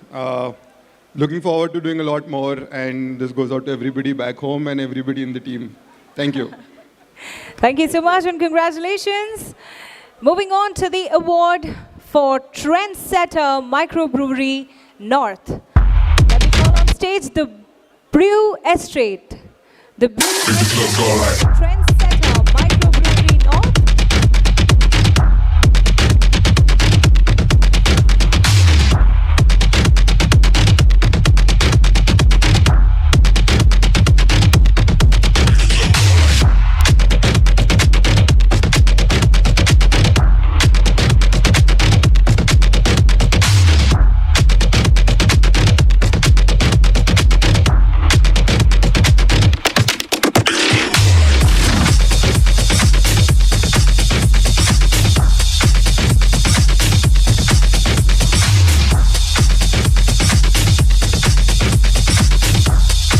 Evening all, and thanks to the Brewer World team.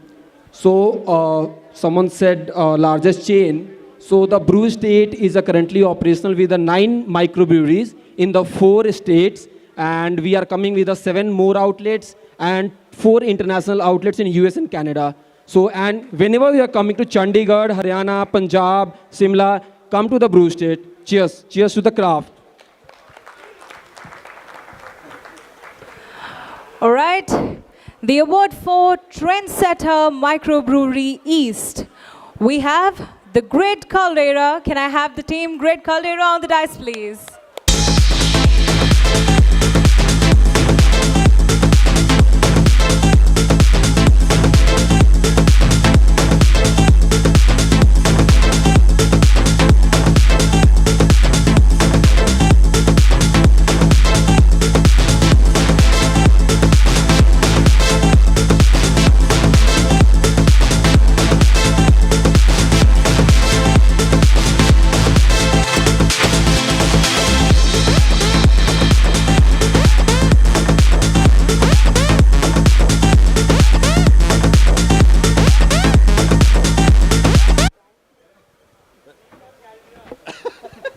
Well, thank you guys. We are so honored. We are a brew pub in Calcutta. We're starting our production plant. We just started our production plant. We started kegging and we are supplying throughout Calcutta. Hopefully we'll get into the bottling line soon by the end of this year. And thank you. Thank you for... Thank you so much. And once again, congratulations. Let's move to the next award winner. The award for the Trendsetter Microbrewery West. May I please call upon stage Great State Ale Works.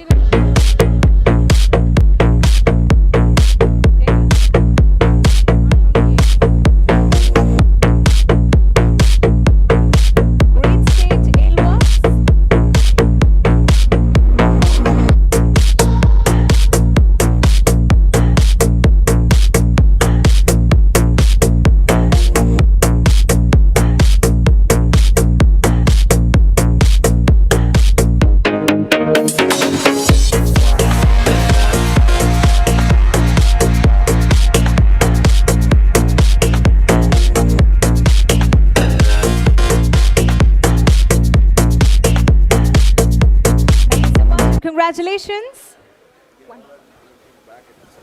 What? All right, so the award for Trendsetter Microbrewery South. Do I do the usual award thing by asking you all to guess? Because it's South? Yeah? Or let me just call up. The award winner for the Trendsetter Microbrewery South, we have Toit Bangalore.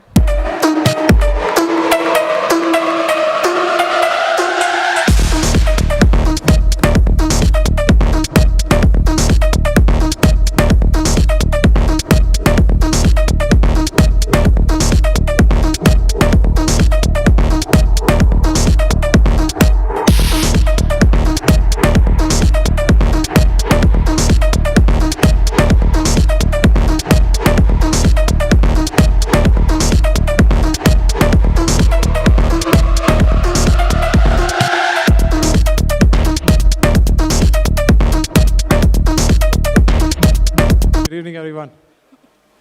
My name is Mukesh. I'm one of the co-founders of Toit. Thank you for having us here. We've been in the brewing business since 2010. That's why it always says sending it since 2010. We've just recently launched our production brewery. We're out in the market in kegs and hopefully in bottles very soon, maybe in the next couple of months. We've been in Bangalore. We moved to Bombay after that, and then we established ourselves in Pune. Yeah, that's a little bit about us. Thank you. Cheers. Have a great evening.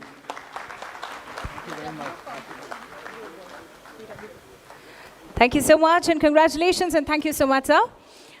Well, for the next award, I would like to call up on stage to do the honors, Mr. Ishan Grover from Falcon.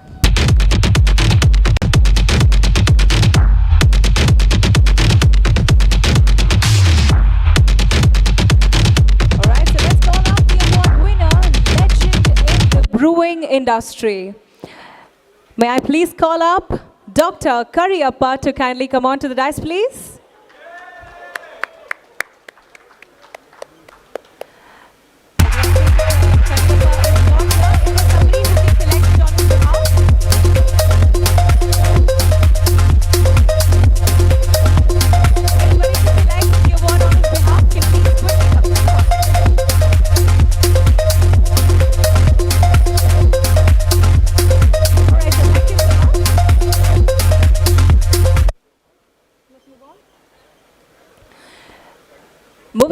next award. Firstly, to do the honors, I would like to call upon stage our co-founder and director of Brewer World. With a big round of applause, ladies and gentlemen, let us welcome Mrs. Anita Raghunath on the dais, please.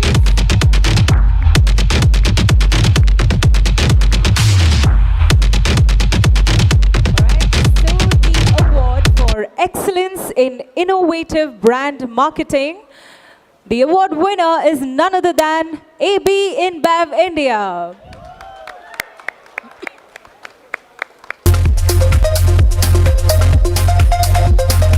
Can I request the entire team to kindly come and join us in the dance? The entire team of AB InBev.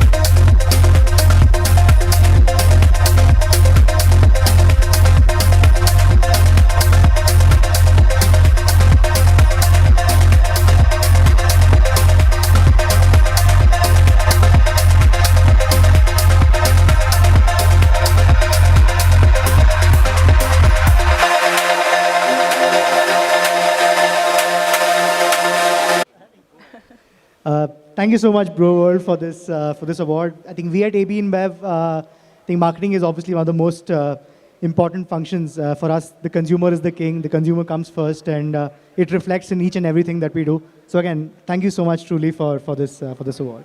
On behalf of all of us from AB InBev. Congratulations. We're moving on to the next award is for the excellence in standout packaging. May we please put our hands together to welcome our winners for excellence in standout packaging, Magadi.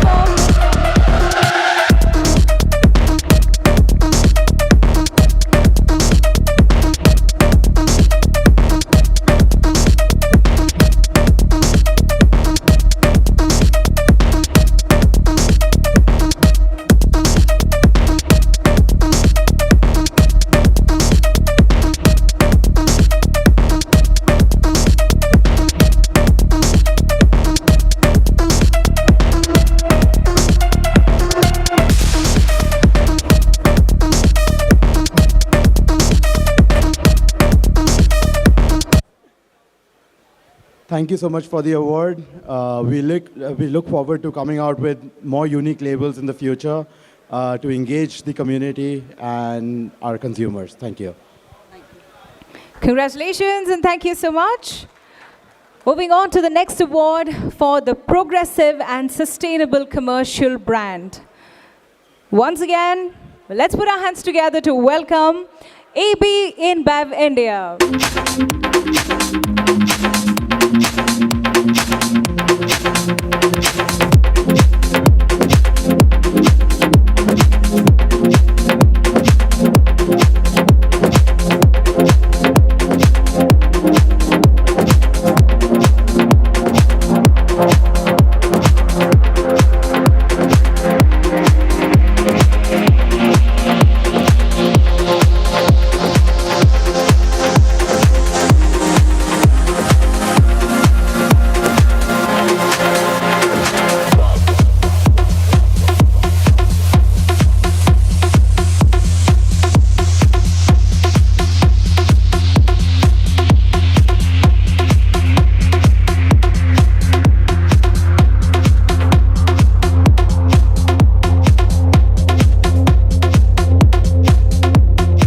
Much, Anita. Thank you so much, Brewer World team. Sustainability, I think, at the core of our company, the way we do business, and we take great pride to do sustainable brewing as well. So thank you so much once again. Congratulations, team. Let's call up the next award for Emerging Startup of the Year. None other than our pouring partners for the day, Copper.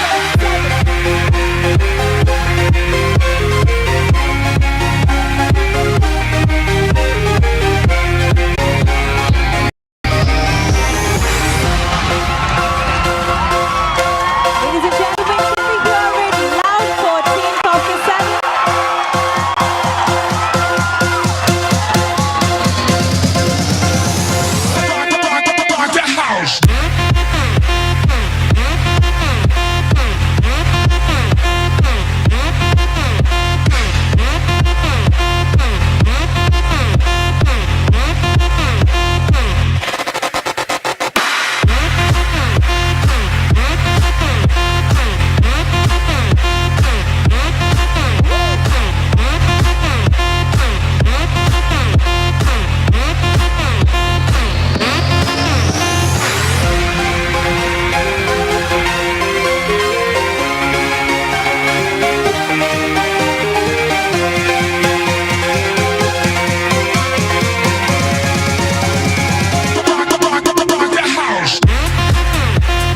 Can we hear it once again for the emerging startup of the year, Team Coffee 7 guys?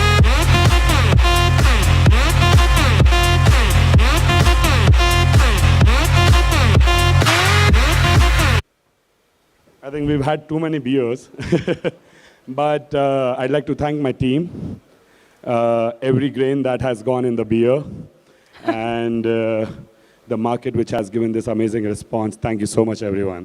Thanks. Once again, congratulations.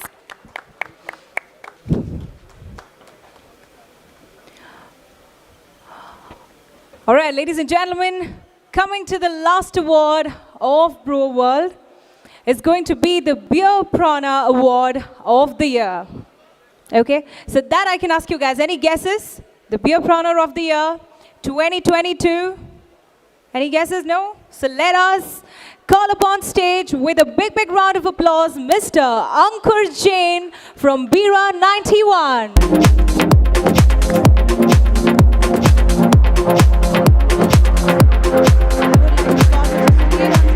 Ankur is not here, he could not come here, but Mr. Sudhir is here on behalf of him. Can you please give a big round of applause for Mr. Sudhir?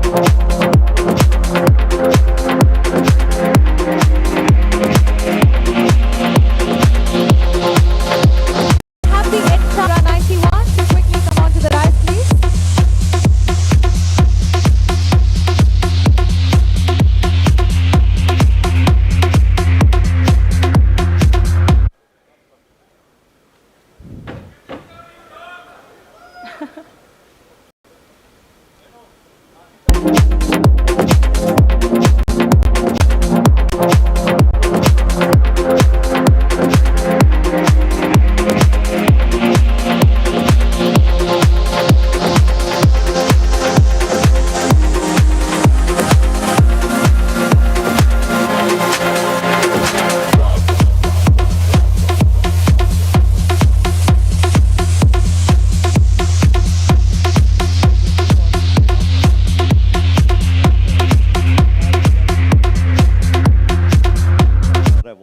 Thank you so much, and a great evening.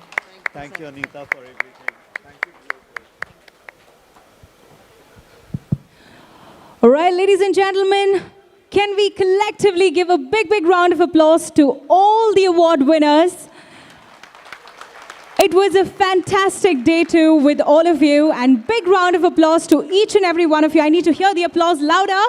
Each and every one of you for being fantabulous audience, for being super supportive and with us throughout the day. Yeah, tomorrow we're going to be having a couple of workshops, and who better than Anita ma'am could give away a thank you note. So ma'am, why don't you give a vote of thanks?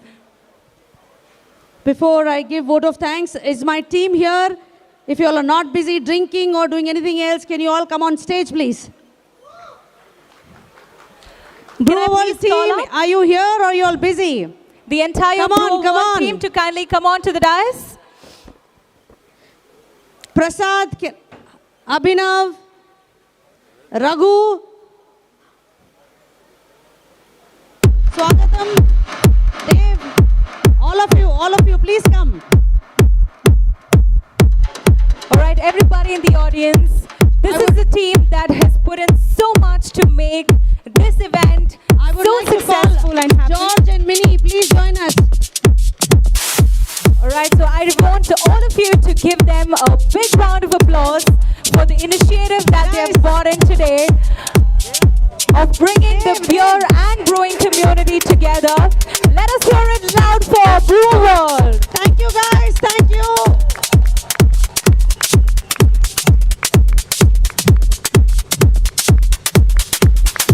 We have a fantastic team. It's a great teamwork, and you know they put a lot of hard work to bring this together. I'm very, very proud of them, and I hope you all enjoyed the evening and the function what we put together, whether it's the expo or the conference or the awards. Like I said, this is just the beginning, and you see what scale we would take this up. Thank you so much, guys. Thank you, thank you. Have a good evening, and the party continues.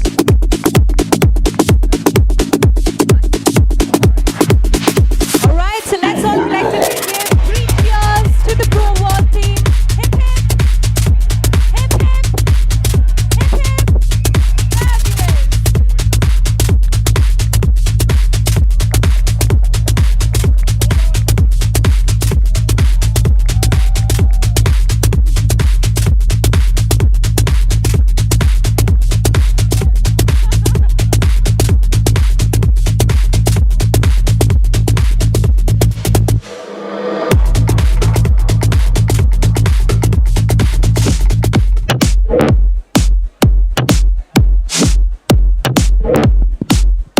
Fabulous. Check.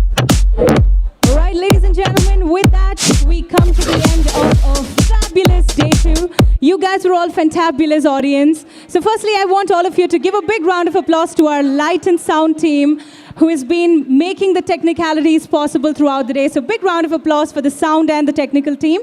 Let us give a big round of applause to our photographers who have been capturing every moment of ours that we could cherish forever.